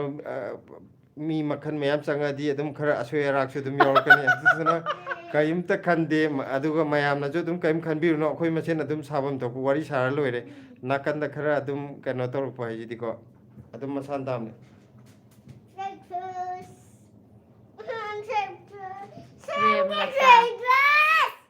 ꯆꯤꯡꯁꯨꯕꯝ ꯄ꯭ꯔꯦꯝꯂꯇꯥ ꯆꯤꯡꯁꯨꯕꯝ ꯑꯩꯈꯣꯏꯒꯤꯁꯨ ꯁꯨꯜꯇꯥꯟꯄꯨꯔꯗ ꯌꯨꯝ ꯂꯩ ꯑꯩꯅ ꯂꯥꯛꯄ ꯀꯥꯟꯗ ꯏꯆꯥꯁꯤꯡꯒꯤ ꯃꯅꯥꯛꯇ ꯂꯥꯛꯀꯦ ꯐꯅꯤ ꯐꯅꯤ ꯏꯃꯥ ꯂꯥꯛꯄꯤꯌꯨ ꯀꯀꯥ ꯁꯨꯜꯇꯥꯟꯄꯨꯔꯁꯦ ꯀꯥꯏꯗꯅꯣ ꯁꯨꯜꯇꯥꯟꯄꯨꯔꯤꯁꯦ ꯁꯨꯜꯇꯥꯟꯄꯨꯔꯤ ꯍꯥꯏꯕ ꯅꯠꯇ꯭ꯔꯣ ꯉꯥꯒ ꯌꯥꯝ ꯌꯣꯟꯕ ꯃꯥꯔꯀꯦꯠ ꯑꯩꯅ ꯎꯠꯄ ꯖꯒꯥꯗꯣ ꯑꯣ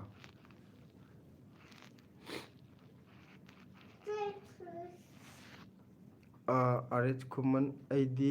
ꯁꯧꯒ꯭ꯔꯤ ꯆꯥꯔꯦ ꯑꯣ ꯈꯨꯃꯟꯗꯤ ꯁꯧꯒ꯭ꯔꯤ ꯍꯥꯎꯕꯅꯦ ꯆꯥꯔꯦꯀꯣ ꯁꯧꯒ꯭ꯔꯤ ꯄꯥꯝꯃꯦ ꯑꯩꯈꯣꯏꯁꯨ ꯁꯧꯒ꯭ꯔꯤ ꯌꯥꯝ ꯍꯥꯎꯕꯅꯤ ꯑꯗꯣ ꯉꯥꯀꯤꯖꯧ ꯑꯌꯥꯏꯕꯒ ꯈꯔ ꯊꯥꯛꯆꯜꯂ ꯊꯣꯡꯉꯗꯤꯀꯣ ꯑꯩꯈꯣꯏ ꯄ꯭ꯔꯦꯝꯒꯤꯀꯣ ꯑꯗꯨꯗꯤ ꯋꯥꯍꯣꯡꯁꯦ ꯐꯖꯅ ꯁꯤꯡꯕ ꯖꯥꯠꯅꯤꯅꯦ ꯑꯗꯨꯗꯤ ꯏꯇꯩꯃ ꯑꯗꯣ ꯏꯇꯩꯃꯒꯤ ꯊꯕꯛ ꯑꯅꯧꯕ ꯑꯃ ꯐꯪꯍꯜꯂꯦꯀꯣ ꯃꯥꯅꯦ ꯕ꯭ꯂꯦꯁꯤꯁꯨ ꯌꯥꯎꯔꯤꯅꯦ ꯑꯗꯨꯁꯨ ꯕ꯭ꯂꯦꯁꯤ ꯇꯥꯃꯣꯅ ꯂꯧ ꯄꯤꯕꯤꯗꯅ ꯍꯜꯂꯛꯑꯗꯤ ꯍꯥꯏꯕꯅꯦ ꯍꯥꯏꯗꯤ ꯕ꯭ꯂꯦꯁꯤ ꯂꯧ ꯍꯜꯂꯛꯑꯅꯤ ꯑꯗꯒꯤꯗꯤ ꯑꯩꯈꯣꯏꯅꯤ ꯑꯃꯨꯛ ꯀꯥꯔꯨꯔꯅꯤ ꯆꯥꯛ ꯆꯥꯕ ꯑꯃꯨꯛ ꯂꯣꯏꯔꯅꯤ ꯇꯨꯝꯃꯝꯗꯥꯏꯗ ꯑꯃꯨꯛ ꯀꯥꯔꯨꯔꯅꯤ ꯑꯗꯨꯃꯥꯏꯅ ꯑꯗꯨꯝ ꯀꯛꯊꯠꯄ ꯀꯥꯗ꯭ꯔꯤꯉꯩꯗ ꯈꯣꯏꯔꯣꯝ ꯑꯃꯨꯛꯁꯨ ꯂꯥꯛꯑꯦ ꯄꯥꯕꯣꯛ ꯄꯥꯕꯤꯗꯔꯅ ꯀꯛꯊꯠꯈꯤꯕ ꯐꯔꯦ ꯆꯨꯝꯃꯦ ꯁꯤꯗꯩꯗ ꯆꯨꯝꯕ꯭ꯔꯥ ꯑꯩꯅ ꯃꯤ ꯑꯇꯣꯞꯄꯒꯤ ꯅꯝꯃꯕ꯭ꯔꯥꯅ ꯍꯦꯔꯥ ꯀꯣ ꯔꯤꯃꯨꯛ ꯀꯩꯅꯣ ꯚꯥꯔꯇꯤꯒꯤ ꯀꯩꯅꯣꯝ ꯂꯥꯛꯈꯤꯕꯅꯦ ꯑꯩꯅ ꯄꯥꯍꯧꯗꯕ ꯈꯨꯔꯝ ꯚꯥꯔꯇꯤꯒꯤ ꯁꯤꯗ ꯀꯥꯔꯟ ꯑꯃ ꯌꯥꯎꯔꯤꯁꯦ ꯕ꯭ꯂꯣꯛ ꯇꯧꯕ ꯌꯥꯗ꯭ꯔꯣ ꯕ꯭ꯂꯣꯛ ꯇꯧꯒꯦ ꯇꯧꯅꯤ ꯁꯤꯂꯥꯅ ꯃꯥꯁꯨ ꯃꯥ ꯊꯣꯛꯐꯝ ꯅꯥꯀꯟꯗ ꯂꯩꯖꯁꯅꯨ ꯑꯩꯈꯣꯏꯒꯤ ꯀꯩꯅꯣꯒ ꯇꯧꯔꯒ ꯑꯩꯈꯣꯏ ꯐꯪꯁꯟꯒ ꯇꯧꯔꯒ ꯌꯨ ꯉꯥꯎꯕ ꯑꯃ ꯃꯇꯥꯏꯗꯒ ꯐꯝꯃꯒ ꯃꯥꯁꯨ ꯃꯥꯒꯤ ꯀꯩꯅꯣꯝꯗ ꯁꯪꯁꯥꯔ ꯑꯝꯗꯒ ꯄꯪꯂꯩꯗ ꯂꯩꯖꯕꯗꯣ ꯃꯌꯥꯝꯅꯗꯤ ꯏꯒꯅꯣꯔ ꯇꯧꯔꯒ ꯂꯩꯖꯁꯅꯨ ꯐꯨꯕꯤꯔꯨꯅꯨ ꯃꯥꯁꯨ ꯃꯇꯥꯏ ꯑꯝꯗ ꯂꯩꯖꯁꯅꯤ ꯀꯥꯏꯅꯒ ꯑꯗꯨꯃꯥꯏꯅ ꯂꯩꯕꯗꯨꯒꯤ ꯃꯑꯣꯡꯅꯤ ꯅꯪ ꯋꯥꯍꯩꯁꯦ ꯌꯥꯝ ꯐꯖꯩ ꯁꯥꯟꯇ ꯌꯨꯝꯂꯦꯝꯕꯝ ꯅꯣꯏ ꯑꯅꯤꯒꯤ ꯃꯇꯧꯁꯦ ꯌꯥꯝꯅ ꯅꯨꯡꯁꯤ ꯍꯥꯏꯔꯦꯀꯣ ꯕ꯭ꯂꯦꯁꯤ ꯀꯟꯅ ꯁꯥꯎꯔꯤ ꯀꯩꯒꯤꯅꯣ ꯈꯪꯗꯦ ꯔꯤꯃꯥꯅ ꯃꯤꯅ ꯅꯨꯡꯉꯥꯏꯕꯗ ꯀꯜꯂꯛꯄ ꯃꯤꯁꯨ ꯌꯥꯎꯔꯦ ꯁꯤꯗꯤ ꯃꯁꯥꯒꯤꯅꯤ ꯌꯥꯎꯗꯕ ꯅꯠꯇꯦꯀꯣ KH Naukcha yam chamme kaka hogi family se yam nungsiye aidi adum yengi live toina thabiro wari adum sana se hajiko hoi hoi adum sangakanda thajarke mayam puna wari sana je Medina Satarpurgi next laibado oiramni Sultanpur haise hoi duga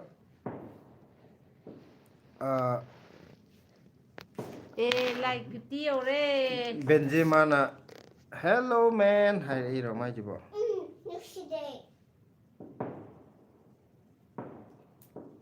amadi kanano dile tawara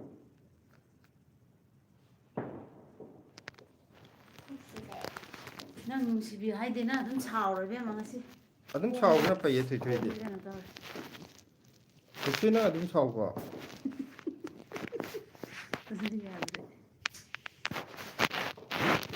akhoi mo tagi ta teta pa bdu nuai te mane Rimana Blesido mangonda attention pivi da bai ne sauri se ma sauri je magonda tan to da bai ne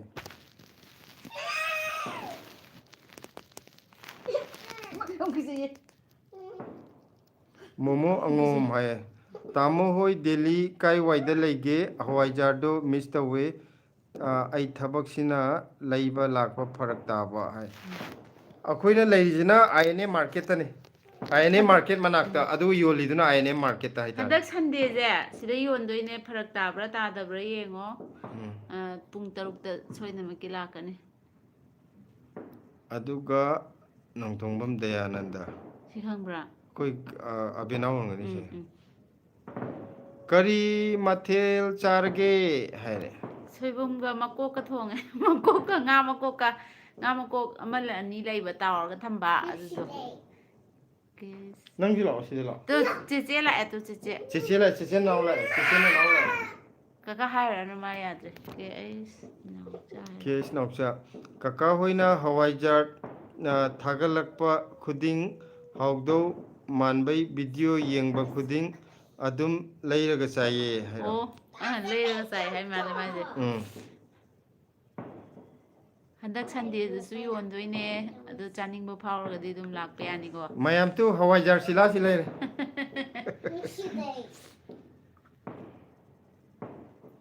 कइदो तु नंगना सावबैनि बम लागापा इजे माइ कापजराकने खांगेम्बम जयंती यामना नुंसी यामनासु चम्मे होनबसु यामना कल्ली तुंगी पुंसीदा अफबतो ओइबियुको thank you अदुगा Jayanti Yogi family जु याम नुंगाइना ईश्वरना चानबीबा अफबा कैनो इमुंग ओइबियो याम नुंगाइना नादा येक्तना लेबियो इमुंगी मेंबर खुदिमक कईगी सावरिनो हंगे चिचेना थोइथोइना कईगी सावरिनो हंगे नंग सावबदो नुंगाइतेना हाइरे कुइदी कुइरेना तौरैजा लेपगा कोक तोखर ले लेप त्रिबोक मयाम वारी नुंगाइना वारी सार लोरे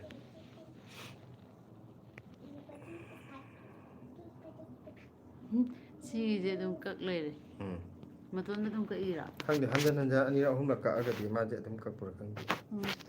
फरि कक तो मतनबा मयाम अनौबो चंदिरकजिंगना लाइक मयाम अनौबो चंदिरकजिंगना खुपाक अमम स्क्रीन दा खुपाक अनि डबल टैप तौबियो होय लाइक खितंग फंगजगे यांखै माथै यौरे नंग यांखै यौवे द अमा हेनग्रे अमा लौथोलजिरा नहांगैदि असि सुंगौ यौदबने हाबा नीना हाइद चुमंगनि बा कावबदो वरि सनाबदा असा अनि हेनग्रे वीडियो अखोइगी लाइव सिदा यौबिरिबा अखोइगी वारी सानजरिबा अमदि लाइव सिबु येंबिरिबा मयामना आई इसा इसागी फोन के ममाइदुदा खुपाकना अनिरक तंग थाजनबियु अदुगा लाइक मसिंग हिंगलकपा मैजिक अमा येंगी हौजी अहुम हे सुग्रे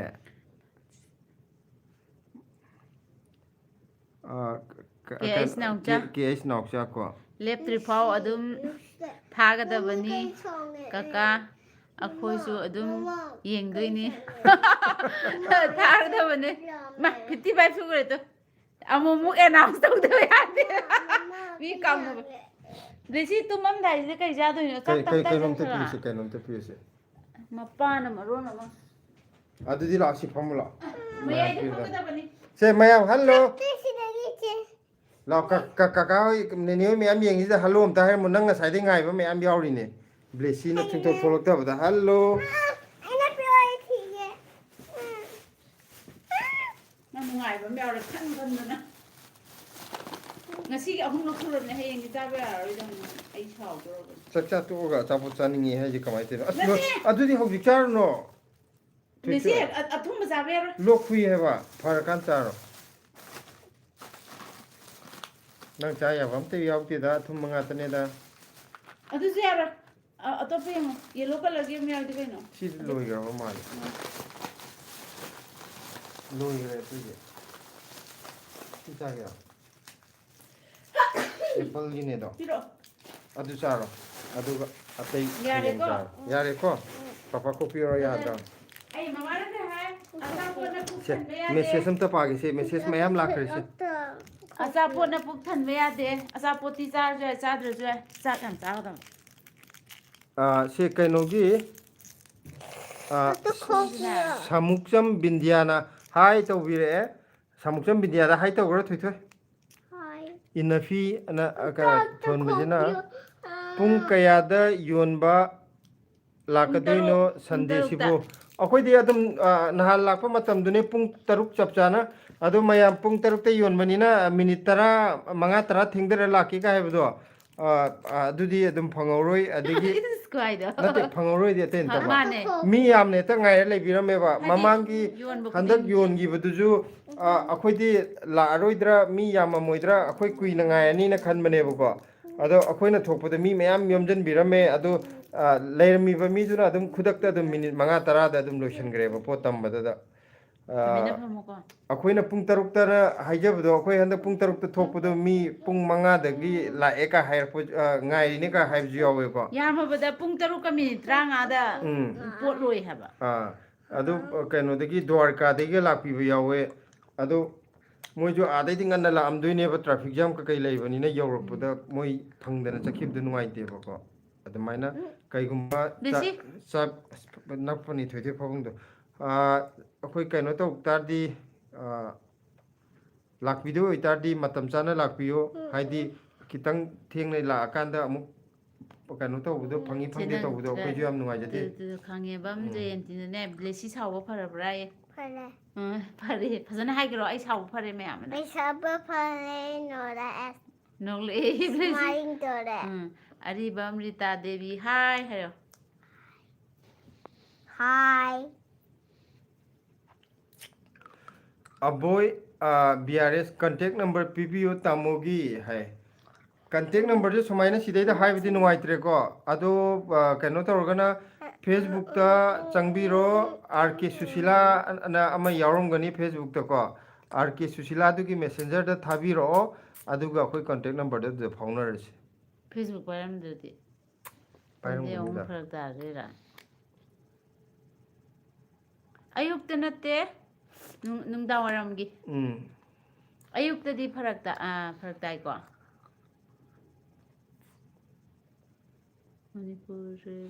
ꯑꯌꯨꯛꯇ ꯅꯠꯇꯦ ꯑꯩꯈꯣꯏ ꯅꯨꯃꯤꯗꯥꯡ ꯋꯥꯏꯔꯝ ꯏꯚꯤꯅꯤꯡꯒꯤ 6 ꯄꯨꯡ PM 3 ꯑꯦꯛꯖꯦꯛ ꯍꯥꯏꯇꯥꯔꯦ ꯑꯩꯈꯣꯏ ꯊꯣꯛꯆꯔꯛꯀꯗꯣꯏꯁꯦ ꯍꯥꯏ ꯇꯧꯔꯛꯑꯦ ꯁꯤ ꯀꯩꯅꯣ ꯖꯣꯟꯅ ꯍꯥꯏ ꯇꯧꯔꯛꯏꯕ ꯃꯈꯨꯠꯇꯨꯅ ꯀꯅꯥꯅꯣ ꯆꯦꯆꯦ ꯆꯧꯕꯤ ꯆꯪꯉꯛꯑꯦ ꯆꯥꯛ ꯆꯥꯔꯕꯣ ꯁꯅꯥ ꯍꯥꯏꯔꯛꯑꯦ ꯀꯅꯥꯒꯤ ꯁꯨꯃꯥꯏꯅ ꯖꯣꯀꯔꯅ ꯁꯨꯃꯥꯏꯅ ꯇꯧꯔꯛꯏꯕ ꯍꯥꯏꯌꯦꯅ ꯆꯦꯆꯦ ꯆꯧꯕꯤ ꯂꯥꯛꯑꯦ ꯇꯨ ꯆꯥꯛ ꯆꯥꯔꯕꯣ ꯁꯅꯥ ꯍꯥꯏꯔꯦ ꯇꯨ ꯁꯤ ꯆꯦꯆꯦ ꯆꯧꯕꯤꯅꯤ ꯆꯥꯔꯦ ꯍꯥꯏꯈ꯭ꯔꯣ ꯈꯨꯝꯈ꯭ꯔꯣ ꯆꯥꯔꯦ ꯑꯩꯈꯣꯏ ꯆꯦꯆꯦ ꯆꯧꯕꯤ ꯂꯥꯛꯑꯅꯤ ꯅꯪꯒꯤ ꯀꯩꯅꯣ ꯇꯧꯔꯒꯦ ꯀꯩ ꯄꯣꯔꯛꯑꯣ ꯍꯥꯏꯅꯣ ꯀꯔꯤ ꯑꯆꯥꯄꯣꯠ ꯆꯥꯗꯣꯏꯅꯣ ꯂꯩꯄꯥꯛꯁꯨ ꯅꯦꯅꯦꯅ ꯂꯩꯈ꯭ꯔꯦ ꯌꯥꯔꯦ ꯑꯩꯒꯤ ꯂꯩꯕꯤꯔꯅꯨ ꯁꯤꯗ ꯑꯣꯏꯅ ꯂꯥꯛꯑꯒ ꯑꯍꯥꯎꯕ ꯆꯥꯔꯁꯦꯀꯣ ꯃꯦꯝꯆꯥ ꯍꯥꯏꯔꯣ ꯃꯦꯝꯆꯥ ꯕꯁꯁꯇꯤ ꯃꯌꯨꯝ ꯕ꯭ꯂꯦꯁꯤ ꯑꯣꯏꯔꯝꯒꯅꯦꯕ ꯀꯔꯤ ꯆꯥꯏꯅꯣꯌꯦ ꯕ꯭ꯂꯦꯁꯤ ꯀꯔꯤ ꯆꯥꯔꯤꯅꯣ ꯍꯥꯏꯔꯦ ꯇꯣꯐꯤ ꯍꯥꯏꯈ꯭ꯔꯣ ꯃꯤꯊꯥꯏ ꯑꯗꯨꯅꯤ ꯇꯣꯐꯤ ꯍꯥꯏꯁꯦ ꯑꯗꯨꯅꯦ टॉफी को ꯌꯥꯔꯦ ꯂꯣꯛꯈꯨꯔꯦ चॉकलेट को मिठाई ꯌꯥꯝ हाँ ꯇꯣꯝꯕ हाँ हाँ ꯒꯨꯗ ꯅꯥꯏꯠ ꯁꯤ ꯌꯨ ꯇꯨꯝꯃꯨꯔꯣ ꯕ꯭ꯔꯣ ꯍꯥꯏꯔꯛꯑꯦ ꯒꯨꯗ ꯅꯥꯏꯠ ꯇꯣꯝꯕ ꯁꯃꯨꯛꯆꯝ ꯕꯤꯟꯗꯤꯌꯥꯗꯣ ꯕꯤꯟꯗꯤꯌꯥ ꯑꯃ ꯍꯥꯏ ꯕ꯭ꯂꯦꯁꯤ ꯍꯥꯏꯔꯦꯀꯣ KH ꯅꯥꯎꯆꯥ हाय ꯀꯀꯥ ꯍꯣꯏꯒꯤ ꯐꯦꯃꯤꯂꯤꯅ ꯃꯩꯇꯩ ꯑꯩꯈꯣꯏꯒꯤ ꯆꯠꯅꯕꯤꯗ ꯃꯄꯥꯟ ꯂꯝꯗ ꯂꯩꯔꯁꯨ ꯉꯥꯛꯅ ꯆꯠꯄꯤꯕꯒꯤꯗꯃꯛꯇ ꯊꯃꯣꯏ ꯀꯠꯄꯤꯕ ꯊꯧꯅꯥ ꯂꯩꯅ ꯍꯣꯠꯅꯕꯤꯕ ꯃꯩꯇꯩ ꯑꯩꯈꯣꯏꯒꯤ ꯐꯤꯖꯦꯠ ꯂꯩꯇꯦꯡꯕꯨ ꯁꯛ ꯇꯥꯛꯄꯤꯕꯗꯨ ꯃꯩꯇꯩꯅꯤ ꯍꯥꯏꯕꯗු ꯆꯥꯎꯊꯣꯛꯆꯩ ꯍꯥꯏꯕꯅꯤ. Thank you ꯅꯥꯎꯆꯥ. ꯅꯥꯎꯆꯥꯅ ꯌꯥꯝ ꯅꯨꯡꯁꯤꯅ ꯍꯥꯏꯕꯤꯔꯛꯑꯦꯀꯣ. ꯑꯕꯣꯏ BRS ꯍꯥꯏꯕꯅꯤ. ꯂꯥꯛꯆꯒꯦ, ꯈꯔ ꯌꯥꯝꯅ ꯂꯧꯖꯒꯦ. ꯍꯋꯥꯏꯖꯥꯔꯁꯦ ꯄꯥꯝꯖꯩ. ꯅꯣꯔꯠ ꯁꯥꯏꯗꯇ ꯂꯩꯖꯕꯅꯦ. ꯑꯣ, ꯅꯣꯔꯠ ꯁꯥꯏꯗꯇ ꯑꯣꯏꯔꯗꯤ ꯈꯤꯇꯪ ꯉꯟꯅ ꯌꯧꯕꯤꯔꯣ. ꯌꯥꯔꯒꯗꯤ ꯄꯨꯡ 6 ꯐꯥꯠꯇ꯭ꯔꯤꯉꯩꯗꯕꯨ ꯌꯧꯕꯤꯔꯛꯑꯣ. ꯑꯇꯩꯒꯤ ꯑꯗꯣ ꯅꯠꯇꯕ. ꯈꯥꯛꯑꯝꯁꯤꯔꯣ? ꯁꯤꯌꯣꯔ ꯂꯥꯛꯇꯣꯏꯗꯤ ꯈꯔ ꯑꯗꯨꯒ ꯊꯥꯞꯅ ꯂꯥꯛꯄꯅꯤꯅ ꯄꯨꯡ 6ꯀꯤ ꯃꯃꯥꯡꯗ ꯑꯁꯦꯡꯕ ꯂꯥꯛꯇꯣꯏ ꯑꯣꯏꯔꯒꯗꯤ, ꯍꯥꯏꯗꯤ ꯅꯍꯥꯟ ꯗ꯭ꯋꯥꯔꯀꯥꯗꯩꯁꯨ ꯌꯥꯝ ꯊꯥꯞꯅ ꯂꯥꯛꯑꯒ ꯐꯪꯗꯦ ꯆꯠꯈꯤꯕꯗꯨ ꯅꯨꯡꯉꯥꯏꯇꯦꯕꯀꯣ. ꯁꯣꯏꯗꯅ ꯂꯥꯛꯀꯗꯣꯏꯔꯥ? ꯑꯗꯨ ꯑꯣꯏꯇꯥꯔꯗꯤ ꯆꯥꯎꯔꯥꯛꯄ ꯑꯩ 2 ꯂꯧꯒꯦ, 3 ꯂꯧꯒꯦ, 4 ꯂꯧꯒꯦꯕꯨ ꯍꯥꯏꯔꯁꯨꯀꯣ. ꯑꯩꯈꯣই ꯌꯦꯡꯉꯁꯨ ꯌꯦꯡꯖꯔꯝꯒꯦ. ꯑꯗꯣ ꯈꯤꯇꯪ ꯉꯟꯅꯗꯤ ꯂꯥꯛꯄꯤꯌꯣ. 6 ꯇꯥꯗ꯭ꯔꯤꯉꯩꯗ ꯌꯧꯕꯤꯔꯛꯑꯣ. ꯑꯣ, ꯀꯩꯁꯨ ꯀꯥꯏꯗꯦ. ꯋꯥꯈꯜꯒꯤ ꯀꯩꯅ ꯕ꯭ꯂꯦꯁꯤ ꯌꯥꯔꯕ꯭ꯔꯥꯅꯦ ꯆꯤꯆꯦꯅ ꯅꯪ ꯂꯩꯔꯛꯇ꯭ꯔꯁꯨ? ꯑꯗꯨꯃꯥꯏꯅ ꯂꯣꯡꯅ ꯍꯦꯛꯄ ꯅꯨꯃꯤꯠ ꯑꯁꯦꯡꯕ ꯍꯥꯏꯅꯔꯒ ꯌꯥꯔꯕ꯭ꯔꯥꯅꯦ? ꯂꯩꯔꯛꯇ꯭ꯔꯁꯨ ꯌꯥꯔꯦ ꯁ꯭ꯋꯥꯏꯗꯒꯤ ꯃꯥ. ꯂꯣꯡꯅ ꯍꯦꯛꯄꯅ ꯄꯟꯒꯅꯤ ꯍꯥꯏꯕ. ꯑꯩ ꯆꯥꯟꯕꯤꯁꯦ ꯉꯥꯡꯅ ꯆꯥꯔꯤꯉꯩꯗ ꯃꯤꯊꯥꯏ ꯁꯛꯅꯕ ꯆꯥꯔꯒ ꯌꯥꯗꯦ. ꯑꯗꯨꯃꯥꯏꯅ ꯍꯤꯞꯄ ꯌꯥꯗꯦ. ꯁꯤ ꯈꯅꯥꯎꯗ ꯆꯪꯈꯤꯅꯦꯕ. ꯑꯗꯨꯅ ꯍꯤꯞꯄ ꯌꯥꯗꯦ, ꯇꯨꯝꯕ ꯌꯥꯗꯦ. ꯁꯦ ꯋꯥꯈꯜꯒꯤ ꯄꯨꯀꯩꯅ ꯃꯥ ꯌꯨꯝꯗꯒꯤ ꯀꯣꯜ ꯂꯥꯛꯄꯩ ꯂꯦꯞꯄꯨꯔꯦꯌꯦ. ꯇꯥꯎꯅ ꯁꯥꯎꯕ ꯌꯥꯗꯦꯀꯣ ꯍꯥꯏꯔꯣ ꯃꯥꯏꯁꯦ? ꯍꯣꯏ ꯑꯦ, ꯍꯣꯏ. ꯀꯩꯗꯧꯕꯩ ꯁꯥꯎꯗꯣꯏꯅꯣ? ꯑꯗꯨ ꯀꯩꯅꯣ ꯌꯥꯝ ꯃꯔꯨ ꯀꯩꯅꯣꯗ ꯌꯨꯝꯒꯤ ꯀꯩꯅꯣꯗꯨꯗꯤ ꯋꯥꯔꯤ ꯁꯥꯇꯥꯕꯅꯦ. 100%ꯗꯤ ꯌꯧꯈ꯭ꯔꯦ ꯁꯤꯂꯥ. ꯑꯗꯨ ꯆꯠꯄ꯭ꯔꯥ ꯌꯦꯡꯁꯦ. ꯑꯩ ꯑꯦꯛꯁꯇ꯭ꯔꯥꯗꯤ ꯐꯪꯒꯗꯧꯅꯦꯕꯀꯣ. ꯑꯣ, ꯑꯗꯨꯗꯤ ꯉꯥꯏꯔꯝꯃꯒꯦꯀꯣ. ꯁꯣꯏꯗꯅ ꯂꯥꯛꯑꯣ. ꯎꯝ. ꯑꯩꯗꯤ ꯂꯥꯏꯚ ꯂꯣꯏꯈ꯭ꯔꯦꯅ ꯄꯥꯈꯠꯂꯨꯔꯦ. ꯂꯣꯏꯗ꯭ꯔꯤ, ꯑꯩꯈꯣꯏ ꯂꯥꯏꯚ ꯂꯣꯏꯖꯗ꯭ꯔꯤ. ꯑꯩꯈꯣꯏ ꯏꯅꯥꯎ ꯉꯥꯏꯔꯤꯅꯤ ꯀꯩꯅꯣ. ꯏꯅꯥꯎ ꯊꯦꯡꯅꯗꯅ ꯑꯩꯈꯣꯏ ꯂꯣꯏꯁꯟ ꯌꯥꯄꯣꯟꯇꯦ. ꯁꯣꯏꯗꯅ ꯂꯥꯛꯆꯒꯦ ꯇꯥꯃꯣ. ꯍꯣꯏ, ꯂꯥꯛꯄꯤꯌꯣ. ꯄꯨꯡ 6 ꯇꯥꯗ꯭ꯔꯤꯉꯩꯗ ꯌꯧꯕꯤꯔꯛꯑꯣ. ꯍꯥꯏꯗꯤ ꯂꯝꯗꯣ ꯊꯥꯞꯅ ꯂꯥꯛꯇꯣꯏꯅꯤꯅ. ꯑꯃꯨꯛ ꯂꯥꯛꯁꯨ ꯂꯥꯛꯄ, ꯐꯪꯁꯨ ꯐꯪꯍꯧꯗꯕꯗꯤ ꯅꯨꯡꯉꯥꯏꯇꯦꯕꯀꯣ. ꯁꯤꯒꯤ ꯕꯤꯁꯦ ꯃꯇꯣꯟꯗ ꯑꯗꯨꯝ ꯀꯛꯈ꯭ꯔ ꯃꯥꯜꯂꯦ. ꯎꯝ. ꯌꯥꯝ ꯅꯨꯡꯉꯥꯏꯌꯦ. ꯀꯛꯅꯗ꯭ꯔꯦ ꯑꯩꯈꯣꯏꯅ. ꯆꯦꯆꯦꯒꯤ ꯗꯦꯠ 9ꯗ ꯊꯦꯡꯅꯔꯁꯤ. ꯑꯗꯨꯗꯤ ꯗꯦꯠ 9ꯗ ꯊꯦꯡꯅꯔꯁꯤ. ꯆꯦꯆꯦꯅ ꯊꯣꯏꯊꯣꯏ. ꯑꯁ, ꯂꯥꯎꯔꯛꯑꯦ ꯁ꯭ꯋꯥꯏꯗꯩ. ꯏꯌꯥꯝꯕ ꯍꯣꯏꯒꯤ RH ꯑꯁꯦꯡꯕ ꯈꯨꯃꯟ. ꯏꯌꯥꯝꯕ ꯂꯝꯁꯤ ꯍꯣꯏꯒꯤ ꯑꯁꯦꯡꯕ ꯂꯝꯁꯤ ꯀꯥꯏꯗꯒꯤꯅꯣ? ꯑꯩꯈꯣꯏꯗꯤ ꯀꯩꯅꯣꯗꯒꯤꯅꯦ, ꯐꯨꯝꯂꯧ ꯁꯤꯐꯥꯏꯗꯒꯤꯅꯦ. ꯐꯨꯝꯂꯧ ꯁꯤꯐꯥꯏ ꯍꯥꯏꯕꯁꯦ ꯃꯌꯥꯝ ꯈꯪꯗꯕꯁꯨ ꯌꯥꯎꯔꯝꯕ ꯌꯥꯏꯀꯣ. ꯑꯩꯈꯣꯏꯒꯤ ꯂꯝꯁꯥꯡꯗꯒꯤ ꯑꯋꯥꯡꯂꯣꯝ ꯆꯠꯂꯒ ꯃꯌꯥꯡꯂꯪꯖꯤꯡ ꯂꯩꯕꯗꯣ, ꯐꯨꯝꯂꯧ ꯍꯥꯏꯔꯗꯤꯀꯣ ꯈꯔꯁꯨ ꯈꯪꯅꯩ. ꯐꯨꯝꯂꯧ ꯁꯤꯐꯥꯏ, ꯐꯨꯝꯂꯧ ꯑꯃꯠꯇꯅꯦ. ꯍꯥꯏꯗꯤ ꯂꯩꯀꯥꯏ ꯑꯃꯒꯨꯝꯕꯅꯦ ꯍꯥꯏꯇꯥꯔꯦ. ꯃꯌꯥꯡꯂꯪꯖꯤꯡꯒ ꯍꯦꯛ ꯊꯪꯅꯕ ꯁꯔꯨꯛꯇꯨꯅ ꯐꯨꯝꯂꯧ ꯁꯤꯐꯥꯏ ꯍꯥꯏꯕ. ꯁꯝꯅ ꯍꯥꯏꯔꯕꯗ ꯈꯨꯔꯈꯨꯜ ꯂꯥꯏꯟꯗꯣ. ꯈꯨꯔꯈꯨꯜ ꯂꯥꯏꯟꯗ ꯌꯧꯗ꯭ꯔꯤꯉꯩꯗ ꯂꯩꯗꯣꯏꯅꯤ. ꯈꯨꯔꯈꯨꯜꯗꯤ ꯑꯁꯣꯝꯂꯣꯝꯗꯩ ꯂꯥꯛꯑꯁꯨ ꯌꯥꯏ. ꯐꯩꯗꯤꯡꯒꯥꯔꯣꯝꯗꯒꯤ, ꯐꯩꯗꯤꯡꯒꯥꯔꯣꯝꯗꯩ, ꯈꯣꯡꯍꯥꯝꯄꯥꯠꯂꯣꯝꯗꯒꯤ. ꯑꯗꯨ ꯁꯔꯨꯛꯄꯨꯗꯤ ꯈꯣꯡꯍꯥꯝꯄꯥꯠꯂꯣꯝꯗꯒꯤ. ꯃꯌꯥꯡꯂꯪꯖꯤꯡꯒ ꯊꯪꯅꯕꯗꯣ ꯍꯥꯏꯕꯗꯨꯅ ꯐꯠꯇ꯭ꯔꯣ? ꯃꯌꯥꯡꯂꯥꯡꯖꯤꯡꯁꯦ ꯃꯤ ꯌꯥꯝ ꯈꯪꯅꯕ꯭ꯔꯕ? ꯃꯌꯥꯡꯂꯪꯖꯤꯡꯗꯤ ꯑꯗꯨꯝ ꯈꯪꯉꯤ. ꯑꯩꯈꯣꯏꯔꯣꯝꯗꯩ ꯐꯨꯝꯂꯧ ꯑꯩꯈꯣꯏꯅ ꯁꯤꯐꯥꯏ. ꯑꯃꯨꯛ ꯃꯌꯥꯡꯂꯥꯡꯖꯤꯡꯁꯦ ꯈꯪꯗꯦ. ꯈꯨꯔꯈꯨꯜ ꯍꯥꯏꯔꯒꯅ ꯑꯃꯨꯛ ꯈꯪꯉꯦꯕ. ꯑꯗꯨ ꯂꯝꯁꯥꯡ. ꯁꯨꯃꯥꯏꯅ ꯂꯝꯁꯥꯡꯒ ꯈꯨꯔꯈꯨꯜꯒꯒꯤ ꯀꯥꯔꯛꯇ ꯂꯝꯕꯤ ꯆꯤꯡꯕ ꯃꯌꯥꯝ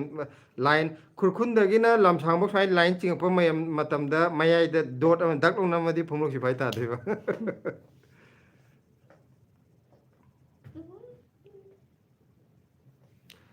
ꯑꯩꯁ꯭ꯋꯤꯅꯤ ꯑꯕꯨꯖꯝ ꯍꯥꯏ ꯃꯥꯅꯦꯀꯣ. ꯎꯝ. ꯀꯟꯅ ꯍꯣꯠꯅꯕꯤꯌꯨ ꯑꯣꯖꯥ. ꯄꯨꯛꯅꯤꯡ ꯊꯧꯒꯠꯆꯔꯤ. ꯊꯦꯡꯛ ꯌꯨ ꯑꯣꯖꯥ. 64 ꯌꯧꯔꯦ. ꯑꯁ, ꯂꯥꯏꯛ ꯌꯥꯝ ꯑꯃꯨꯛ ꯍꯥꯏꯌꯣ, ꯌꯧꯈ꯭ꯔꯦꯍꯦ. ꯑꯃꯨꯛ ꯍꯥꯏꯌꯣ. ꯑꯩꯈꯣꯏꯒꯤ ꯂꯥꯏꯐꯁꯤꯕꯨ ꯅꯣꯛꯄꯗ ꯁꯤꯔꯦ. ꯑꯩꯈꯣꯏꯒꯤ ꯂꯥꯏꯐꯁꯤ ꯌꯥꯎꯕꯤꯔꯤꯕ ꯑꯃꯗꯤ ꯌꯦꯡꯕꯤꯔꯤꯕ ꯃꯌꯥꯝ, ꯑꯅꯧꯕ ꯆꯪꯉꯛꯄꯁꯤꯡꯅ ꯑꯅꯧꯕ ꯆꯪꯉꯛꯄꯁꯤꯡ, ꯑꯩꯈꯣꯏ ꯏꯁꯥꯒꯤ ꯃꯣꯕꯥꯏꯜꯒꯤ ꯃꯃꯥꯏꯗꯨꯗ ꯈꯨꯄꯥꯛꯅ 2ꯔꯛꯇꯪ ꯁꯦꯠ ꯁꯦꯠ ꯊꯥꯖꯤꯟꯕꯤꯌꯨ. ꯂꯥꯏꯛ ꯑꯣꯟꯊꯣꯛꯍꯟꯁꯦ. ꯃꯦꯖꯤꯛ ꯑꯃ ꯇꯧꯖꯒꯦ. ꯍꯥꯏꯗꯤ ꯋꯥꯔꯤ ꯁꯥꯟꯅꯕꯗ ꯑꯗꯨꯝ ꯀꯥꯎꯋꯦ ꯍꯥꯏꯌꯦ. ꯑꯗꯣ ꯑꯩꯈꯣꯏꯁꯨ ꯉꯁꯤꯅ ꯑꯍꯥꯟꯕꯅꯤꯀꯣ. ꯒꯨꯗ ꯑꯩꯈꯣꯏꯁꯨ ꯅꯥꯏꯠ ꯕ꯭ꯂꯦꯁꯤ ꯍꯥꯏꯔꯦ. ꯑꯩꯈꯣꯏ ꯃꯔꯨꯞ ꯑꯃꯅ ꯁꯪꯒꯣꯝꯆꯝ ꯍꯥꯏꯔꯛꯄꯗꯒꯤ ꯍꯟꯖꯟ ꯕꯤꯟꯗꯤꯌꯥꯅ. ꯍꯟꯖꯟꯅ ꯇꯧꯔꯤꯅꯤ. ꯅꯪ ꯄꯥꯈ꯭ꯔꯕ ꯕꯤꯟꯗꯤꯌꯥꯒꯤꯁꯦ? Good night good Blessy night. ꯍꯥꯏꯔꯦꯀꯣ. Good night. Blessy good night ꯍꯥꯏꯔꯣ ꯂꯥꯎ. ꯑꯌꯦꯛꯄꯝ ꯂꯥꯡꯂꯦꯟ.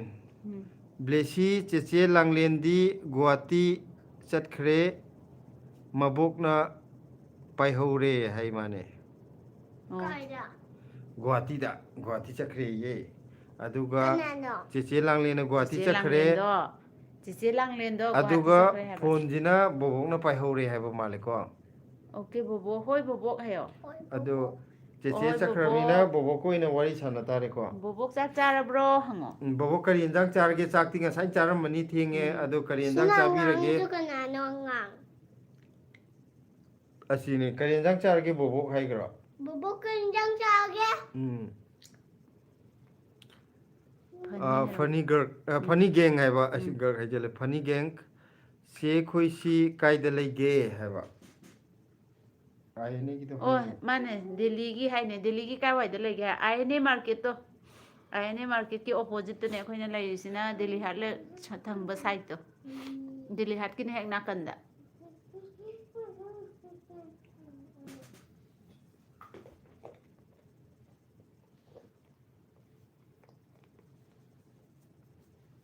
mitche arang me sum yengude mit nuai adu ne ai di pareng ama khatang de ong khara phai bu ko mayam ani ong gu suru puje ai kanom taw ni Doraemon. Doraemon. Doraemon.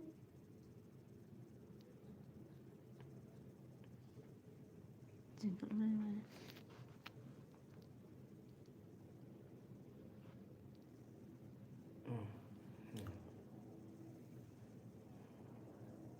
60 ꯌꯧꯔꯦꯍꯦ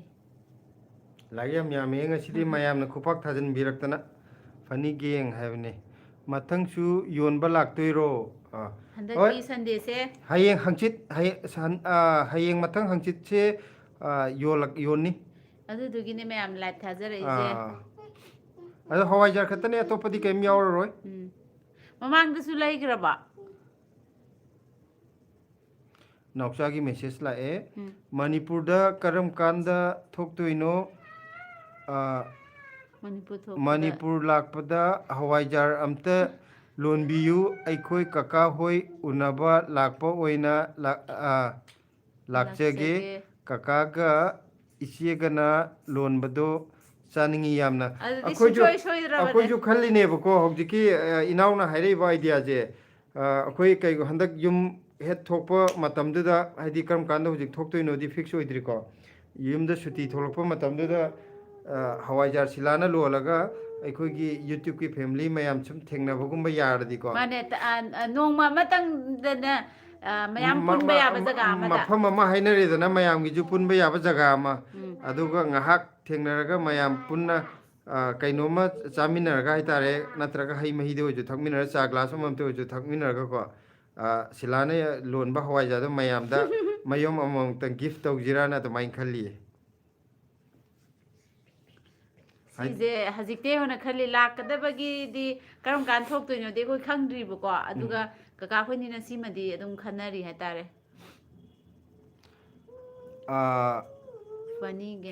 ꯐꯅꯤ ꯒꯦꯡꯅ ꯂꯩꯗ꯭ꯔꯤ ꯅꯍꯥꯟ ꯚꯤꯗꯤꯑꯣꯗ ꯊꯦꯡꯅꯖꯕꯅꯦ ꯍꯥꯏꯕꯀꯣ ꯑꯕꯦ ꯂꯥꯏꯁ꯭ꯔꯝꯅ ꯕ꯭ꯂꯦꯁꯤꯅ ꯋꯥ ꯉꯥꯡꯕꯁꯦ ꯇꯥꯕ ꯌꯥꯝꯅ ꯅꯨꯡꯉꯥꯏꯌꯦ ꯍꯥꯏꯕꯅꯦ ꯑꯁꯦ ꯑꯝꯇ ꯏꯁꯩ ꯑꯝꯇ ꯁꯛꯎ ꯂꯥꯎꯁꯦ ꯑꯧ ꯀꯨꯏꯔꯦ ꯅꯪꯒꯤ ꯀꯩꯅꯣꯗꯣ ꯉꯁꯤ ꯂꯥꯁ ꯑꯣꯏꯅ ꯑꯝꯇꯪ ꯁꯛꯑꯁꯤ ꯂꯥꯛꯑꯣ ꯉꯁꯤꯒꯤ ꯈꯪꯅꯗꯣ ꯑꯃꯨꯛꯇꯪ ꯁꯛꯑꯁꯤ ꯉꯁꯥꯏ ꯍꯧꯗꯣꯛꯄꯗꯁꯨ ꯁꯛꯑꯦꯗꯅ ꯉꯥꯏꯍꯥꯛ ꯂꯩꯗꯤ ꯂꯥꯏꯚ ꯂꯣꯏꯁꯤꯜꯂꯗꯧꯅꯤ ꯑꯝꯇ ꯍꯧꯒꯠꯂꯛꯑꯣ ꯅꯪ ꯏꯁꯩꯗꯣ ꯁꯛꯑꯣ ꯑꯗꯨꯒ ꯂꯣꯏꯗꯣꯏꯅꯤ ꯑꯗꯨꯗꯤ ꯁꯛꯑꯣ ꯂꯥꯛꯑꯣ ꯕ꯭ꯂꯦꯁꯤ ꯁꯟꯗꯦꯗ ꯊꯦꯡꯅꯔꯁꯦ ꯅꯦꯅꯦ ꯇꯨꯝꯂꯒꯦ ꯒꯨꯗ ꯅꯥꯏꯠ ꯍꯥꯏꯔꯛꯑꯦ ꯅꯦꯅꯦ ꯃꯦꯔꯤꯅ ꯒꯨꯗ ꯅꯥꯏꯠ ꯍꯥꯏꯈ꯭ꯔꯣꯁꯦ ꯁꯥꯟꯅꯁꯦ ꯑꯗꯨ ꯏꯁꯩꯗꯣ ꯁꯛꯇꯣꯛꯑꯣ ꯒꯨꯗ ꯅꯥꯏꯠ ꯑꯝꯇ ꯍꯥꯏꯈ꯭ꯔꯣ ꯐꯖꯅ ꯁꯛꯑꯣꯁꯦ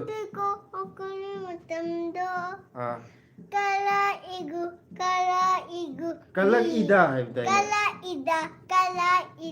Pidya Sakhi Sida yemo Khangna chahiye Gaya suna Napi tali Nande mate Langi kiya Haidi masi maron je khara sudabanebako adusu yam phajana sak leirambane loire Very good ꯅꯥꯎꯆꯥꯒꯤ ꯁꯨ ꯍꯋꯥꯏꯖꯥꯔ ꯆꯥꯕ ꯅꯦꯅꯦ ꯃꯦꯔꯤꯗ good night ꯑꯝꯇ ꯍꯥꯏꯈ꯭ꯔꯣꯁꯦ ꯐꯪꯉꯗꯤ ꯌꯥꯔꯦ ꯗꯥꯗꯥ ꯊꯣꯛꯂꯛꯑꯝꯗꯥꯏꯗ live ꯊꯥꯕꯤꯔꯛꯑꯣ ꯀꯀꯥ ꯍꯥꯏ ꯃꯥꯅꯦ live ꯊꯥꯔꯛꯀꯅꯤ ꯑꯗꯒꯤ ꯑꯩꯈꯣꯏ ꯚꯤꯗꯤꯑꯣꯗꯁꯨ ꯊꯣꯛꯂꯛꯄ ꯃꯇꯝꯗ ꯑꯞꯗꯦꯠ ꯂꯣꯏ ꯇꯧꯖꯅꯤꯀꯣ ꯍꯥꯏꯗꯤ ꯃꯌꯥꯝ ꯄꯨꯟꯁꯦ ꯈꯣꯠꯁꯦ ꯍꯥꯏꯇꯥꯔꯗꯤ ꯑꯗꯨꯗꯨꯒ ꯃꯌꯥꯝꯒꯤ ꯁꯨꯝ ꯍꯪꯅꯔꯒꯀꯣ ꯇꯥꯏꯃꯤꯡ ꯑꯃ ꯂꯦꯞꯁꯦꯕ ꯑꯗꯨꯗꯨꯒ ꯀꯩꯅꯣ ꯎꯅꯅꯕ ꯑꯕꯦ ꯂꯥꯏꯁ꯭ꯔꯝꯅ ꯋꯥꯎ ꯕ꯭ꯂꯦꯁꯤ ꯍꯥꯏꯔꯛꯑꯦꯀꯣ ꯊꯦꯡꯛ ꯌꯨ ꯍꯥꯏꯈ꯭ꯔꯣ ꯑꯗꯨꯒ ꯅꯥꯎꯆꯥꯅ ꯏꯁꯩ ꯌꯥꯝ ꯏꯁꯩ ꯌꯥꯝ ꯍꯩꯌꯦ ꯍꯩꯌꯦ ꯍꯥꯏꯔꯛꯑꯦ. ꯅꯨꯡꯁꯤꯃꯜꯂꯦ ꯍꯥꯏꯔꯛꯑꯦ ꯑꯩꯁ꯭ꯋꯅꯤ ꯑꯕꯨꯖꯝ ꯍꯥꯏꯔꯦ ꯌꯥꯝ ꯍꯩꯔꯦ ꯕ꯭ꯂꯦꯁꯤꯁꯦ ꯃꯥꯒꯤ ꯒꯤꯇꯔꯗꯣ ꯌꯥꯎꯍꯜꯂꯣ ꯍꯥꯏ ꯀꯩꯅꯣꯗ ꯇꯦꯛꯈ꯭ꯔꯦ. ꯇꯦꯛꯈ꯭ꯔꯕꯣ ꯑꯩꯒꯤ ꯐꯠꯀꯔꯦ ꯂꯪꯗꯣ ꯃꯥꯒꯤ ꯇꯔꯥꯗꯣ ꯇꯔꯥ ꯑꯃ ꯅꯥꯟꯊꯣꯛꯄ ꯃꯥꯜꯂꯦ ꯇꯔꯥꯗꯣ ꯂꯪꯗꯣ ꯇꯠꯈ꯭ꯔꯦ ꯁꯤꯁꯦ ꯍꯌꯦꯡ ꯄꯄꯥ ꯁꯦꯝꯒꯦ ꯑꯌꯨꯛꯇ ꯀꯀꯥꯅ ꯑꯝꯇ ꯍꯧꯒꯠꯂꯛꯑꯣꯌꯦ ꯂꯞꯁꯥꯏ ꯃꯌꯥꯝ ꯄꯤꯔꯛꯑꯦ ꯁꯦ ꯑꯃꯨꯛꯇꯪ ꯂꯥꯛꯑꯣ. ꯑꯃꯨꯛꯇꯪ ꯍꯧꯒꯠꯂꯝꯃꯨꯇꯨ ꯀꯀꯥ ꯉꯁꯥꯏꯗꯤ ꯅꯪ ꯁꯥꯎꯕꯗꯣ ꯑꯌꯨꯃ. ꯀꯀꯥ ꯅꯨꯡꯉꯥꯏꯇ꯭ꯔꯦ ꯕ꯭ꯂꯦꯁꯤ ꯍꯥꯏꯕꯅꯤ ꯁꯥꯎꯕ ꯐꯔꯦ ꯑꯝꯇ ꯕ꯭ꯂꯦꯁꯤ ꯍꯥꯏꯒ꯭ꯔꯣ. ꯁꯥꯎꯕ ꯐꯔꯦ ꯑꯝꯇ ꯍꯥꯏꯈ꯭ꯔꯣꯁꯦ ꯑꯩ ꯁꯥꯕ ꯐꯔꯦ ꯐꯖꯅ ꯍꯥꯏꯌꯣ ꯀꯀꯥ ꯆꯥꯛ ꯆꯥꯔꯕꯣ. ꯀꯅꯥꯅꯣ ꯀꯀꯥ ꯀꯣꯏꯕ ꯆꯠꯄ ꯄꯨꯕꯤꯅꯤ ꯍꯥꯏꯕ ꯀꯀꯥꯗꯣ ꯑꯩꯈꯣꯏ ꯀꯀꯥꯗꯣ ꯀꯀꯥ ꯄ꯭ꯔꯦꯝ. ꯅꯪꯅ ꯁꯤꯗ ꯂꯥꯛꯀꯅꯤ ꯊꯣꯏꯊꯣꯏꯒ ꯀꯣꯏꯕ ꯆꯠꯀꯅꯤ ꯍꯥꯏꯕꯗꯣ ꯁꯥꯎꯕꯗꯣ ꯃꯥ ꯁꯥꯎꯕ ꯐꯔꯕ ꯃꯥꯗꯤ ꯁꯥꯎ ꯃꯥꯗꯤ ꯐꯈ꯭ꯔꯦ ꯁꯥꯎꯈꯤꯗꯦ. ꯃꯥꯗꯤ ꯁꯥꯎꯗꯦ ꯕ꯭ꯂꯦꯁꯤꯅ ꯕ꯭ꯂꯦꯁꯤꯅ ꯉꯁꯥꯏ ꯁꯥꯎꯕꯗꯨꯗꯅꯦ ꯃꯥ ꯁꯥꯎꯕꯅꯦ ꯅꯨꯡꯉꯥꯏꯇ꯭ꯔꯤꯕ. ꯀꯀꯥꯅ ꯁꯥꯎꯔꯅꯨ ꯍꯥꯏꯔꯛꯈ꯭ꯔꯕꯅꯦ ꯅꯪ ꯁꯥꯎꯗ꯭ꯔꯦ ꯍꯥꯏꯈ꯭ꯔꯣ ꯀꯀꯥꯗ ꯁꯥꯎꯗ꯭ꯔꯦ ꯀꯟꯅ ꯍꯥꯏꯌꯣ ꯁꯥꯎꯗꯦ ꯀꯀꯥ ꯀꯀꯥꯗ ꯑꯩꯈꯣꯏꯗ ꯂꯞ ꯌꯨ ꯀꯣꯏꯔꯛꯑꯣ ꯁꯨꯃꯥꯏꯅ ꯍꯥꯏꯌꯣ. ꯑꯝꯇ ꯇꯧꯈ꯭ꯔꯣ ꯅꯪ ꯀꯃꯥꯏꯅ ꯇꯧꯕ ꯀꯀꯥꯒꯤ ꯅꯨꯡꯁꯤꯕꯤ ꯑꯝꯇ ꯇꯧꯈ꯭ꯔꯣ ꯑꯗꯨꯅꯤꯗꯅ ꯅꯪ ꯉꯁꯤ ꯂꯝꯖꯦꯟ ꯆꯦꯟꯕꯗ ꯅꯪꯅ ꯐꯥꯁ ꯇꯥꯏ ꯍꯥꯏꯗꯥꯏꯅꯦ. ꯀꯀꯥꯗ ꯑꯗꯣ ꯐꯖꯅ ꯇꯝꯈ꯭ꯔꯣ ꯑꯝꯇ ꯀꯀꯥꯗ ꯍꯥꯏꯈ꯭ꯔꯣ. ꯑꯝꯇ ꯍꯥꯏꯈ꯭ꯔꯣ ꯁ꯭ꯀꯨꯜꯗ ꯂꯝꯖꯦꯟ ꯆꯦꯟꯕꯗ ꯑꯩꯅ ꯐꯥꯁ ꯇꯥꯏ ꯍꯥꯏꯈ꯭ꯔꯣ ꯑꯩꯅ ꯀꯀꯥꯗ ꯂꯝꯖꯦꯟ ꯀꯟꯅ ꯆꯦꯜꯂꯤꯗꯤ ꯐꯪꯈ꯭ꯔꯦ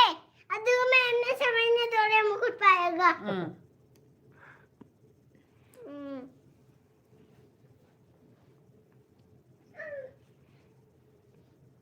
ꯁꯤ ꯀꯀꯥꯅ ꯀꯩꯅꯣꯝ ꯍꯥꯏꯔꯦ ꯅꯦꯠ ꯂꯣꯏꯈ꯭ꯔꯕꯣ ꯂꯣꯏꯗꯦ ꯔꯤꯀꯅꯦꯛꯇꯤꯡ ꯑꯃꯨꯛ ꯇꯧꯔꯦ ꯂꯥꯛꯑꯣ ꯁꯥꯎꯕ ꯐꯕꯒꯤ ꯍꯔꯥꯎꯕ ꯐꯣꯡꯗꯣꯛꯄ ꯑꯣꯏꯅ ꯏꯁꯩ ꯐꯖꯕ ꯑꯃ ꯁꯛꯇꯣꯔꯛꯑꯣ ꯌꯥꯍꯥꯗꯨ ꯍꯥꯏꯔꯣ ꯍꯣ ꯌꯥ ꯍꯥ ꯍꯦ ꯍꯥꯏꯕꯗꯨ ꯃꯥꯅꯦ. ꯑꯣ ꯑꯝꯇ ꯍꯣꯏ ꯇꯧꯔꯛꯑꯣ. ꯌꯥꯍꯥ ꯍꯦꯗꯣ ꯑꯝꯇ ꯁꯛꯂꯛꯑꯣꯌꯦ ꯂꯥꯛꯑꯣ ꯀꯀꯥꯅ ꯅꯪ ꯁꯛꯄ ꯐꯖꯩ ꯍꯥꯏꯌꯦ ꯕ꯭ꯂꯦꯁꯤꯗꯤ ꯌꯥꯝ ꯍꯩꯕꯅꯦꯅ ꯄꯨꯛ ꯅꯥꯏꯌꯦ ꯃꯥ ꯈꯗꯔ ꯀꯧꯔꯛꯑꯦ ꯖꯤ ꯄꯨꯈ꯭ꯔꯝ ꯍꯥꯏꯀꯣ ꯅꯣꯏꯒꯤ ꯐꯦꯃꯤꯂꯤ ꯌꯥꯝꯅ ꯅꯨꯡꯁꯤꯌꯦ ꯊꯦꯡꯛ ꯌꯨ ꯀꯦ ꯑꯦꯁ ꯅꯥꯎꯆꯥꯅ ꯍꯥꯏꯁꯦ ꯃꯅꯤꯄꯨꯔ ꯊꯣꯔꯛꯄꯗ ꯃꯌꯥꯝ ꯎꯅꯕ ꯃꯇꯝꯗ ꯍꯋꯥꯏꯖꯥꯔ ꯂꯣꯜꯂꯒ ꯄꯨꯕꯤꯔꯛꯎꯀꯣ ꯑꯩꯈꯣꯏꯗꯤ ꯉꯥꯏꯖꯔꯕꯅꯦ ꯍꯥꯏ ꯁꯤꯌꯣꯔꯅꯦ ꯑꯗꯨꯗꯤ. ꯍꯥꯎꯕ ꯍꯥꯎꯇꯕꯩꯗꯤ ꯍꯥꯎꯕ ꯈꯪꯗꯦ ꯍꯥꯎꯇꯕꯩꯗꯤ ꯈꯪꯗ꯭ꯔꯦꯀꯣ. ꯎꯝ ꯑꯗꯣ ꯃꯅꯤꯄꯨꯔꯗꯗꯤ ꯑꯍꯩꯕ ꯉꯥꯛꯇꯅꯦ ꯂꯣꯟꯅꯔꯤꯁꯤꯡꯗꯣ ꯑꯗꯣ ꯑꯩꯒ ꯆꯥꯡꯗꯝꯅꯕꯗꯤ ꯌꯥꯔꯔꯣꯏ. ꯑꯗꯣ ꯅꯨꯡꯁꯤꯕꯒꯤ ꯁꯨꯝ ꯃꯌꯥꯝ ꯃꯥꯅꯦ ꯑꯩꯈꯣꯏ ꯃꯁꯦꯟ ꯃꯥꯅꯦ ꯃꯥꯅꯦ. ꯑꯗꯨꯗ ꯍꯥꯏꯇꯥꯔꯦ ꯅꯨꯡꯁꯤꯕꯒꯤ ꯑꯩꯅ ꯄꯤꯖꯗꯣꯏꯅꯦ ꯃꯌꯥꯝꯗ. ꯑꯗꯨ ꯃꯌꯥꯝꯅꯁꯨ ꯅꯨꯡꯁꯤꯅ ꯆꯥꯕꯤ ꯇꯥꯕ ꯍꯥꯎꯔꯒꯁꯨ ꯍꯥꯎꯇ꯭ꯔꯒꯁꯨ ꯅꯨꯡꯁꯤꯅ ꯄꯤꯖꯕꯅꯦ ꯈꯜꯂꯒ ꯏꯟꯗꯤꯔꯥ ꯁꯣꯔꯣꯛ ꯈꯥꯏꯕꯝ ꯌꯥꯝꯅ ꯅꯨꯡꯁꯤꯌꯦ ꯕꯦꯕꯤ ꯊꯥꯒꯠꯆꯔꯤ ꯍꯥꯏꯔꯛꯑꯦ ꯊꯦꯡꯛ ꯌꯨ ꯍꯥꯏꯈ꯭ꯔꯣ. ꯑꯗꯨꯒ ꯅꯪ ꯏꯁꯩ ꯃꯤꯁꯦꯁ ꯁꯛꯄꯗꯨꯗꯤ. ꯁꯅꯥꯅ ꯍꯥꯏ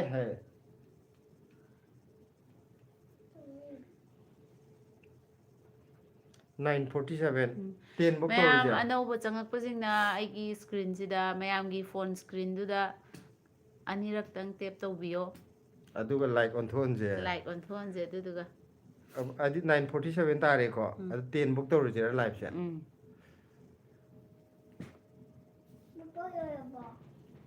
ꯂꯣꯏꯁꯤꯜꯂꯁꯦ ꯍꯥꯏꯔꯣ ꯊꯣꯏꯊꯣꯏ ꯑꯗꯨꯗꯤ ꯅꯪꯗꯤ ꯌꯥꯎꯗꯅ ꯃꯌꯥꯝ 3 ꯈꯛꯇ ꯉꯥꯏꯔꯦ 70 ꯁꯨꯒꯗꯕ. ꯂꯥꯏꯛꯅ ꯌꯥꯝꯍꯜꯂꯁꯦ ꯂꯥꯏꯛꯅ ꯑꯃꯗꯤ ꯍꯦꯜꯂꯦꯍꯦ ꯍꯧꯖꯤꯛ 66. ꯑꯕꯣꯁꯅꯥ ꯑꯣꯏꯅꯥꯝ ꯍꯥꯏ ꯃꯥꯜꯂꯦ. ꯐꯔꯕꯣ ꯅꯥꯔꯤꯌꯦ ꯍꯤꯗꯥꯛ ꯀꯥꯞꯁꯤꯔꯥ ꯁꯤꯗ ꯀꯥꯞꯇꯣꯏꯅꯦ. ꯑꯕꯣꯁꯅꯥ ꯑꯣꯏꯅꯥꯝꯅ ꯍꯋꯥꯏꯖꯥꯔꯗꯣ ꯈꯔ ꯌꯥꯝꯅ ꯑꯝꯇ ꯂꯣꯟꯕꯤꯌꯣ ꯏꯆꯦ ꯋꯥꯅ ꯂꯥꯛꯆꯔꯒ ꯐꯪꯗꯅ ꯆꯠꯈꯤꯕꯗꯣ ꯑꯩ ꯊꯃꯣꯏ ꯀꯥꯏꯌꯦꯕ ꯍꯥꯏꯁꯦ ꯃꯥꯅꯦ ꯆꯨꯝꯃꯦ ꯑꯗꯣ ꯑꯩ ꯍꯥꯏꯗꯤ ꯍꯞꯇꯥ ꯀꯥꯟꯗꯕꯤꯗ ꯑꯣꯏꯅ ꯇꯧꯖꯔꯛꯑꯒꯦ. ꯍꯥꯏꯗꯤ ꯅꯣꯡꯃꯗ ꯌꯥꯝꯅ ꯂꯣꯟꯕꯗꯣ ꯑꯗꯨꯁꯨ ꯑꯩꯈꯣꯏ ꯉꯝꯗꯕ ꯍꯥꯏꯇꯥꯔꯦ ꯌꯥꯝ ꯁꯝꯅ ꯍꯥꯏꯔꯕꯗ ꯍꯋꯥꯏꯖꯥꯔꯁꯦ ꯑꯩꯈꯣꯏꯗꯤ ꯀꯨꯀꯔ ꯑꯩꯈꯣꯏꯅ ꯁꯤꯖꯤꯟꯅꯩꯗꯣ 5 ꯂꯤꯇꯔꯁꯀꯤꯅꯦ ꯑꯗꯨꯅ KG ꯑꯃꯃꯝꯈꯛ ꯆꯜꯂꯦꯕꯀꯣ ꯑꯗꯣ ꯑꯅꯤꯔꯛ ꯊꯣꯛꯅ ꯀꯩꯅꯣ ꯇꯧꯔꯦ ꯑꯗꯨꯒ ꯁꯤꯂꯥꯁꯨ ꯑꯩꯅ ꯑꯁꯦꯡꯕꯩꯗꯤ ꯇꯧꯔꯤꯁꯦ ꯀꯃꯥꯏꯅ ꯃꯥꯁꯨ ꯈꯪꯕ꯭ꯔꯥ ꯊꯕꯛ ꯑꯉꯥꯡꯒꯤꯁꯨ ꯅꯠꯇꯦ ꯍꯥꯏꯔꯣ ꯑꯩ ꯊꯕꯛ ꯏꯟꯈꯥꯡ ꯂꯣꯏꯁꯤꯜꯂꯅꯤ ꯑꯌꯨꯛꯀꯤ ꯇꯧꯐꯝ ꯊꯣꯛꯄ ꯍꯥꯏꯗꯤ ꯑꯩꯈꯣꯏ ꯇꯧꯗꯕ ꯌꯥꯗꯦꯗꯅꯀꯣ ꯑꯗꯨ ꯂꯣꯏꯔꯒ ꯑꯉꯥꯡ ꯁ꯭ꯀꯨꯜ ꯊꯥꯗꯣꯛꯈ꯭ꯔꯅꯤ ꯑꯗꯒꯤꯗꯤ ꯃꯊꯪꯗ ꯀꯀꯥ ꯑꯃꯨꯛ ꯊꯕꯛ ꯆꯠꯈ꯭ꯔꯅꯤ ꯑꯗꯒꯤꯗꯤ ꯑꯩꯒꯤ ꯇꯧꯕ ꯌꯥꯕ ꯇꯧꯔꯅꯤ ꯑꯗꯨ ꯍꯦꯛ ꯂꯣꯏꯕꯒ ꯍꯋꯥꯏꯖꯥꯔꯁꯦ ꯂꯣꯟꯗꯣꯏꯅꯦꯕ ꯑꯗꯨꯗꯤ ꯑꯃ ꯂꯣꯟꯕ ꯂꯣꯏꯔꯛꯄꯗ ꯕ꯭ꯂꯦꯁꯤ ꯁ꯭ꯀꯨꯜ ꯂꯧꯕꯒꯤ ꯑꯃꯨꯛ ꯇꯥꯏꯃꯤꯡ ꯂꯥꯛꯑꯦꯕꯀꯣ ꯑꯗꯒꯤꯗꯤ ꯕ꯭ꯂꯦꯁꯤ ꯁ꯭ꯀꯨꯜꯁꯦ ꯂꯧꯕ ꯆꯠꯂꯔꯅꯤ ꯍꯜꯂꯛꯑꯅꯤ ꯑꯗꯩꯗꯤ ꯃꯥ ꯆꯥꯕꯤ ꯊꯛꯄꯤ ꯇꯧꯔꯅꯤꯀꯣ ꯑꯗꯒꯤꯗꯤ ꯏꯔꯨ ꯃꯥꯏꯊꯖꯕꯤꯔꯅꯤ ꯃꯥ ꯍꯣꯝꯋꯥꯔꯛ ꯇꯧꯍꯜꯂꯅꯤ ꯑꯗꯒꯤꯗꯤ ꯇꯨꯝꯍꯟꯈ꯭ꯔꯅꯤ ꯍꯦꯛ ꯇꯨꯝꯍꯟꯕ ꯂꯣꯏꯕꯒ ꯍꯋꯥꯏꯖꯥꯔ ꯑꯃꯃꯨꯛꯅꯦꯕ ꯂꯣꯜꯂꯤꯁꯦ ꯑꯗꯨꯅ ꯇꯥꯏꯃꯤꯡꯁꯤꯁꯨꯅꯦ ꯑꯗꯨꯝ ꯊꯦꯡꯉꯦ ꯍꯥꯏꯕ ꯑꯗꯨꯅ ꯑꯗꯨꯝ ꯆꯥꯟꯅꯈꯤꯕꯗꯣ ꯍꯥꯏꯗꯤ ꯑꯩꯉꯣꯟꯗ ꯑꯗꯨꯃꯥꯏꯅ ꯍꯦꯟꯅ ꯑꯣꯏꯌꯦ ꯂꯣꯟꯕꯁꯨ ꯑꯩꯈꯣꯏꯗ ꯉꯝꯗꯕ ꯂꯣꯟꯅꯤꯡꯉꯒꯁꯨ ꯑꯗꯨꯗꯨꯅ ꯍꯞꯇꯥ ꯀꯥꯜꯂꯔꯣꯏꯒꯦ ꯍꯞꯇꯥ ꯀꯥꯟꯗꯕꯤꯗ ꯑꯣꯏꯅ ꯆꯠꯂ ꯑꯗꯨꯅ ꯐꯔꯅꯤꯀꯣ ꯍꯞꯇꯥ ꯃꯌꯥꯝꯒꯤꯁꯨ ꯈꯤꯇꯪ ꯑꯗꯨꯗꯤ ꯀꯩꯅꯣ ꯍꯞꯇꯥ ꯇꯧꯅꯕ ꯑꯝꯗ ꯐꯪꯍꯧꯗ꯭ꯔꯒꯁꯨ ꯅꯦꯛꯁ ꯍꯞꯇꯥꯗ ꯑꯗꯨꯝ ꯂꯧꯕ ꯌꯥꯏꯗꯅ ꯑꯗꯨꯗꯤ ꯅꯦꯛꯁ ꯋꯤꯛꯇ ꯑꯗꯨꯝ ꯑꯗꯣ ꯑꯃꯨꯛꯇꯗ ꯄꯨꯂꯞ ꯂꯣꯟꯕꯗꯨꯗꯤ ꯉꯝꯗꯕ ꯍꯥꯏꯇꯥꯔꯦ ꯑꯩꯈꯣꯏꯅꯁꯨ ꯍꯦꯟꯅ ꯅꯨꯡꯉꯥꯏꯇꯦꯕꯀꯣ ꯍꯥꯏꯗꯤ ꯀꯩꯅꯣ ꯐꯪꯗꯅ ꯆꯠꯈꯤꯕꯗꯣ ꯋꯥꯈꯜꯒꯤ ꯄꯨꯛꯀꯩ ꯏꯇꯩꯃ ꯍꯋꯥꯏꯖꯥꯔ ꯃꯍꯤ ꯊꯛꯄꯗꯣ ꯌꯥꯝꯅ ꯍꯥꯎꯕꯅꯦ ꯃꯊꯪꯒꯤ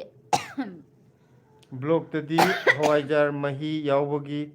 ꯑꯃꯠꯇ ꯊꯥꯒꯠꯄꯤꯔꯛꯑꯣ ꯇꯥꯃꯣ ꯌꯥꯏꯌꯦ ꯍꯋꯥꯏꯖꯥꯔ ꯃꯍꯤ ꯑꯩꯈꯣꯏ ꯀꯟꯅ ꯊꯛꯏ ꯑꯗꯣ ꯍꯋꯥꯏꯖꯥꯔ ꯂꯣꯟꯕꯒꯤ ꯑꯩ ꯚꯤꯗꯤꯑꯣ ꯑꯃ ꯊꯥꯒꯠꯆꯔꯛꯀꯦꯕꯀꯣ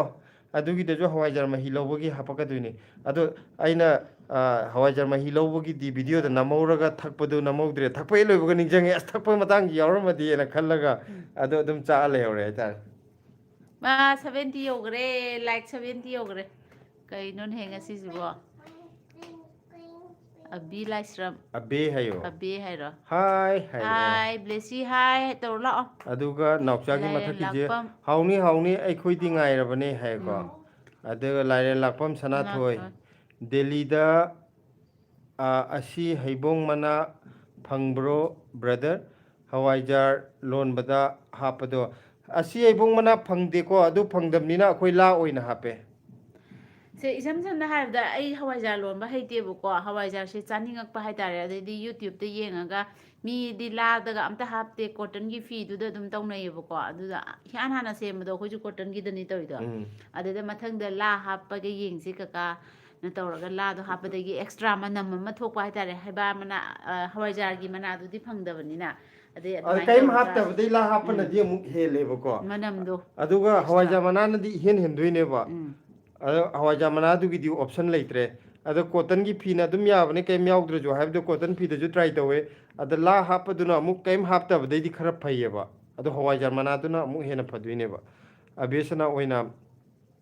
ꯃꯌꯥꯡ ꯂꯩꯄꯥꯛꯇ ꯏꯆꯦꯒ ꯗꯗꯥꯒꯅ ꯐ꯭ꯔꯦꯁꯀ ꯐꯪꯍꯟꯕꯁꯦ ꯌꯥꯝ ꯍꯔꯥꯎꯋꯦ ꯃꯇꯝ ꯁꯥꯡꯅ ꯉꯝꯕ ꯑꯣꯏꯕꯤꯌꯨꯀꯣ ꯊꯦꯡꯀ꯭ꯌꯨ ꯑꯣꯏꯖꯒꯦ ꯑꯕꯦꯁꯅꯥ ꯌꯥꯝ ꯅꯨꯡꯉꯥꯏꯔꯦ ꯁꯨꯃꯥꯏꯅ ꯅꯨꯡꯁꯤꯅ ꯀꯃꯦꯟ ꯄꯤꯕꯤꯔꯛꯄꯁꯦ ꯈꯥꯉꯦꯝꯕꯝ ꯖꯌꯦꯟꯇꯤ ꯖꯌꯦꯟꯇꯤ ꯀꯀꯥꯒꯤ ꯃꯤꯡ ꯀꯔꯤ ꯀꯧꯒꯦ ꯌꯨꯝꯅꯥꯛꯁꯨ ꯍꯥꯏꯕꯤꯔꯛꯑꯣ ꯃꯅꯤꯄꯨꯔꯗ ꯂꯥꯛꯂꯀꯥꯟꯗ ꯁꯣꯏꯗꯅ ꯊꯦꯡꯅꯁꯤ ꯁꯒꯣꯜꯕꯟꯗꯒꯤꯅꯤ ꯁꯒꯣꯜꯕꯟꯗꯩ ꯑꯣꯏꯔꯗꯤ ꯑꯗꯨꯝ ꯊꯦꯡꯅꯕ ꯌꯥꯏ ꯑꯩꯈꯣꯏꯅꯁꯨ ꯍꯦꯛ ꯂꯥꯛꯄ ꯃꯇꯝꯗ ꯑꯃꯨꯛꯇꯪ ꯍꯥꯏꯗꯤ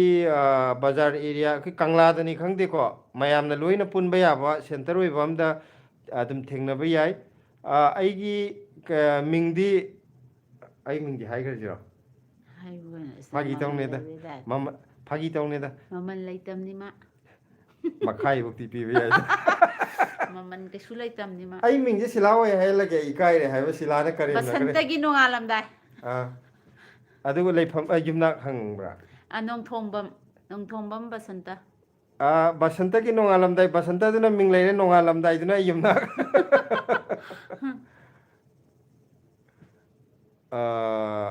ꯀꯩꯅꯣꯗꯅꯦ ꯀꯣꯟꯊꯧꯖꯝ ꯗꯣꯔꯦꯟꯗ꯭ꯔꯣ ꯀꯣ ꯀꯀꯥꯅ ꯇꯧꯔꯤꯁꯦ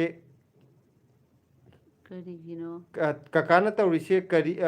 ꯀꯔꯤꯅꯣ ꯏꯇꯩꯃ ꯍꯥꯏꯔꯣ ꯀꯔꯤꯒꯤꯅꯣ ꯏꯇꯩꯃ ꯃꯥꯏꯁꯦ ꯊꯕꯛ ꯍꯪꯉꯛꯄ ꯃꯥꯜꯂꯦꯀꯣ ꯀꯀꯥꯒꯤ ꯊꯕꯛꯁꯦ ꯀꯨꯏꯔꯔꯣꯏ ꯃꯌꯥꯝꯗ ꯍꯥꯏꯗꯤ 30K ꯌꯧꯔꯀꯥꯟꯗ ꯍꯥꯏꯗꯣꯛꯆꯔꯛꯀꯦꯅ ꯌꯥꯗ꯭ꯔꯤꯕꯣ ꯍꯥꯏꯈꯤꯕꯅꯤꯅꯅꯦ ꯌꯥꯔꯦ ꯍꯧꯖꯤꯛ ꯍꯧꯒꯠ ꯍꯥꯏꯗꯣꯛꯆꯔꯛꯑꯔꯣꯏꯒꯦ 30K ꯌꯧꯗꯣꯔꯦꯕꯀꯣ ꯑꯗꯨꯒ ꯑꯗꯨꯝ ꯃꯌꯥꯝ ꯑꯊꯨꯕ ꯃꯇꯝꯗ ꯍꯥꯏꯗꯣꯛꯆꯔꯛꯑꯒꯦ ꯋꯥꯔꯧꯕꯤꯕ ꯌꯥꯗꯦꯀꯣ ꯇꯥꯃꯣ ꯗꯦꯜꯂꯤꯗ ꯊꯝꯅꯥ ꯐꯪꯕ꯭ꯔꯣ ꯃꯌꯥꯡꯁꯨ ꯊꯤꯕ꯭ꯔꯣ ꯊꯝꯅꯥ ꯍꯥꯏꯔꯣ ꯊꯝꯅꯥ ꯍꯥꯏꯕ ꯃꯥꯜꯂꯦ ꯃꯥꯏꯁꯦ ꯊꯝꯅꯥꯁꯦ ꯗꯦꯜꯂꯤꯒꯤ ꯃꯐꯝ ꯑꯃ ꯑꯩ ꯎꯗ꯭ꯔꯤꯀꯣ ꯑꯗꯣ ꯐꯪꯗꯤ ꯐꯪꯉꯦ ꯐꯪꯉꯦ ꯍꯥꯏ ꯑꯩꯈꯣꯏ ꯚꯤꯗꯤꯑꯣꯗꯗꯤ ꯎꯔꯦꯕꯀꯣ ꯃꯃꯥꯡꯗ ꯑꯩꯈꯣꯏ ꯀꯥꯡ ꯇꯧꯕꯗ ꯀꯥꯡ ꯅꯠꯇꯦ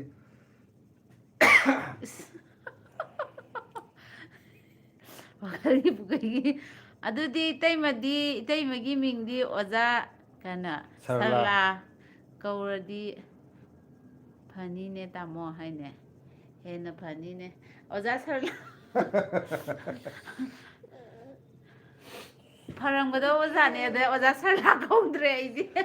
ꯍꯋꯥꯏꯖꯥꯔ ꯁꯤꯂꯥ ꯑꯣꯏꯈ꯭ꯔꯦ ꯑꯣꯖꯥꯒꯤ ꯃꯍꯨꯠꯇ ꯍꯋꯥꯏꯖꯥꯔ ꯁꯔꯂꯥꯒꯤ ꯃꯍꯨꯠꯇ ꯁꯤꯂꯥꯒ ꯁꯔꯂꯥꯒꯗꯤ ꯍꯥꯏꯐꯦꯠꯄꯨ ꯃꯥꯟꯅꯔꯤꯅꯦ ꯃꯥꯟꯅꯔꯤ ꯑꯗꯒꯤ ꯑꯣꯖꯥ ꯍꯋꯥꯏꯖꯥꯔ ꯑꯗꯨꯗꯤ ꯁꯤꯂꯥ ꯌꯥꯗ꯭ꯔꯦ ꯍꯋꯥꯏꯖꯥꯔ ꯁꯤꯂꯥ ꯍꯋꯥꯏꯖꯥꯔ ꯁꯤꯂꯥꯅ ꯃꯥꯏ ꯆꯠꯈ꯭ꯔꯕꯅꯤꯀꯣ ꯃꯥꯏ ꯌꯨꯝꯅꯥꯛꯁꯤ ꯍꯋꯥꯏꯖꯥꯔ ꯑꯣꯏꯈ꯭ꯔꯕꯅꯤ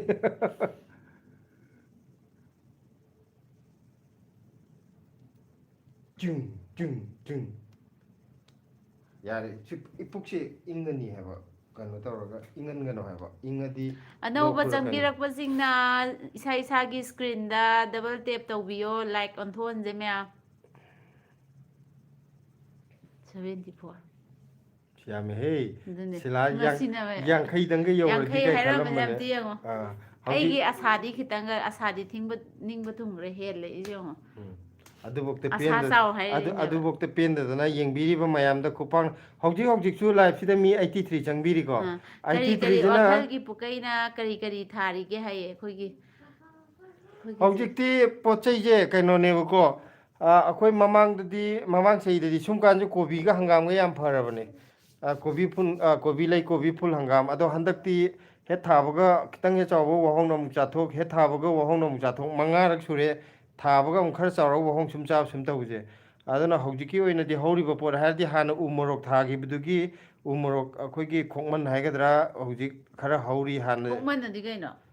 ꯈꯣꯛꯃꯟꯅꯗꯤ ꯑꯩꯈꯣꯏꯒꯤ ꯄꯣꯠꯁꯦ ꯃꯇꯝ ꯍꯦꯛ ꯂꯣꯏꯈ꯭ꯔꯒꯁꯨ ꯑꯗꯨꯝ ꯍꯧꯍꯧꯕꯗꯣ ꯑꯔꯤꯕꯗꯣ ꯀꯩꯅꯣꯝ ꯍꯥꯏꯗꯥꯏꯅꯦ ꯑꯗꯨꯅꯤ ꯍꯥꯏꯁꯦ ꯅꯠꯇꯦ ꯈꯣꯛꯃꯟ ꯅꯠꯇꯕ ꯃꯃꯤꯡ ꯑꯃ ꯈꯪꯉꯛꯑꯦ ꯑꯩꯗꯤ ꯀꯔꯤ ꯍꯥꯏꯅꯣ ꯍꯩꯇꯣꯟ ꯍꯥꯏꯕ꯭ꯔꯥ ꯍꯩꯇꯣꯟ ꯄꯨꯡꯗꯣꯟꯗꯁꯨ ꯄꯥꯜꯂꯕ ꯃꯇꯨꯡꯗ ꯀꯣꯟꯅ ꯑꯃ ꯃꯆꯥ ꯄꯥꯜꯍꯧꯕꯗꯣ ꯈꯪꯉꯦ ꯍꯩꯇꯣꯟ ꯍꯥꯏꯕ꯭ꯔꯥ ꯀꯩꯅꯣꯝ ꯍꯥꯏꯗꯥꯏꯅꯦ ꯀꯔꯤ ꯑꯗꯨꯒꯤ ꯃꯃꯤꯡꯗꯨꯕꯣ ꯑꯗꯨꯗꯣ ꯀꯔꯤ ꯅꯠꯇꯦ ꯂꯥꯏꯗꯅꯣꯃ ꯀꯠꯂꯣꯅ ꯍꯥꯏ ꯍꯥꯏꯐꯦꯠ ꯑꯅꯪ ꯗꯛꯅ ꯍꯥꯏꯔꯀꯥꯟꯗ ꯑꯩ ꯋꯥꯈꯜꯗ ꯀꯥꯎꯈ꯭ꯔꯦ ꯑꯩꯈꯣꯏ ꯍꯩꯗꯁꯨ ꯃꯇꯝ ꯅꯠꯇ꯭ꯔꯀꯥꯟꯗ ꯑꯃꯈꯛꯀ ꯑꯃꯈꯛꯇ ꯄꯥꯜꯂꯝꯕꯗꯣ ꯄꯥꯟꯕꯗꯣ ꯀꯔꯤꯑꯕ ꯑꯗꯨꯗꯣ ꯑꯗꯨꯅꯦ ꯑꯩ ꯑꯗꯨ ꯀꯥꯎꯔꯦꯕ ꯈꯪꯗꯤ ꯈꯪꯕ ꯄꯣꯠꯅꯦꯕ ꯅꯠꯇꯦ ꯑꯗꯨꯅ ꯄꯣꯠ ꯆꯩꯗꯨꯅꯤꯗꯅ ꯈꯣꯡꯃꯟ ꯍꯥꯏꯁꯤꯅ ꯑꯩꯈꯣꯏꯒꯤ ꯀꯩꯅꯣ ꯇꯧꯔꯒ ꯄꯣꯠ ꯆꯩꯁꯦ ꯑꯗꯨꯝ ꯊꯥꯕ ꯂꯣꯏꯔꯒ ꯆꯥꯕ ꯈꯣꯠꯄ ꯍꯦꯛꯄ ꯂꯣꯏ ꯂꯩꯈ꯭ꯔꯁꯨ ꯑꯗꯨꯝ ꯍꯧꯍꯧꯔ ꯊꯝꯕꯗꯣ ꯑꯗꯨ ꯈꯣꯡꯃꯟ ꯍꯩꯔꯣꯟ ꯍꯩꯔꯣꯟ ꯆꯨꯝꯃꯦ ꯑꯩꯁꯨ ꯈꯪꯉꯦ ꯍꯩꯔꯣꯟꯗꯣ ꯍꯩꯔꯣꯟ ꯃꯌꯥꯝ ꯍꯥꯏꯔꯛꯑꯦ ꯑꯗꯨꯅ ꯎ ꯃꯣꯔꯣꯛ ꯑꯩꯈꯣꯏꯅ ꯏꯁ ꯍꯥꯟꯅ ꯍꯩꯔꯣꯟ ꯍꯥꯏꯔꯤ ꯃꯌꯥꯝꯁꯦ ꯌꯦꯡꯉꯣ ꯀꯀꯥ ꯊꯦꯡꯀ꯭ꯌꯨ ꯃꯌꯥꯝ ꯅꯤꯡꯁꯤꯡꯕꯤꯔꯛꯄꯒꯤ ꯃꯥꯅꯦ ꯁꯨꯃꯥꯏꯅ ꯅꯤꯡꯁꯤꯡꯍꯟꯕꯁꯦ ꯍꯥꯏꯗꯤ ꯈꯪꯅꯕ ꯄꯣꯠꯅꯦꯕ ꯑꯩꯈꯣꯏꯁꯨ ꯑꯥ ꯑꯗꯨꯗꯨꯒ ꯈꯣꯏꯔꯣꯝ ꯕꯥꯔꯇꯤꯅꯁꯨ ꯍꯥꯏꯕꯤꯔꯛꯑꯦ ꯑꯕꯦꯁꯅꯥ ꯑꯣꯏꯅꯥꯝꯅꯁꯨ ꯍꯥꯏꯕꯤꯔꯛꯑꯦ ꯑꯗꯨꯅꯦ ꯏꯇꯩꯃꯅ ꯍꯥꯏꯗꯣ ꯑꯗꯨꯒ ꯑꯩꯈꯣꯏꯒꯤ ꯀꯧꯕꯤꯗꯕꯗꯣ ꯋꯥꯈꯜꯒꯤ ꯄꯨꯀꯩꯅꯁꯨ ꯍꯥꯏꯔꯛꯑꯦ ꯀꯩꯅꯣ ꯀꯩ ꯍꯥꯏꯅꯣ ꯃꯥꯏꯁꯦ ꯋꯥꯈꯜ ꯑꯗꯨꯅꯦ ꯏꯇꯩꯃ ꯑꯩꯅ ꯍꯥꯏꯕꯗꯣ ꯀꯥꯎꯕꯤꯕꯗꯤ ꯌꯥꯗꯦꯀꯣ ꯗꯥꯏꯃꯟ ꯌꯧꯁꯦ ꯍꯥꯏꯕꯗꯣ ꯑꯣ ꯁꯤꯒꯤꯁꯦ ꯄꯥꯗ꯭ꯔꯤ ꯀꯔꯝꯕ ꯁꯤꯁꯦ ꯄꯥꯍꯧꯗ꯭ꯔꯒꯦ KH ꯅꯥꯎꯆꯥꯒꯤꯁꯦ ꯅꯥꯎꯆꯥ ꯏꯇꯩꯃꯁꯦ ꯌꯥꯝ ꯅꯨꯡꯁꯤꯌꯦ ꯌꯥꯝ ꯆꯝꯃꯦ ꯄꯨꯟꯁꯤ ꯁꯥꯡꯅ ꯂꯨꯅ ꯇꯧꯕꯤꯌꯨꯀꯣ ꯀꯀꯥ ꯈꯪꯉꯦꯗꯅ ꯃꯥ ꯊꯤꯟ ꯇꯧꯔꯦ ꯑꯩꯅ ꯂꯨ ꯇꯧꯕꯤꯌꯨ ꯍꯥꯏꯅꯣ ꯏꯇꯩꯃꯗ ꯀꯀꯥꯁꯦ ꯂꯨꯅ ꯍꯦꯟꯖꯜꯂꯛꯑꯅꯤ ꯃꯥꯅ ꯇꯧꯕꯤꯌꯣꯅ ꯍꯥꯏꯒꯗꯕꯅꯤ ꯑꯣꯟꯅꯔꯦ ꯍꯦꯟꯖꯜꯂꯛꯑꯅꯤ ꯗꯥꯏꯂꯣꯛꯇꯣ ꯎꯝ ꯃꯈꯥꯗ ꯃꯌꯥꯝ ꯂꯥꯛꯈ꯭ꯔꯕꯅꯦ ꯍꯣꯏꯅꯦ ꯁꯤꯒꯤꯁꯦ ꯄꯥꯗ꯭ꯔꯤꯅꯦ ꯑꯩꯅ ꯍꯧꯖꯤꯛ ꯄꯥꯈ꯭ꯔꯕꯅꯦ ꯍꯩꯔꯣꯟ ꯂꯣꯏ ꯄꯥꯈ꯭ꯔꯕꯅꯦ ꯑꯗꯩ ꯁꯤ ꯋꯥꯈꯜꯒꯤ ꯄꯨꯀꯩꯁꯦ ꯗꯥꯏꯃꯟꯒꯤꯗꯣ ꯑꯣ ꯑꯣ ꯑꯣ ꯄꯥꯔꯕꯅꯦ ꯑꯣ ꯑꯩ ꯁꯨꯝ ꯑꯗꯨꯒ ꯆꯤꯡꯈꯠꯂꯛꯀꯦ ꯉꯥꯏꯈꯣ ꯃꯤ ꯃꯌꯥꯝꯗꯣ ꯎꯝ ꯈꯥꯉꯦꯝꯕꯝ ꯖꯌꯦꯟꯇꯤꯅꯁꯨ ꯇꯥꯛꯄꯤꯔꯛꯑꯦ ꯑꯕꯦꯁꯅꯥ ꯑꯗꯒꯤ ꯑꯥꯔ.ꯑꯩꯆ ꯈꯨꯃꯟꯅꯁꯨ ꯇꯥꯛꯄꯤꯔꯛꯑꯦ ꯀꯣꯟꯊꯧꯖꯝ ꯗꯣꯔꯦꯟꯗ꯭ꯔꯣꯅꯁꯨ ꯇꯥꯛꯄꯤꯔꯛꯑꯦ ꯑꯗꯨꯒ ꯑꯩꯁ꯭ꯋꯤꯅꯤ ꯑꯕꯨꯖꯝꯅꯁꯨ ꯍꯥꯏꯕꯤꯔꯛꯑꯦ ꯑꯁ ꯃꯤ ꯌꯦꯡꯉꯣ ꯃꯌꯥꯝꯅ ꯋꯥꯈꯜꯒꯤ ꯄꯨꯀꯩꯅꯁꯨ ꯀꯣꯟꯊꯧꯖꯝ ꯗꯣꯔꯦꯟꯗ꯭ꯔꯣ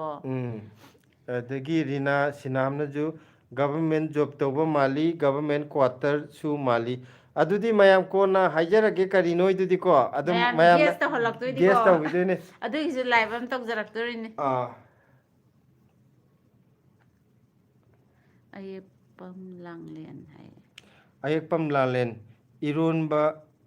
ꯆꯥꯔꯦ ꯅꯨꯡꯁꯤꯕꯤ ꯍꯥꯏꯔꯛꯑꯦ ꯊꯣꯏꯊꯣꯏ ꯅꯪꯅ ꯀꯩ ꯌꯦꯟꯖꯥꯡ ꯆꯥꯒꯦ ꯕꯣꯕꯣꯛ ꯉꯁꯥꯏ ꯍꯥꯏꯈꯤꯕꯗꯣ ꯊꯣꯏꯊꯣꯏ ꯇꯨꯝꯃꯦ ꯊꯣꯏꯊꯣꯏꯁꯦ ꯎꯏ ꯂꯩꯔꯝꯃꯦ ꯇꯨꯝꯃꯣ ꯃꯃꯥ ꯃꯔꯝ ꯐꯣꯟ ꯀꯩꯅꯣ ꯊꯝꯃꯦ ꯚꯦꯔꯤ ꯒꯨꯗ ꯑꯗꯨꯅꯤ ꯃꯥꯒꯤ ꯌꯥꯝ ꯐꯕ ꯑꯃꯅ ꯇꯨꯝꯅꯤꯡꯉꯀꯥꯟꯗ ꯃꯥꯗꯤ ꯅꯤꯡꯉꯥꯏ ꯇꯧꯗꯦꯕ ꯁꯨꯝꯅꯕꯗꯣ ꯄꯥꯛꯅ ꯁꯨꯝꯅꯕ ꯑꯣꯏꯗꯦꯕ ꯑꯗꯨ ꯀꯔꯤꯝ ꯑꯣꯏꯗꯦꯕ ꯃꯥꯗꯤ ꯇꯨꯝꯅꯤꯡꯉꯗꯤ ꯊꯣꯛ ꯍꯦꯛꯇ ꯇꯨꯝꯊꯣꯛꯄ ꯃꯥ ꯌꯥꯝ ꯐꯕ ꯑꯃꯅ ꯀꯔꯤꯅꯣꯃ ꯑꯩꯁꯦ ꯃꯈꯥꯗ ꯑꯁꯥ ꯉꯁꯥꯏ ꯄꯣꯠ ꯆꯩ ꯊꯥꯕꯒꯤꯗꯣ ꯃꯈꯥ ꯇꯥꯔꯛꯀꯦꯀꯣ ꯎꯃꯣꯔꯣꯛ ꯍꯦꯛꯄꯗꯤ ꯂꯣꯏꯈꯔꯦ ꯑꯗꯣ ꯄꯥꯝꯕꯤꯗꯣ ꯍꯧꯍꯧꯔꯤ ꯑꯗꯨꯃ ꯂꯩꯔꯦ ꯑꯗꯒꯤ ꯍꯧꯖꯤꯛ ꯃꯔꯣꯏ खितंग थागꯠꯂꯤ मरोई नापाकपी हुजिक इंबा होरपगी थाबा यादना मरोई नापाकपी थारे थारियदि हुजिक हौरक्ता ngairiko मादि साबा मतम थाबा यादेबा अदुम सिदा अदुम सियेबको अने इंबा मतम यौद्रगदि थाबा यादबगी अदुम थारे अदुगा अवा फदिगुम सा मरोई गा हाइबदो अदुजु खरा थारे मरोई नाकुपी दि हानदिगी हौरिको सी मंगाइने हंगाम खिता अमा लोटलगा थारी हंगाम पांबी मंगा तरुक अखोगी लोसल थारी अदु वाहोंग ने उगी नुमित अदुम चाथोगरनी अदुगा फदीगोम खरा थारे हौगलेको हो अदुदी कितंग कितंग निदना मरु ओइना खरा याम थाव पोतनी दा हाबदे अखोगी सुम पांजरीबा बु खामेन अखाबीदो अइना अमा थाजबने ममांगदा पानगमदना अदुम लैबनेबको तिन तारुबदगे अदो हंदक खामेन अखाबी मचादो 10 पाले खामेंदा मखल अहुमने बखोगी थारिसे अदे खामेन अखाबी अचौबुदुजु अहुम पाले अनि पालमदबदो पाले अदुदुगा खामेन बालमस्काबुदि दुम पालेदना बामस्कादि हानदे दुम पालेबा खामेन अखाबीदा अचौबुदुगा मचादुगा अनिमक पाले ब्लेसी तुमग्रे अबे अबेम अबे अबे आरएस न पुंग 10 ताउदौरे लाइव लोइसन लदुइरो हैबा लन 10 द लोइसन हैबदुगी मयाम का लोइसलजिरा हाइबिरो मयाम न पुंग 10 चपचान तारे कमाइ तौजेबा बिनीता आरके रा ngazau ama thonglaga mukbang tawro tawrake matang chabamdana soi tawjarakani nga thongbaiga chagem pombagi amaju tawrake matang cha ado mayam pung 10 di tare live se loisala zero natraga ngaktang minute 5 10 sanagi zero kamai tawgige ya khiroi loibi khino haire tamo kanano akoi premna wakal pukaina sige haina tojex irom haire hi hi tojex arech kumanna sum hangbani lotion khino haire ayo khange ngasai lotion ni pung 10 da lotion je haibne bako ado mayam wari sanabda ayo pung je khangok deba ada remind to birak pudi yeng ko pung 10 chap cha ta le ba ware da md muhammad baharul islam haibako iyamba aigisu u morok pambi ani hori mapandi sai pandi pande amukta habir o iyamba sije aingonda yam haibako maruin delhi da leiba khoi sinau jingje singaktene ba hari jaidi mapandi yamna sai u morok ti pande na ado akhoi ju aina thabadane mamang chahida pandi palaga masingdo yam yamdana pangraga sabaduda khoigi amuk khui ising chaira amuk tekhat amuk khui tawduda pangam da tokreba mapandi dum saraga ada aina khanjabada atai di aiju yam hena khangde ko ada aina handaki da kitang semto ki babu akhoi delhi di me jun jam saidana ada sida umur mapandi fajan sarabane ba dum april dagi ga pan ba hobu yawune ba ado mangdagi dum sarabani ado mamang chidi april de pan ma hobune ba handaki april de pan de dana ado kaino ta webo ko ai mathak che green net khanjalaga akhoi khuidabagi tanja je pi daba haide amuk tekhat amuk khuidaba je khuidaba matam da magi pura cycle do kai bagi mapan sar ju pan mangam dabne ko aduga atai di kaino du ju adum hapadi kanai gaina अखोगी इप्सोम दुजु दम हापना मिजु यावने अदो ममांग चही the इप्सोम हापा कांदगा हाइदि नुंसादो खुइबगी इप्सोम गम त चनगिद्रे अदो midi याम फैना हारखिबा आइना video सेमबदुदा कैनोना तामोगी वीडियो दि येंबदे आई दि याम पालेन हाइबा मीडी म्याम यावरेबको आइगिना ग्रीन नेट खलौदबगी दिल्ली की मैसादुदि मयाम लोय खंगी दुने अयुक्ते इसिंग फना चाइर मजु नुंदिन द पुंखंग अमुक कंगनी नुंदावरमदा ला अमुक चाइनी अमुक नुंदांगदन तेखतनी तवबदुदा पांबीजे अमुक लाकनानी अमुक खिंगतनी तवबई मोंगदे चटखरेबा अदुदुमा खितंग मपाना थाबो ओरदि अयिंग असागिदो खितंग मेंटेन तवबियो अदुगा मागी लेबाक लेहाउदु खितंग येंगागा दुम हापियो याम हेना अखोगी मना रोमदा चटकदोबा जु हापिदबको मना चोचोबु यावरदि हेक्ततबिबा अदुगा अमुक्तंग ट्राई तवबियो अतैदि अदुम मागी कैनोदुदि हापिरो ꯀꯔꯤꯕ ꯑꯩꯈꯣꯏꯒꯤ ꯀꯝꯄꯣꯁꯀꯨꯝꯕꯗꯣ ꯑꯩ ꯈꯔ ꯁꯤꯖꯤꯟꯅꯩ ꯁꯟꯊꯤꯒꯨꯝꯕꯗꯤ ꯌꯥꯝ ꯍꯥꯞꯄꯨꯅꯣꯅ ꯍꯥꯏꯔꯛꯑꯦ ꯑꯩꯈꯣꯏ ꯌꯨꯝꯗꯒꯤ ꯃꯅꯥꯔꯣꯝꯗ ꯂꯣꯏ ꯆꯠꯈꯤꯕꯒꯤ ꯄꯥꯟꯗꯕꯅꯦꯅ ꯏꯔꯦꯛꯄꯝ ꯂꯥꯡꯂꯦꯟ ꯋꯥꯎ ꯃꯆꯥꯊꯣꯏꯕꯤ ꯃꯥ ꯏꯁꯩ ꯁꯛꯄ ꯇꯥꯔꯝꯃꯅꯤ ꯕꯤꯅꯤꯇꯥ ꯑꯥꯔ ꯀꯦ ꯁꯥꯟꯅꯈꯤꯁꯦ ꯌꯥꯝ ꯅꯨꯡꯉꯥꯏꯔꯤ ꯍꯥꯏꯔꯤꯀꯣ ꯈꯥꯡꯉꯦꯝꯕꯝ ꯖꯦꯇꯤ ꯉꯥꯏꯍꯥꯛ ꯋꯥꯔꯤ ꯁꯥꯟꯅꯕꯁꯤ ꯌꯥꯝꯅ ꯅꯨꯡꯉꯥꯏ ꯍꯥꯏ ꯑꯗꯨꯒ ꯀꯔꯅꯦꯜ ꯃꯥꯏꯕꯝ ꯍꯥꯏ ꯃꯥꯅꯤꯀꯣ ꯕ꯭ꯂꯦꯁꯤꯁꯦ ꯉꯁꯤꯗꯤ ꯌꯥꯝ ꯇꯨꯝꯅꯤꯡꯉꯕ ꯃꯥꯜꯂꯤꯗ ꯑꯗꯣ ꯇꯥꯃꯣ ꯏꯇꯩꯃ ꯀꯔꯤ ꯃꯊꯦꯜ ꯆꯥꯔꯒꯦ ꯑꯩꯗꯤ ꯍꯧꯖꯤꯛꯇ ꯆꯪꯂꯛꯄꯗ ꯉꯥꯏꯔꯤ ꯑꯩꯈꯣꯏ ꯉꯁꯤ ꯁꯣꯏꯕꯨꯝꯒ ꯉꯥ ꯃꯀꯣꯛꯀ ꯊꯣꯡꯉꯦ ꯕ꯭ꯂꯦꯁꯤꯗꯤ ꯇꯨꯝꯈꯔꯦ ꯇꯨꯝ ꯂꯩꯔꯝꯃꯦ ꯇꯥꯃꯣ ꯑꯩꯒꯤ ꯇꯦꯛꯁ ꯑꯃ ꯄꯥꯕꯤꯗ꯭ꯔꯦ ꯍꯥꯏ ꯑꯩꯈꯣꯏ ꯄ꯭ꯔꯦꯝꯒꯤ ꯀꯔꯤ ꯂꯩꯍꯧꯔꯒꯦ ꯌꯥꯈꯤꯔꯣꯏ ꯍꯥꯏꯕꯃ ꯂꯩꯔꯦ ꯇꯥꯃꯣ ꯉꯥꯔꯤ ꯍꯣꯡꯂꯗꯤ ꯑꯍꯥꯕꯤ ꯌꯣꯟꯕꯁꯨ ꯌꯥꯅꯤꯌꯦ ꯇꯥꯃꯣ ꯍꯥꯏꯕ ꯑꯣ ꯁꯤ ꯑꯣꯏꯔꯝꯒꯅꯤ ꯇꯥꯃꯣ ꯉꯥꯔꯤ ꯍꯣꯡꯂꯗꯤ ꯀꯩꯅꯣ ꯉꯁꯥꯏ ꯉꯥꯔꯤꯗꯤ ꯅꯪ ꯇꯥꯡꯉꯦꯅ ꯈꯪꯈ꯭ꯔꯗꯨꯗꯤ ꯑꯗꯣ ꯀꯃꯥꯏꯅ ꯍꯣꯡꯂꯗꯤ ꯍꯥꯏꯔꯛꯏꯅꯣ ꯑꯍꯥꯕꯤꯁꯦ ꯑꯩꯒꯤ ꯑꯣꯏꯅꯗꯤ ꯃꯩꯇꯩ ꯆꯦꯡꯗꯨꯅ ꯍꯥꯎꯋꯦꯕꯀꯣ ꯑꯩꯈꯣꯏ ꯁ꯭ꯋꯥꯏꯒꯤ ꯆꯦꯡꯗꯤ ꯑꯩꯗꯤ ꯑꯃꯨꯛꯇꯁꯨ ꯇꯧꯗ꯭ꯔꯤ ꯆꯥꯁꯨ ꯆꯥꯅꯤꯡꯕꯁꯨ ꯐꯥꯎꯗꯦ ꯑꯗꯨꯒ ꯑꯩꯅ ꯃꯔꯛꯇꯀꯣ ꯌꯨꯝꯗꯒꯤ ꯁꯨꯍꯜꯂꯒ ꯃꯣꯏ ꯉꯥꯔꯤꯒ ꯍꯥꯞꯄꯒ ꯃꯔꯣꯏ ꯍꯥꯞꯇꯕꯤꯗ ꯑꯗꯨꯃꯥꯏꯅ ꯄꯨꯔꯛꯍꯜꯂꯦ ꯁ꯭ꯋꯥꯏꯒꯤ ꯆꯦꯡꯗꯤ ꯑꯩꯗꯤ ꯆꯥꯅꯤꯡꯗꯦ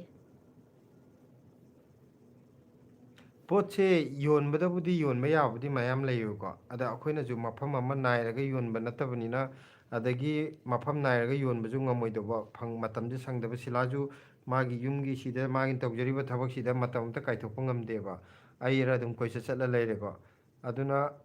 ꯃꯇꯝꯁꯦ ꯑꯩꯈꯣꯏ ꯉꯥꯏꯍꯥꯛꯀ ꯁꯪꯕ ꯌꯨꯝꯗ ꯉꯥꯏꯍꯥꯛ ꯂꯩꯕ ꯌꯥꯕ ꯇꯧꯔꯒ ꯈꯤꯇꯪꯒ ꯊꯣꯛꯄꯁꯦ ꯑꯗꯩ ꯐꯝꯃꯤꯕ ꯖꯒꯥꯗꯨꯁꯨ ꯄꯨꯔꯥ ꯑꯩꯈꯣꯏꯅ ꯐꯝꯕ ꯄꯔꯃꯤꯅꯦꯟ ꯑꯣꯏꯕ ꯌꯥꯕ ꯅꯠꯇꯕꯅꯤ나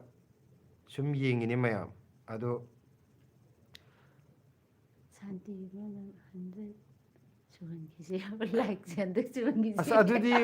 ꯋꯥꯠꯂꯤꯍꯦ 100 ꯁꯨꯗꯧꯗꯤ ꯃꯌꯥꯝ ꯌꯦꯡꯉꯣ ꯍꯧꯖꯤꯛ 89ꯅꯦ ꯍꯧꯖꯤꯛꯃꯛ ꯆꯪꯕꯤꯔꯤꯁꯦ 89ꯁꯤꯅ ꯂꯥꯏꯛꯁꯤꯅ 79 ꯈꯨꯄꯥꯛ ꯑꯅꯤ ꯑꯅꯤꯗꯪ ꯁꯦꯠ ꯁꯦꯠ ꯊꯥꯖꯟꯕꯤꯕꯗ ꯑꯗꯨꯝ 80 ꯃꯊꯛ 90ꯗꯤ ꯌꯧꯗꯣꯏꯅꯦꯕꯀꯣ ꯑꯗꯣ ꯑꯗꯨꯗ ꯃꯌꯥꯝꯅ ꯁꯨꯍꯟꯅꯤꯡꯗꯕꯤꯗ ꯋꯥꯔꯤ ꯑꯗꯨꯝ ꯁꯥꯈꯤꯁꯦ ꯍꯥꯏꯔꯗꯤ ꯁꯨꯔꯣꯏꯗꯣꯏꯅꯦꯕ ꯂꯦꯞꯈ꯭ꯔꯅꯤꯅ 80 ꯌꯧꯈ꯭ꯔꯦ ꯂꯥꯏꯛ 80 ꯌꯧꯈ꯭ꯔꯦ ꯁꯤꯂꯥ ꯊꯥꯡꯖꯝ ꯀꯁꯨꯡ ꯍꯥꯏꯔꯣ ꯀꯗꯥꯏꯅꯣ ꯊꯥꯡꯃꯩ ꯊꯥꯡꯃꯤ ꯀꯁꯨꯡ ꯍꯥꯏꯕ ꯊꯥꯡꯃꯩ ꯊꯥꯡꯃꯤ ꯀꯁꯨꯡ ꯍꯥꯏꯕ ꯊꯥꯡꯃꯤ ꯍꯥꯏꯕ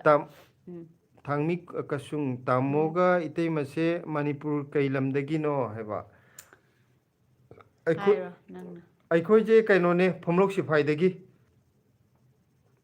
ꯑꯗꯣ ꯀꯩꯅꯣꯗꯤ ꯊꯥꯡꯃꯤꯗꯤ ꯀꯩ ꯂꯝꯗꯒꯤꯅꯣ ꯕꯤꯅꯤꯇꯥꯁꯦ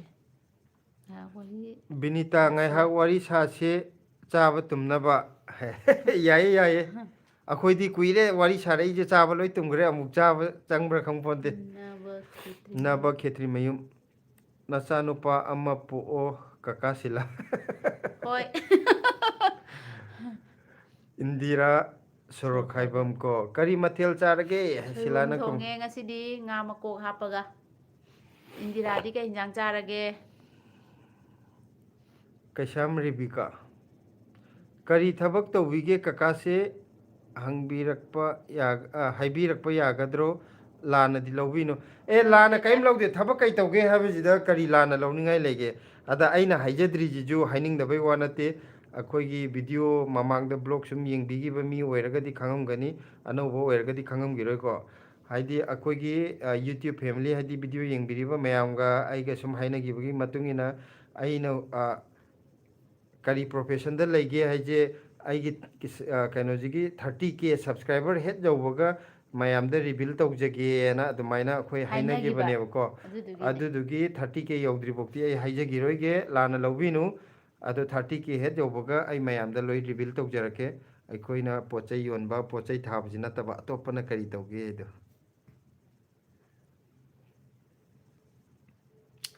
ꯈꯣꯏꯔꯣꯝ ꯕꯥꯔꯇꯤꯒꯤ ꯃꯦꯁꯦꯖ ꯀꯛꯊꯠꯈ꯭ꯔꯦ ꯑꯥꯔ.ꯑꯦꯁ ꯈꯨꯃꯟꯒꯤꯁꯦ ꯋꯥꯔꯤ ꯁꯥꯟꯅꯕ ꯑꯥꯔ.ꯑꯦꯁ ꯁꯤꯁꯦ ꯈꯨꯃꯟ ꯀꯔꯤ ꯋꯥꯔꯤ ꯁꯥꯟꯅꯕ ꯌꯥꯝ ꯅꯨꯡꯉꯥꯏꯌꯦ ꯏꯌꯥꯝꯕ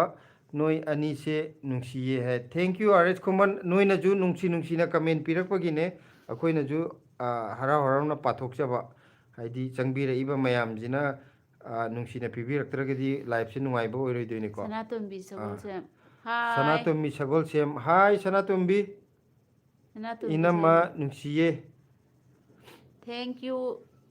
Sanatombi kay injang charage. Makhalgi pukai. Tamo Hawaijar se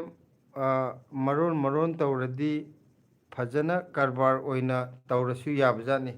Mane mayam sum pambiragadi adum tauji yabjani ado kayam kuina mayam na pambigi doino haibdamadi khangde. Atopa pot yauragadi tongana oina dukan pambe mong chakragadi tongan gre. Ataba Hawaijar khatangi jidi hauji bokpugidi aikoi sida leibiriba mayam na harauna nungsibiri ko. Ado sijina kayam kuina nungsibidoino haibdi khangde haidi Hawaijar chaningak taba matamam ju lakwe ko.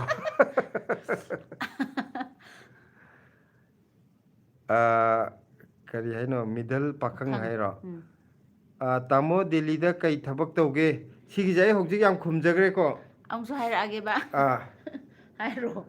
Haidi kainone akoi hojik po thaba po jon bakhaktane video da ulijidi aige atopa profession ama haitare ko. Aduje adudi akoi hana video yengbiriba mayamga yanagibagi matungina aigi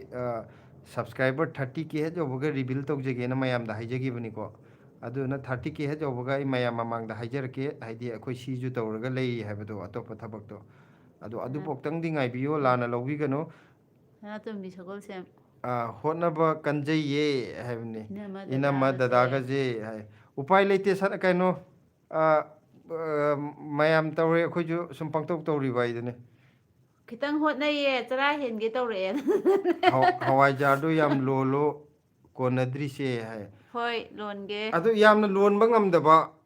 अदुनने लोनदी yam लोनिंगे loaning the बई नते advertise अमा मुक तौरगे अनौब जंबिरक वजिंगना इसा इसागी screen दा अनिरक्तंग double tap तौबियो like on थोकसे अदि याम समना हायरबदा आई इसागी mobile दुगी ममाइद खुपांगना अनिरक्तंग फाक थाजनबियो अदु ओइतारदी याम अचौब मेजिगम थोलकनी ngसागी खुपाक अनिदो like on थोलकनी बा दे का अखोगी life से मीने यंगदा याम नोकनिंगंगनी सिंगाकदने एडवर्टाइज तौरिजे आइदि अखोइना तौजरी अतै नते हौजिक अखोइ मरुप अम खकना हाइबिरकने दमाइ तौवे जो ngasi खक्तने अखोइ जो खंजरी खंजबनेबा पाखलगी पोकैना तामो सोइबुम फंगबदो तांग्ब्रो होंग्ब्रो है दिल्ली ददी नाउ तांग दब लेते में दिल्ली ददी लोई तांग सोइबुम दी हम तांगम दो माले युम लमद सु हम तांग बनिना को सोइबुम जे आइदि सोइबुम दनति युम सिदैदा दिल्ली ददी तांग दब लेते लोई तांगे अदु पैसा लेरगदी हाना चाब पैसा लेरगजु चाब फंगम दबदो हौजिकती पैसा बु लेरदी चाबदी लोई फंगे अदुगी नुवाइबम दि लेको अदुगो तांगबदी दम लोई तांगे अदु नोंग फादोक चानिंगबदो दम फंगे लोइनमक सुना फंगे इंदिरा सोरक हाइबम मणिपुर की हवाईजार कइनो मफमदुदा यामना सिटली कइनो ओइबगिसुने फ्रेश ओइना पुथोकदो खइना अदुदुगिसुने को हाइदि फ्रेश ओइना चाबजे हाविदना यामना हाव कोइ सनातोंबिना इनमा अंगांग नुपा अमदि पोहननिंगी हारे पोदौन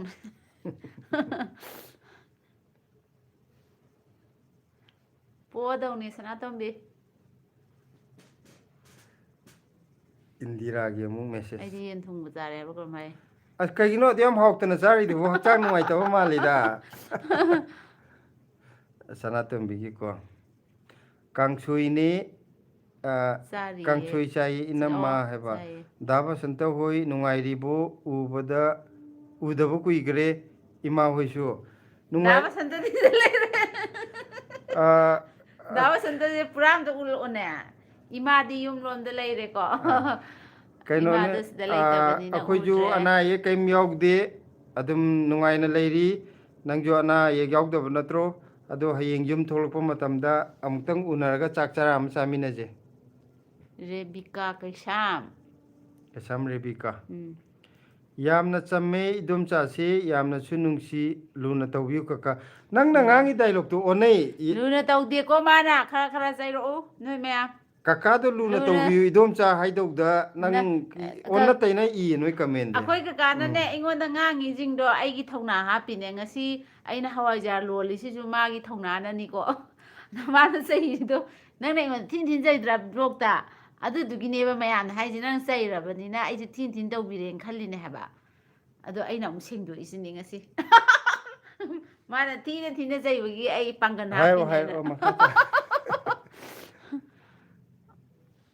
ꯀꯩ ꯍꯥꯏꯅꯣ ꯑꯗꯨꯝ ꯑꯗꯨꯝ ꯌꯣꯟꯈꯤꯅꯤ ꯏꯇꯩꯃꯅ ꯃꯤ ꯑꯇꯣꯞꯄ ꯃꯌꯥꯝꯒꯤ ꯃꯃꯥꯡꯗ ꯃꯤꯇꯩ ꯑꯃ ꯑꯣꯏꯕꯒꯤ ꯌꯥꯝꯅ ꯆꯥꯎꯊꯣꯛꯆꯅ ꯐꯅꯦꯛ ꯁꯦꯠꯂꯒ ꯌꯣꯜꯂꯤꯗꯨꯕꯨ ꯌꯥꯝ ꯍꯥꯡꯈꯤꯅꯤ ꯌꯥꯝꯅ ꯀꯩꯅꯣ ꯇꯧꯈꯤꯅꯤ ꯃꯇꯝ ꯀꯨꯏꯅ ꯁꯤꯠꯈꯤꯅꯤ ꯍꯥꯏꯅꯦꯕꯀꯣ ꯃꯌꯥꯡ Thank you. ꯃꯆꯥ ꯐꯥꯎꯕ ꯂꯩꯕ ꯆꯪꯂꯛꯂꯤꯗꯨꯗꯤ ꯃꯣꯏꯗꯤ ꯑꯩꯈꯣꯏ ꯃꯩꯇꯩ ꯃꯌꯥꯝ ꯒ꯭ꯔꯨꯞ ꯂꯧ ꯍꯨꯞꯆꯜꯂꯛꯄꯗꯨꯗ ꯀꯔꯤꯅꯣ ꯃꯣꯏ ꯃꯌꯥꯝ ꯍꯨꯞꯆꯜꯂꯤꯗꯣ ꯃꯣꯏꯁꯨ ꯑꯝꯇ ꯂꯧꯍꯧꯒꯦꯅ ꯈꯟꯕꯖꯥꯠꯅꯤ ꯀꯩꯅꯣꯗꯤ ꯈꯪꯗꯕꯤꯗ ꯀꯩꯅꯣ ꯌꯦꯡꯒꯦꯅ ꯑꯃꯗ ꯑꯃꯨꯛ ꯍꯥꯏ ꯑꯩꯉꯣꯟꯗꯁꯨ ꯂꯥꯖꯔꯛꯄꯗ ꯑꯩꯈꯣꯏꯁꯨ ꯑꯩꯅ ꯑꯃ ꯅꯣꯏ ꯄꯤꯌꯣ ꯆꯥꯕ ꯑꯩꯈꯣꯏꯁꯨ ꯑꯃ ꯅꯣꯏ ꯄꯤꯌꯣꯅ ꯍꯩꯅꯔꯣꯏꯌꯦ ꯍꯥꯏꯕꯗꯤ ꯂꯥꯁꯇꯅꯦ ꯅꯣꯛꯃꯤ ꯇꯧꯔ ꯊꯣꯛꯈꯤꯔꯤꯅꯦ ꯍꯥꯏꯕ ꯅꯣꯛꯅꯤꯡꯕꯅ ꯑꯗꯨꯁꯨ ꯑꯗꯨꯐꯛꯇ ꯊꯥꯞꯅ ꯀꯩꯅꯣ ꯃꯣꯏꯁꯦ ꯃꯕꯨꯛ ꯐꯠꯇꯦꯗ ꯃꯣꯏ ꯈꯛꯇ ꯑꯣꯝꯁꯤꯜꯂꯤꯗꯅ ꯃꯥꯅꯦ ꯈꯟꯕꯗꯣꯏꯅꯤ ꯑꯗꯨꯁꯨ ꯃꯊꯦꯜ ꯑꯃꯅꯦ ꯑꯩꯗꯤ ꯅꯣꯛꯅꯤꯡꯉꯦ ꯍꯥꯏꯕ ꯑꯗꯨꯒꯤ ꯃꯇꯥꯡꯗ ꯁꯦ ꯑꯩꯈꯣꯏ ꯃꯤ ꯁꯅꯥꯇꯣꯝꯕꯤꯅ ꯈꯨꯆꯤꯟꯁꯤꯗ ꯏꯆꯦ ꯁꯤꯂꯥꯗꯤ ꯀꯃꯥꯏꯅ ꯇꯧꯔꯤꯒꯦ ꯗꯥ ꯕꯁꯟꯇ ꯑꯩꯁꯨ ꯅꯨꯡꯉꯥꯏꯔꯤꯌꯦ ꯏꯆꯦ ꯁꯤꯂꯥꯁꯨ ꯑꯗꯨꯝ ꯄꯪꯂꯩꯗ ꯂꯩꯔꯤ ꯏꯆꯦ ꯁꯤꯂꯥꯗꯨ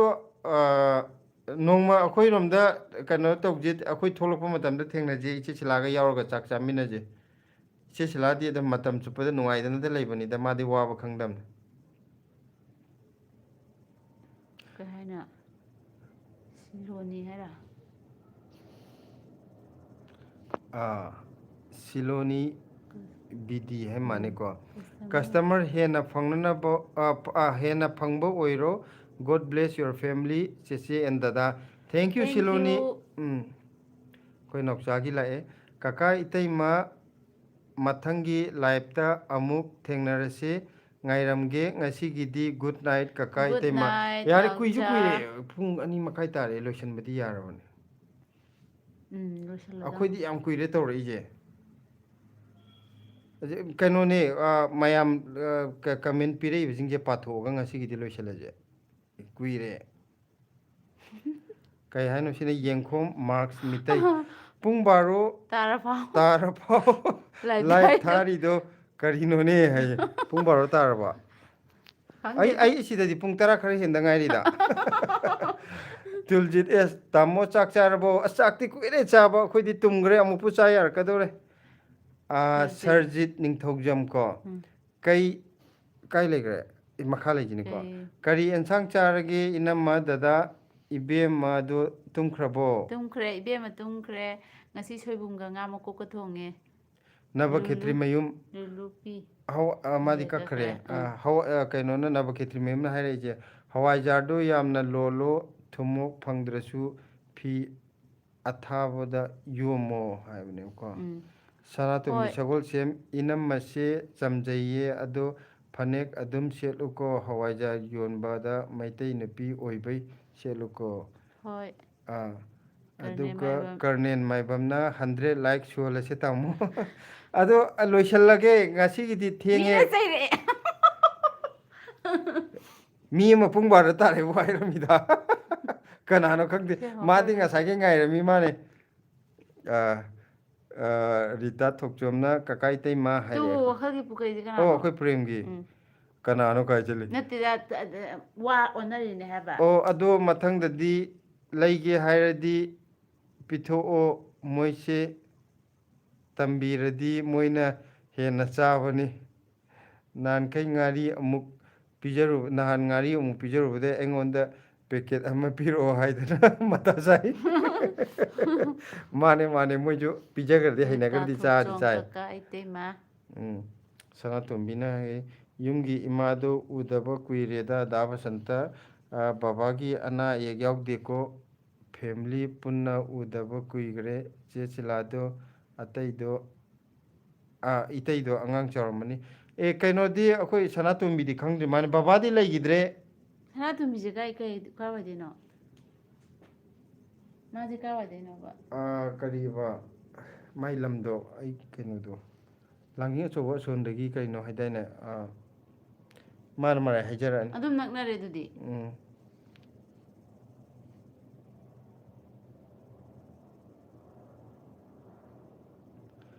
ꯑꯥꯔ ꯈꯨꯃꯟ ꯂꯣꯏꯁꯤꯜꯂꯗꯣꯏꯔꯣ ꯍꯥꯏꯖꯦ ꯍꯥꯏꯕ ꯏꯇꯩꯃ ꯇꯥꯃꯣꯅ ꯁꯥꯎꯗꯅꯕ ꯑꯍꯥꯎ ꯑꯍꯥꯎꯕ ꯌꯥꯝ ꯄꯤꯖꯕꯤꯌꯨ ꯐꯩꯗ ꯂꯨꯅ ꯂꯨꯅ ꯇꯧꯅꯕ ꯍꯥꯏꯅꯤ इंद्र कुमार ना करी लमदगिनो तामो आइजे फुमलोक सिफाइदगिने सनास तुमगिनुदा सुमाइना लाइव थाबसे नुंगाये अखोइदि पुंग अनि मखाइ तारे को अखोइन थारेइसे ꯑꯩꯈꯣꯏꯒꯤ ꯂꯥꯏꯐꯁꯦ ꯄꯨꯡ ꯅꯤꯄꯥꯟꯗꯩꯅꯦ नोइदि थेंना संगपनिया नुंगाय हाइने ꯆꯦ ꯗꯗꯥ अखोइदि ꯒꯨꯗ ꯅꯥꯏꯠ कुइरे अबेल आइश्रम इचे दादा गुड नाइट हाइरेको राहुल मैस्नाम हेलो ꯍꯦꯜꯂꯣ हाइरेको ꯑꯇꯩꯒ ꯏꯇꯩꯃꯒꯁꯦ रीता थोकचोम ꯌꯥꯝꯅ इते गीते ꯆꯝꯅ मगचे याम याम चानना लुहोंग ए हैरा इंदिरा सोरोखाइबम पुंग हाइरे माइजेको सनातोंबिना लांजिंगदैने इनमा आइजु अंगांग अनि सुरे नुपा अमगा नुपी अमगा ꯃꯌꯥꯝ चप ꯐꯔꯦꯀꯣ चारे मा परफेक्ट तारे ꯄ꯭ꯔꯦꯝꯂꯇꯥꯁꯦ लाइव था लेरमे कइनो लाइव लोइसलगे हारगा लाइव था लेरमे हाइजिबो ꯑꯗꯨꯗꯤ ꯑꯩ ꯑꯦꯗꯚꯔꯇꯥꯏꯁ ꯑꯃꯨꯛ ꯇꯧꯔꯛꯑꯒꯦ कइनोने ꯑꯅꯧꯕ ꯆꯪꯉꯛꯄꯁꯤꯡꯅ ꯏꯁꯥ ꯏꯁꯥꯒꯤ ꯐꯣꯟ ꯁ꯭ꯀ꯭ꯔꯤꯟꯗ ꯗꯕꯜ ꯇꯦꯞ ꯇꯧꯕꯤꯌꯣ ꯂꯥꯏꯛ ꯑꯣꯟꯊꯣꯛꯍꯟꯁꯤꯀꯣ ꯃꯌꯥꯝ हाइदी याम समना हाइरबदा आई इसागी मोबाइल के ममाइद खुपांगना अनिरक्तंग फाक फाक थाजनबियो हाइबनेदा ꯏꯟदिꯔꯥ ꯁꯣꯔꯣꯈꯥꯏꯕꯝꯅ ꯒꯨꯗ ꯅꯥꯏꯠ ꯁ꯭ꯋꯤꯠ ꯗ꯭रीꯝ ꯍꯥꯏꯔꯛꯑꯦ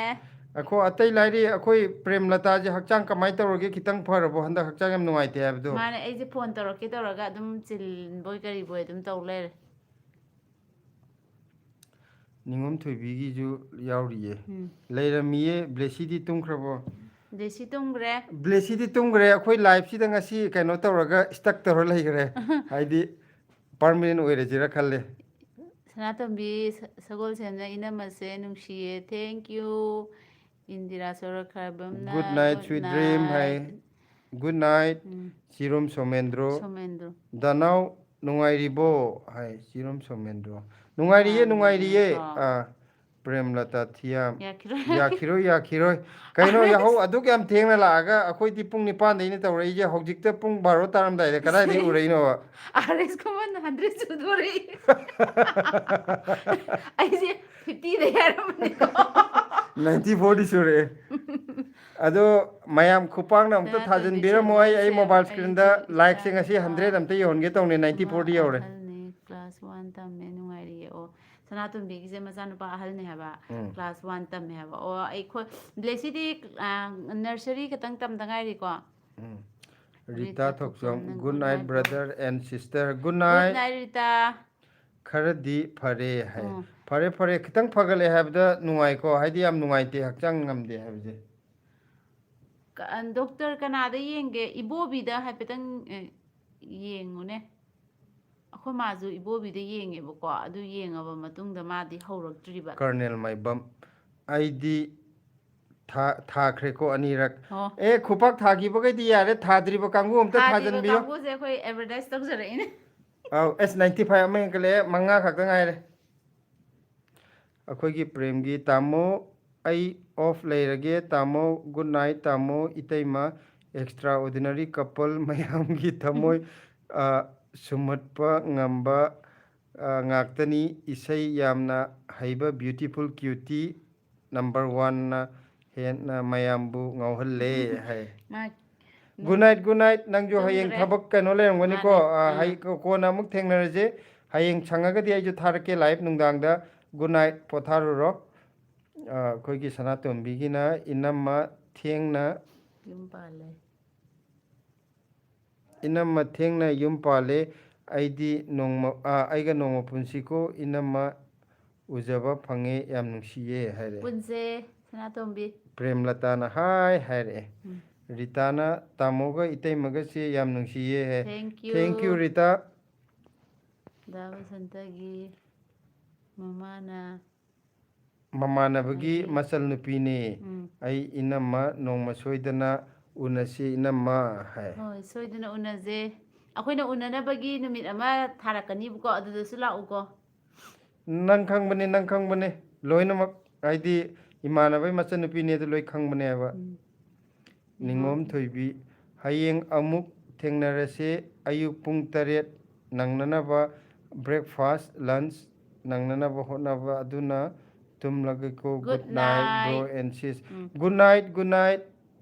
अदुगा डेट किम बीएस हाइरो ꯄ꯭ꯔꯦꯝꯂꯇꯥ ꯊꯤꯌꯥꯝ ꯁꯤꯂꯥꯒꯤ ꯍꯋꯥꯏꯖꯥꯔꯗꯨ ꯌꯦꯡꯉꯒ ꯇꯤꯟ ꯌꯣꯠꯂꯦ ꯆꯥꯗꯣꯔꯕꯅꯤꯀꯣ ꯅꯣꯏꯁꯨ ꯀꯩꯅꯣ ꯇꯧꯔꯁꯦ ꯂꯣꯏꯁꯤꯜꯂꯁꯦ ꯌꯧꯗ꯭ꯔꯖꯅꯨ 100ꯁꯦ ꯃꯥꯅꯦ ꯃꯌꯥꯝ ꯀꯩꯅꯣ ꯇꯣꯉꯥꯟꯅ ꯇꯧꯔꯒꯦ ꯂꯥꯏꯚꯁꯦ ꯂꯣꯏꯁꯤꯜꯂꯒꯦ ꯁꯤ ꯑꯝꯇꯪ ꯄꯥꯕꯤꯔꯝ ꯁꯤ ꯄꯥꯅꯤꯌꯦ ꯑꯥ ꯑꯔꯣꯏꯕꯒꯤꯗꯤ ꯄꯥꯅꯤ ꯑꯩꯈꯣꯏ ꯁꯅꯥꯇꯣꯝꯕꯤꯒꯤꯅꯦ ꯁꯨꯃꯥꯏꯅ ꯂꯥꯏꯚ ꯊꯥꯔꯛꯑꯣ ꯏꯅꯝꯃ ꯂꯣꯏꯅ ꯆꯝꯖꯩ ꯍꯣꯏ ꯂꯥꯛꯀꯦ ꯏꯅꯝꯃ ꯑꯗꯣ ꯅꯨꯄꯥ ꯑꯃꯗꯤ ꯄꯣꯛꯀꯣ ꯍꯥꯏ ꯍꯣꯏ ꯑꯗꯨꯒ ꯎꯝ ꯆꯤꯡꯈꯩ ꯉꯥꯟꯕ ꯁꯤ ꯑꯩꯁꯅ ꯑꯩꯆꯤꯁꯦ ꯀꯔꯤ ꯍꯥꯏꯅꯣ ꯍꯥꯏꯁꯦ ꯈꯪꯗꯦ ꯈꯪꯗꯦ ꯍꯥꯏꯁꯨ ꯍꯥꯏꯔꯛꯑꯦꯀꯣ ꯕꯤꯅꯥꯇꯥ ꯔꯤꯇꯥ ꯊꯣꯛꯁꯦꯝ ꯁꯦꯠ ꯍꯥꯏ ꯕꯕꯤꯇꯥꯅ ꯑꯣꯀꯦ ꯒꯨꯗ ꯅꯥꯏꯠ ꯍꯥꯏꯔꯛꯑꯦ ꯈꯨꯃꯟꯅ ꯒꯨꯗ ꯅꯥꯏꯠ ꯏꯌꯥꯝꯕ ꯒꯨꯗ ꯅꯥꯏꯠ ꯎꯝ ꯑꯗꯨꯗꯤ ꯃꯌꯥꯝ ꯒꯨꯗ ꯅꯥꯏꯠ ꯑꯣꯏꯔꯁꯦ ꯍꯌꯦꯡ ꯌꯥꯔꯒꯗꯤ ꯑꯩ ꯁꯪꯉꯒꯗꯤ ꯄꯨꯡ 8:30ꯗꯩꯅ 9 ꯃꯅꯨꯡꯗ ꯂꯥꯏꯚ ꯊꯥꯖꯔꯛꯀꯦ ꯑꯗꯨꯗ ꯑꯃꯨꯛ ꯃꯌꯥꯝ ꯁꯥꯟꯅꯔꯁꯤꯀꯣ ꯑꯗꯨꯗꯤ ꯉꯁꯤ ꯄꯨꯡꯁꯨ ꯌꯧꯈ꯭ꯔꯦꯕ ꯂꯣꯏꯁꯤꯜꯂꯁꯦ ꯀꯨꯏꯔꯦ ꯄꯨꯡ 2:30 ꯇꯥꯔꯛꯑꯦꯕ ꯑꯩꯈꯣꯏꯅ ꯐꯝꯃꯛꯏꯁꯦ ꯑꯗꯨ ꯃꯌꯥꯝ ꯂꯣꯏꯁꯤꯜꯂꯒꯦꯀꯣ ꯃꯌꯥꯝ ꯁꯥꯎꯕ ꯌꯥꯗꯦ ꯒꯨꯗ ꯅꯥꯏꯠ ꯃꯌꯥꯝ ꯒꯨꯗ ꯅꯥꯏꯠ ꯁꯤꯗꯩꯁꯦ ꯑꯝꯇ ꯄꯥꯕꯤꯔꯛꯑꯣꯅꯦ ꯂꯇꯥ ꯍꯥꯏꯔꯣ ꯂꯇꯥ ꯇꯣꯡꯕ꯭ꯔꯝ ꯍꯥꯏꯔꯣ ꯊꯦꯡꯛ ꯌꯨ ꯅꯕꯀꯤ ꯑꯦꯁ ꯑꯩꯅ ꯈꯨꯕꯥꯛ ꯃꯔꯤ ꯊꯥꯈ꯭ꯔꯕꯅꯤ ꯎꯝ ꯍꯥꯏꯕ ꯗꯥꯕꯁꯤꯗ ꯊꯦꯡꯛ ꯌꯨ ꯅꯨꯡꯉꯥꯏꯅ ꯃꯌꯥꯝ ꯂꯩꯌꯨ ꯅꯨꯡꯉꯥꯏꯔꯦꯀꯣ ꯍꯌꯦꯡ ꯀꯩꯅꯣꯗ ꯊꯦꯡꯅꯔꯁꯦ ꯑꯧ ꯅꯨꯡꯉꯥꯏꯅ ꯂꯩꯒꯦ ꯅꯨꯡꯉꯥꯏꯅ ꯂꯩꯒꯦ ꯑꯩꯈꯣꯏꯁꯨ ꯅꯨꯡꯉꯥꯏ ꯂꯩꯒꯦ ꯅꯣꯏꯁꯨ ꯅꯨꯡꯉꯥꯏꯅ ꯂꯩꯔꯣ ꯑꯗꯣ ꯃꯌꯥꯝ ꯒꯨꯗ ꯍꯌꯦꯡ ꯅꯥꯏꯠ ꯁꯪꯉꯗꯤ ꯑꯩ ꯄꯨꯡ 8:30 9 ꯃꯅꯨꯡ ꯂꯥꯏꯚ ꯇꯧꯖꯒꯦ ꯑꯃꯨꯛ ꯁꯥꯟꯅꯔꯁꯦ ꯃꯌꯥꯝ ꯒꯨꯗ ꯅꯥꯏꯠ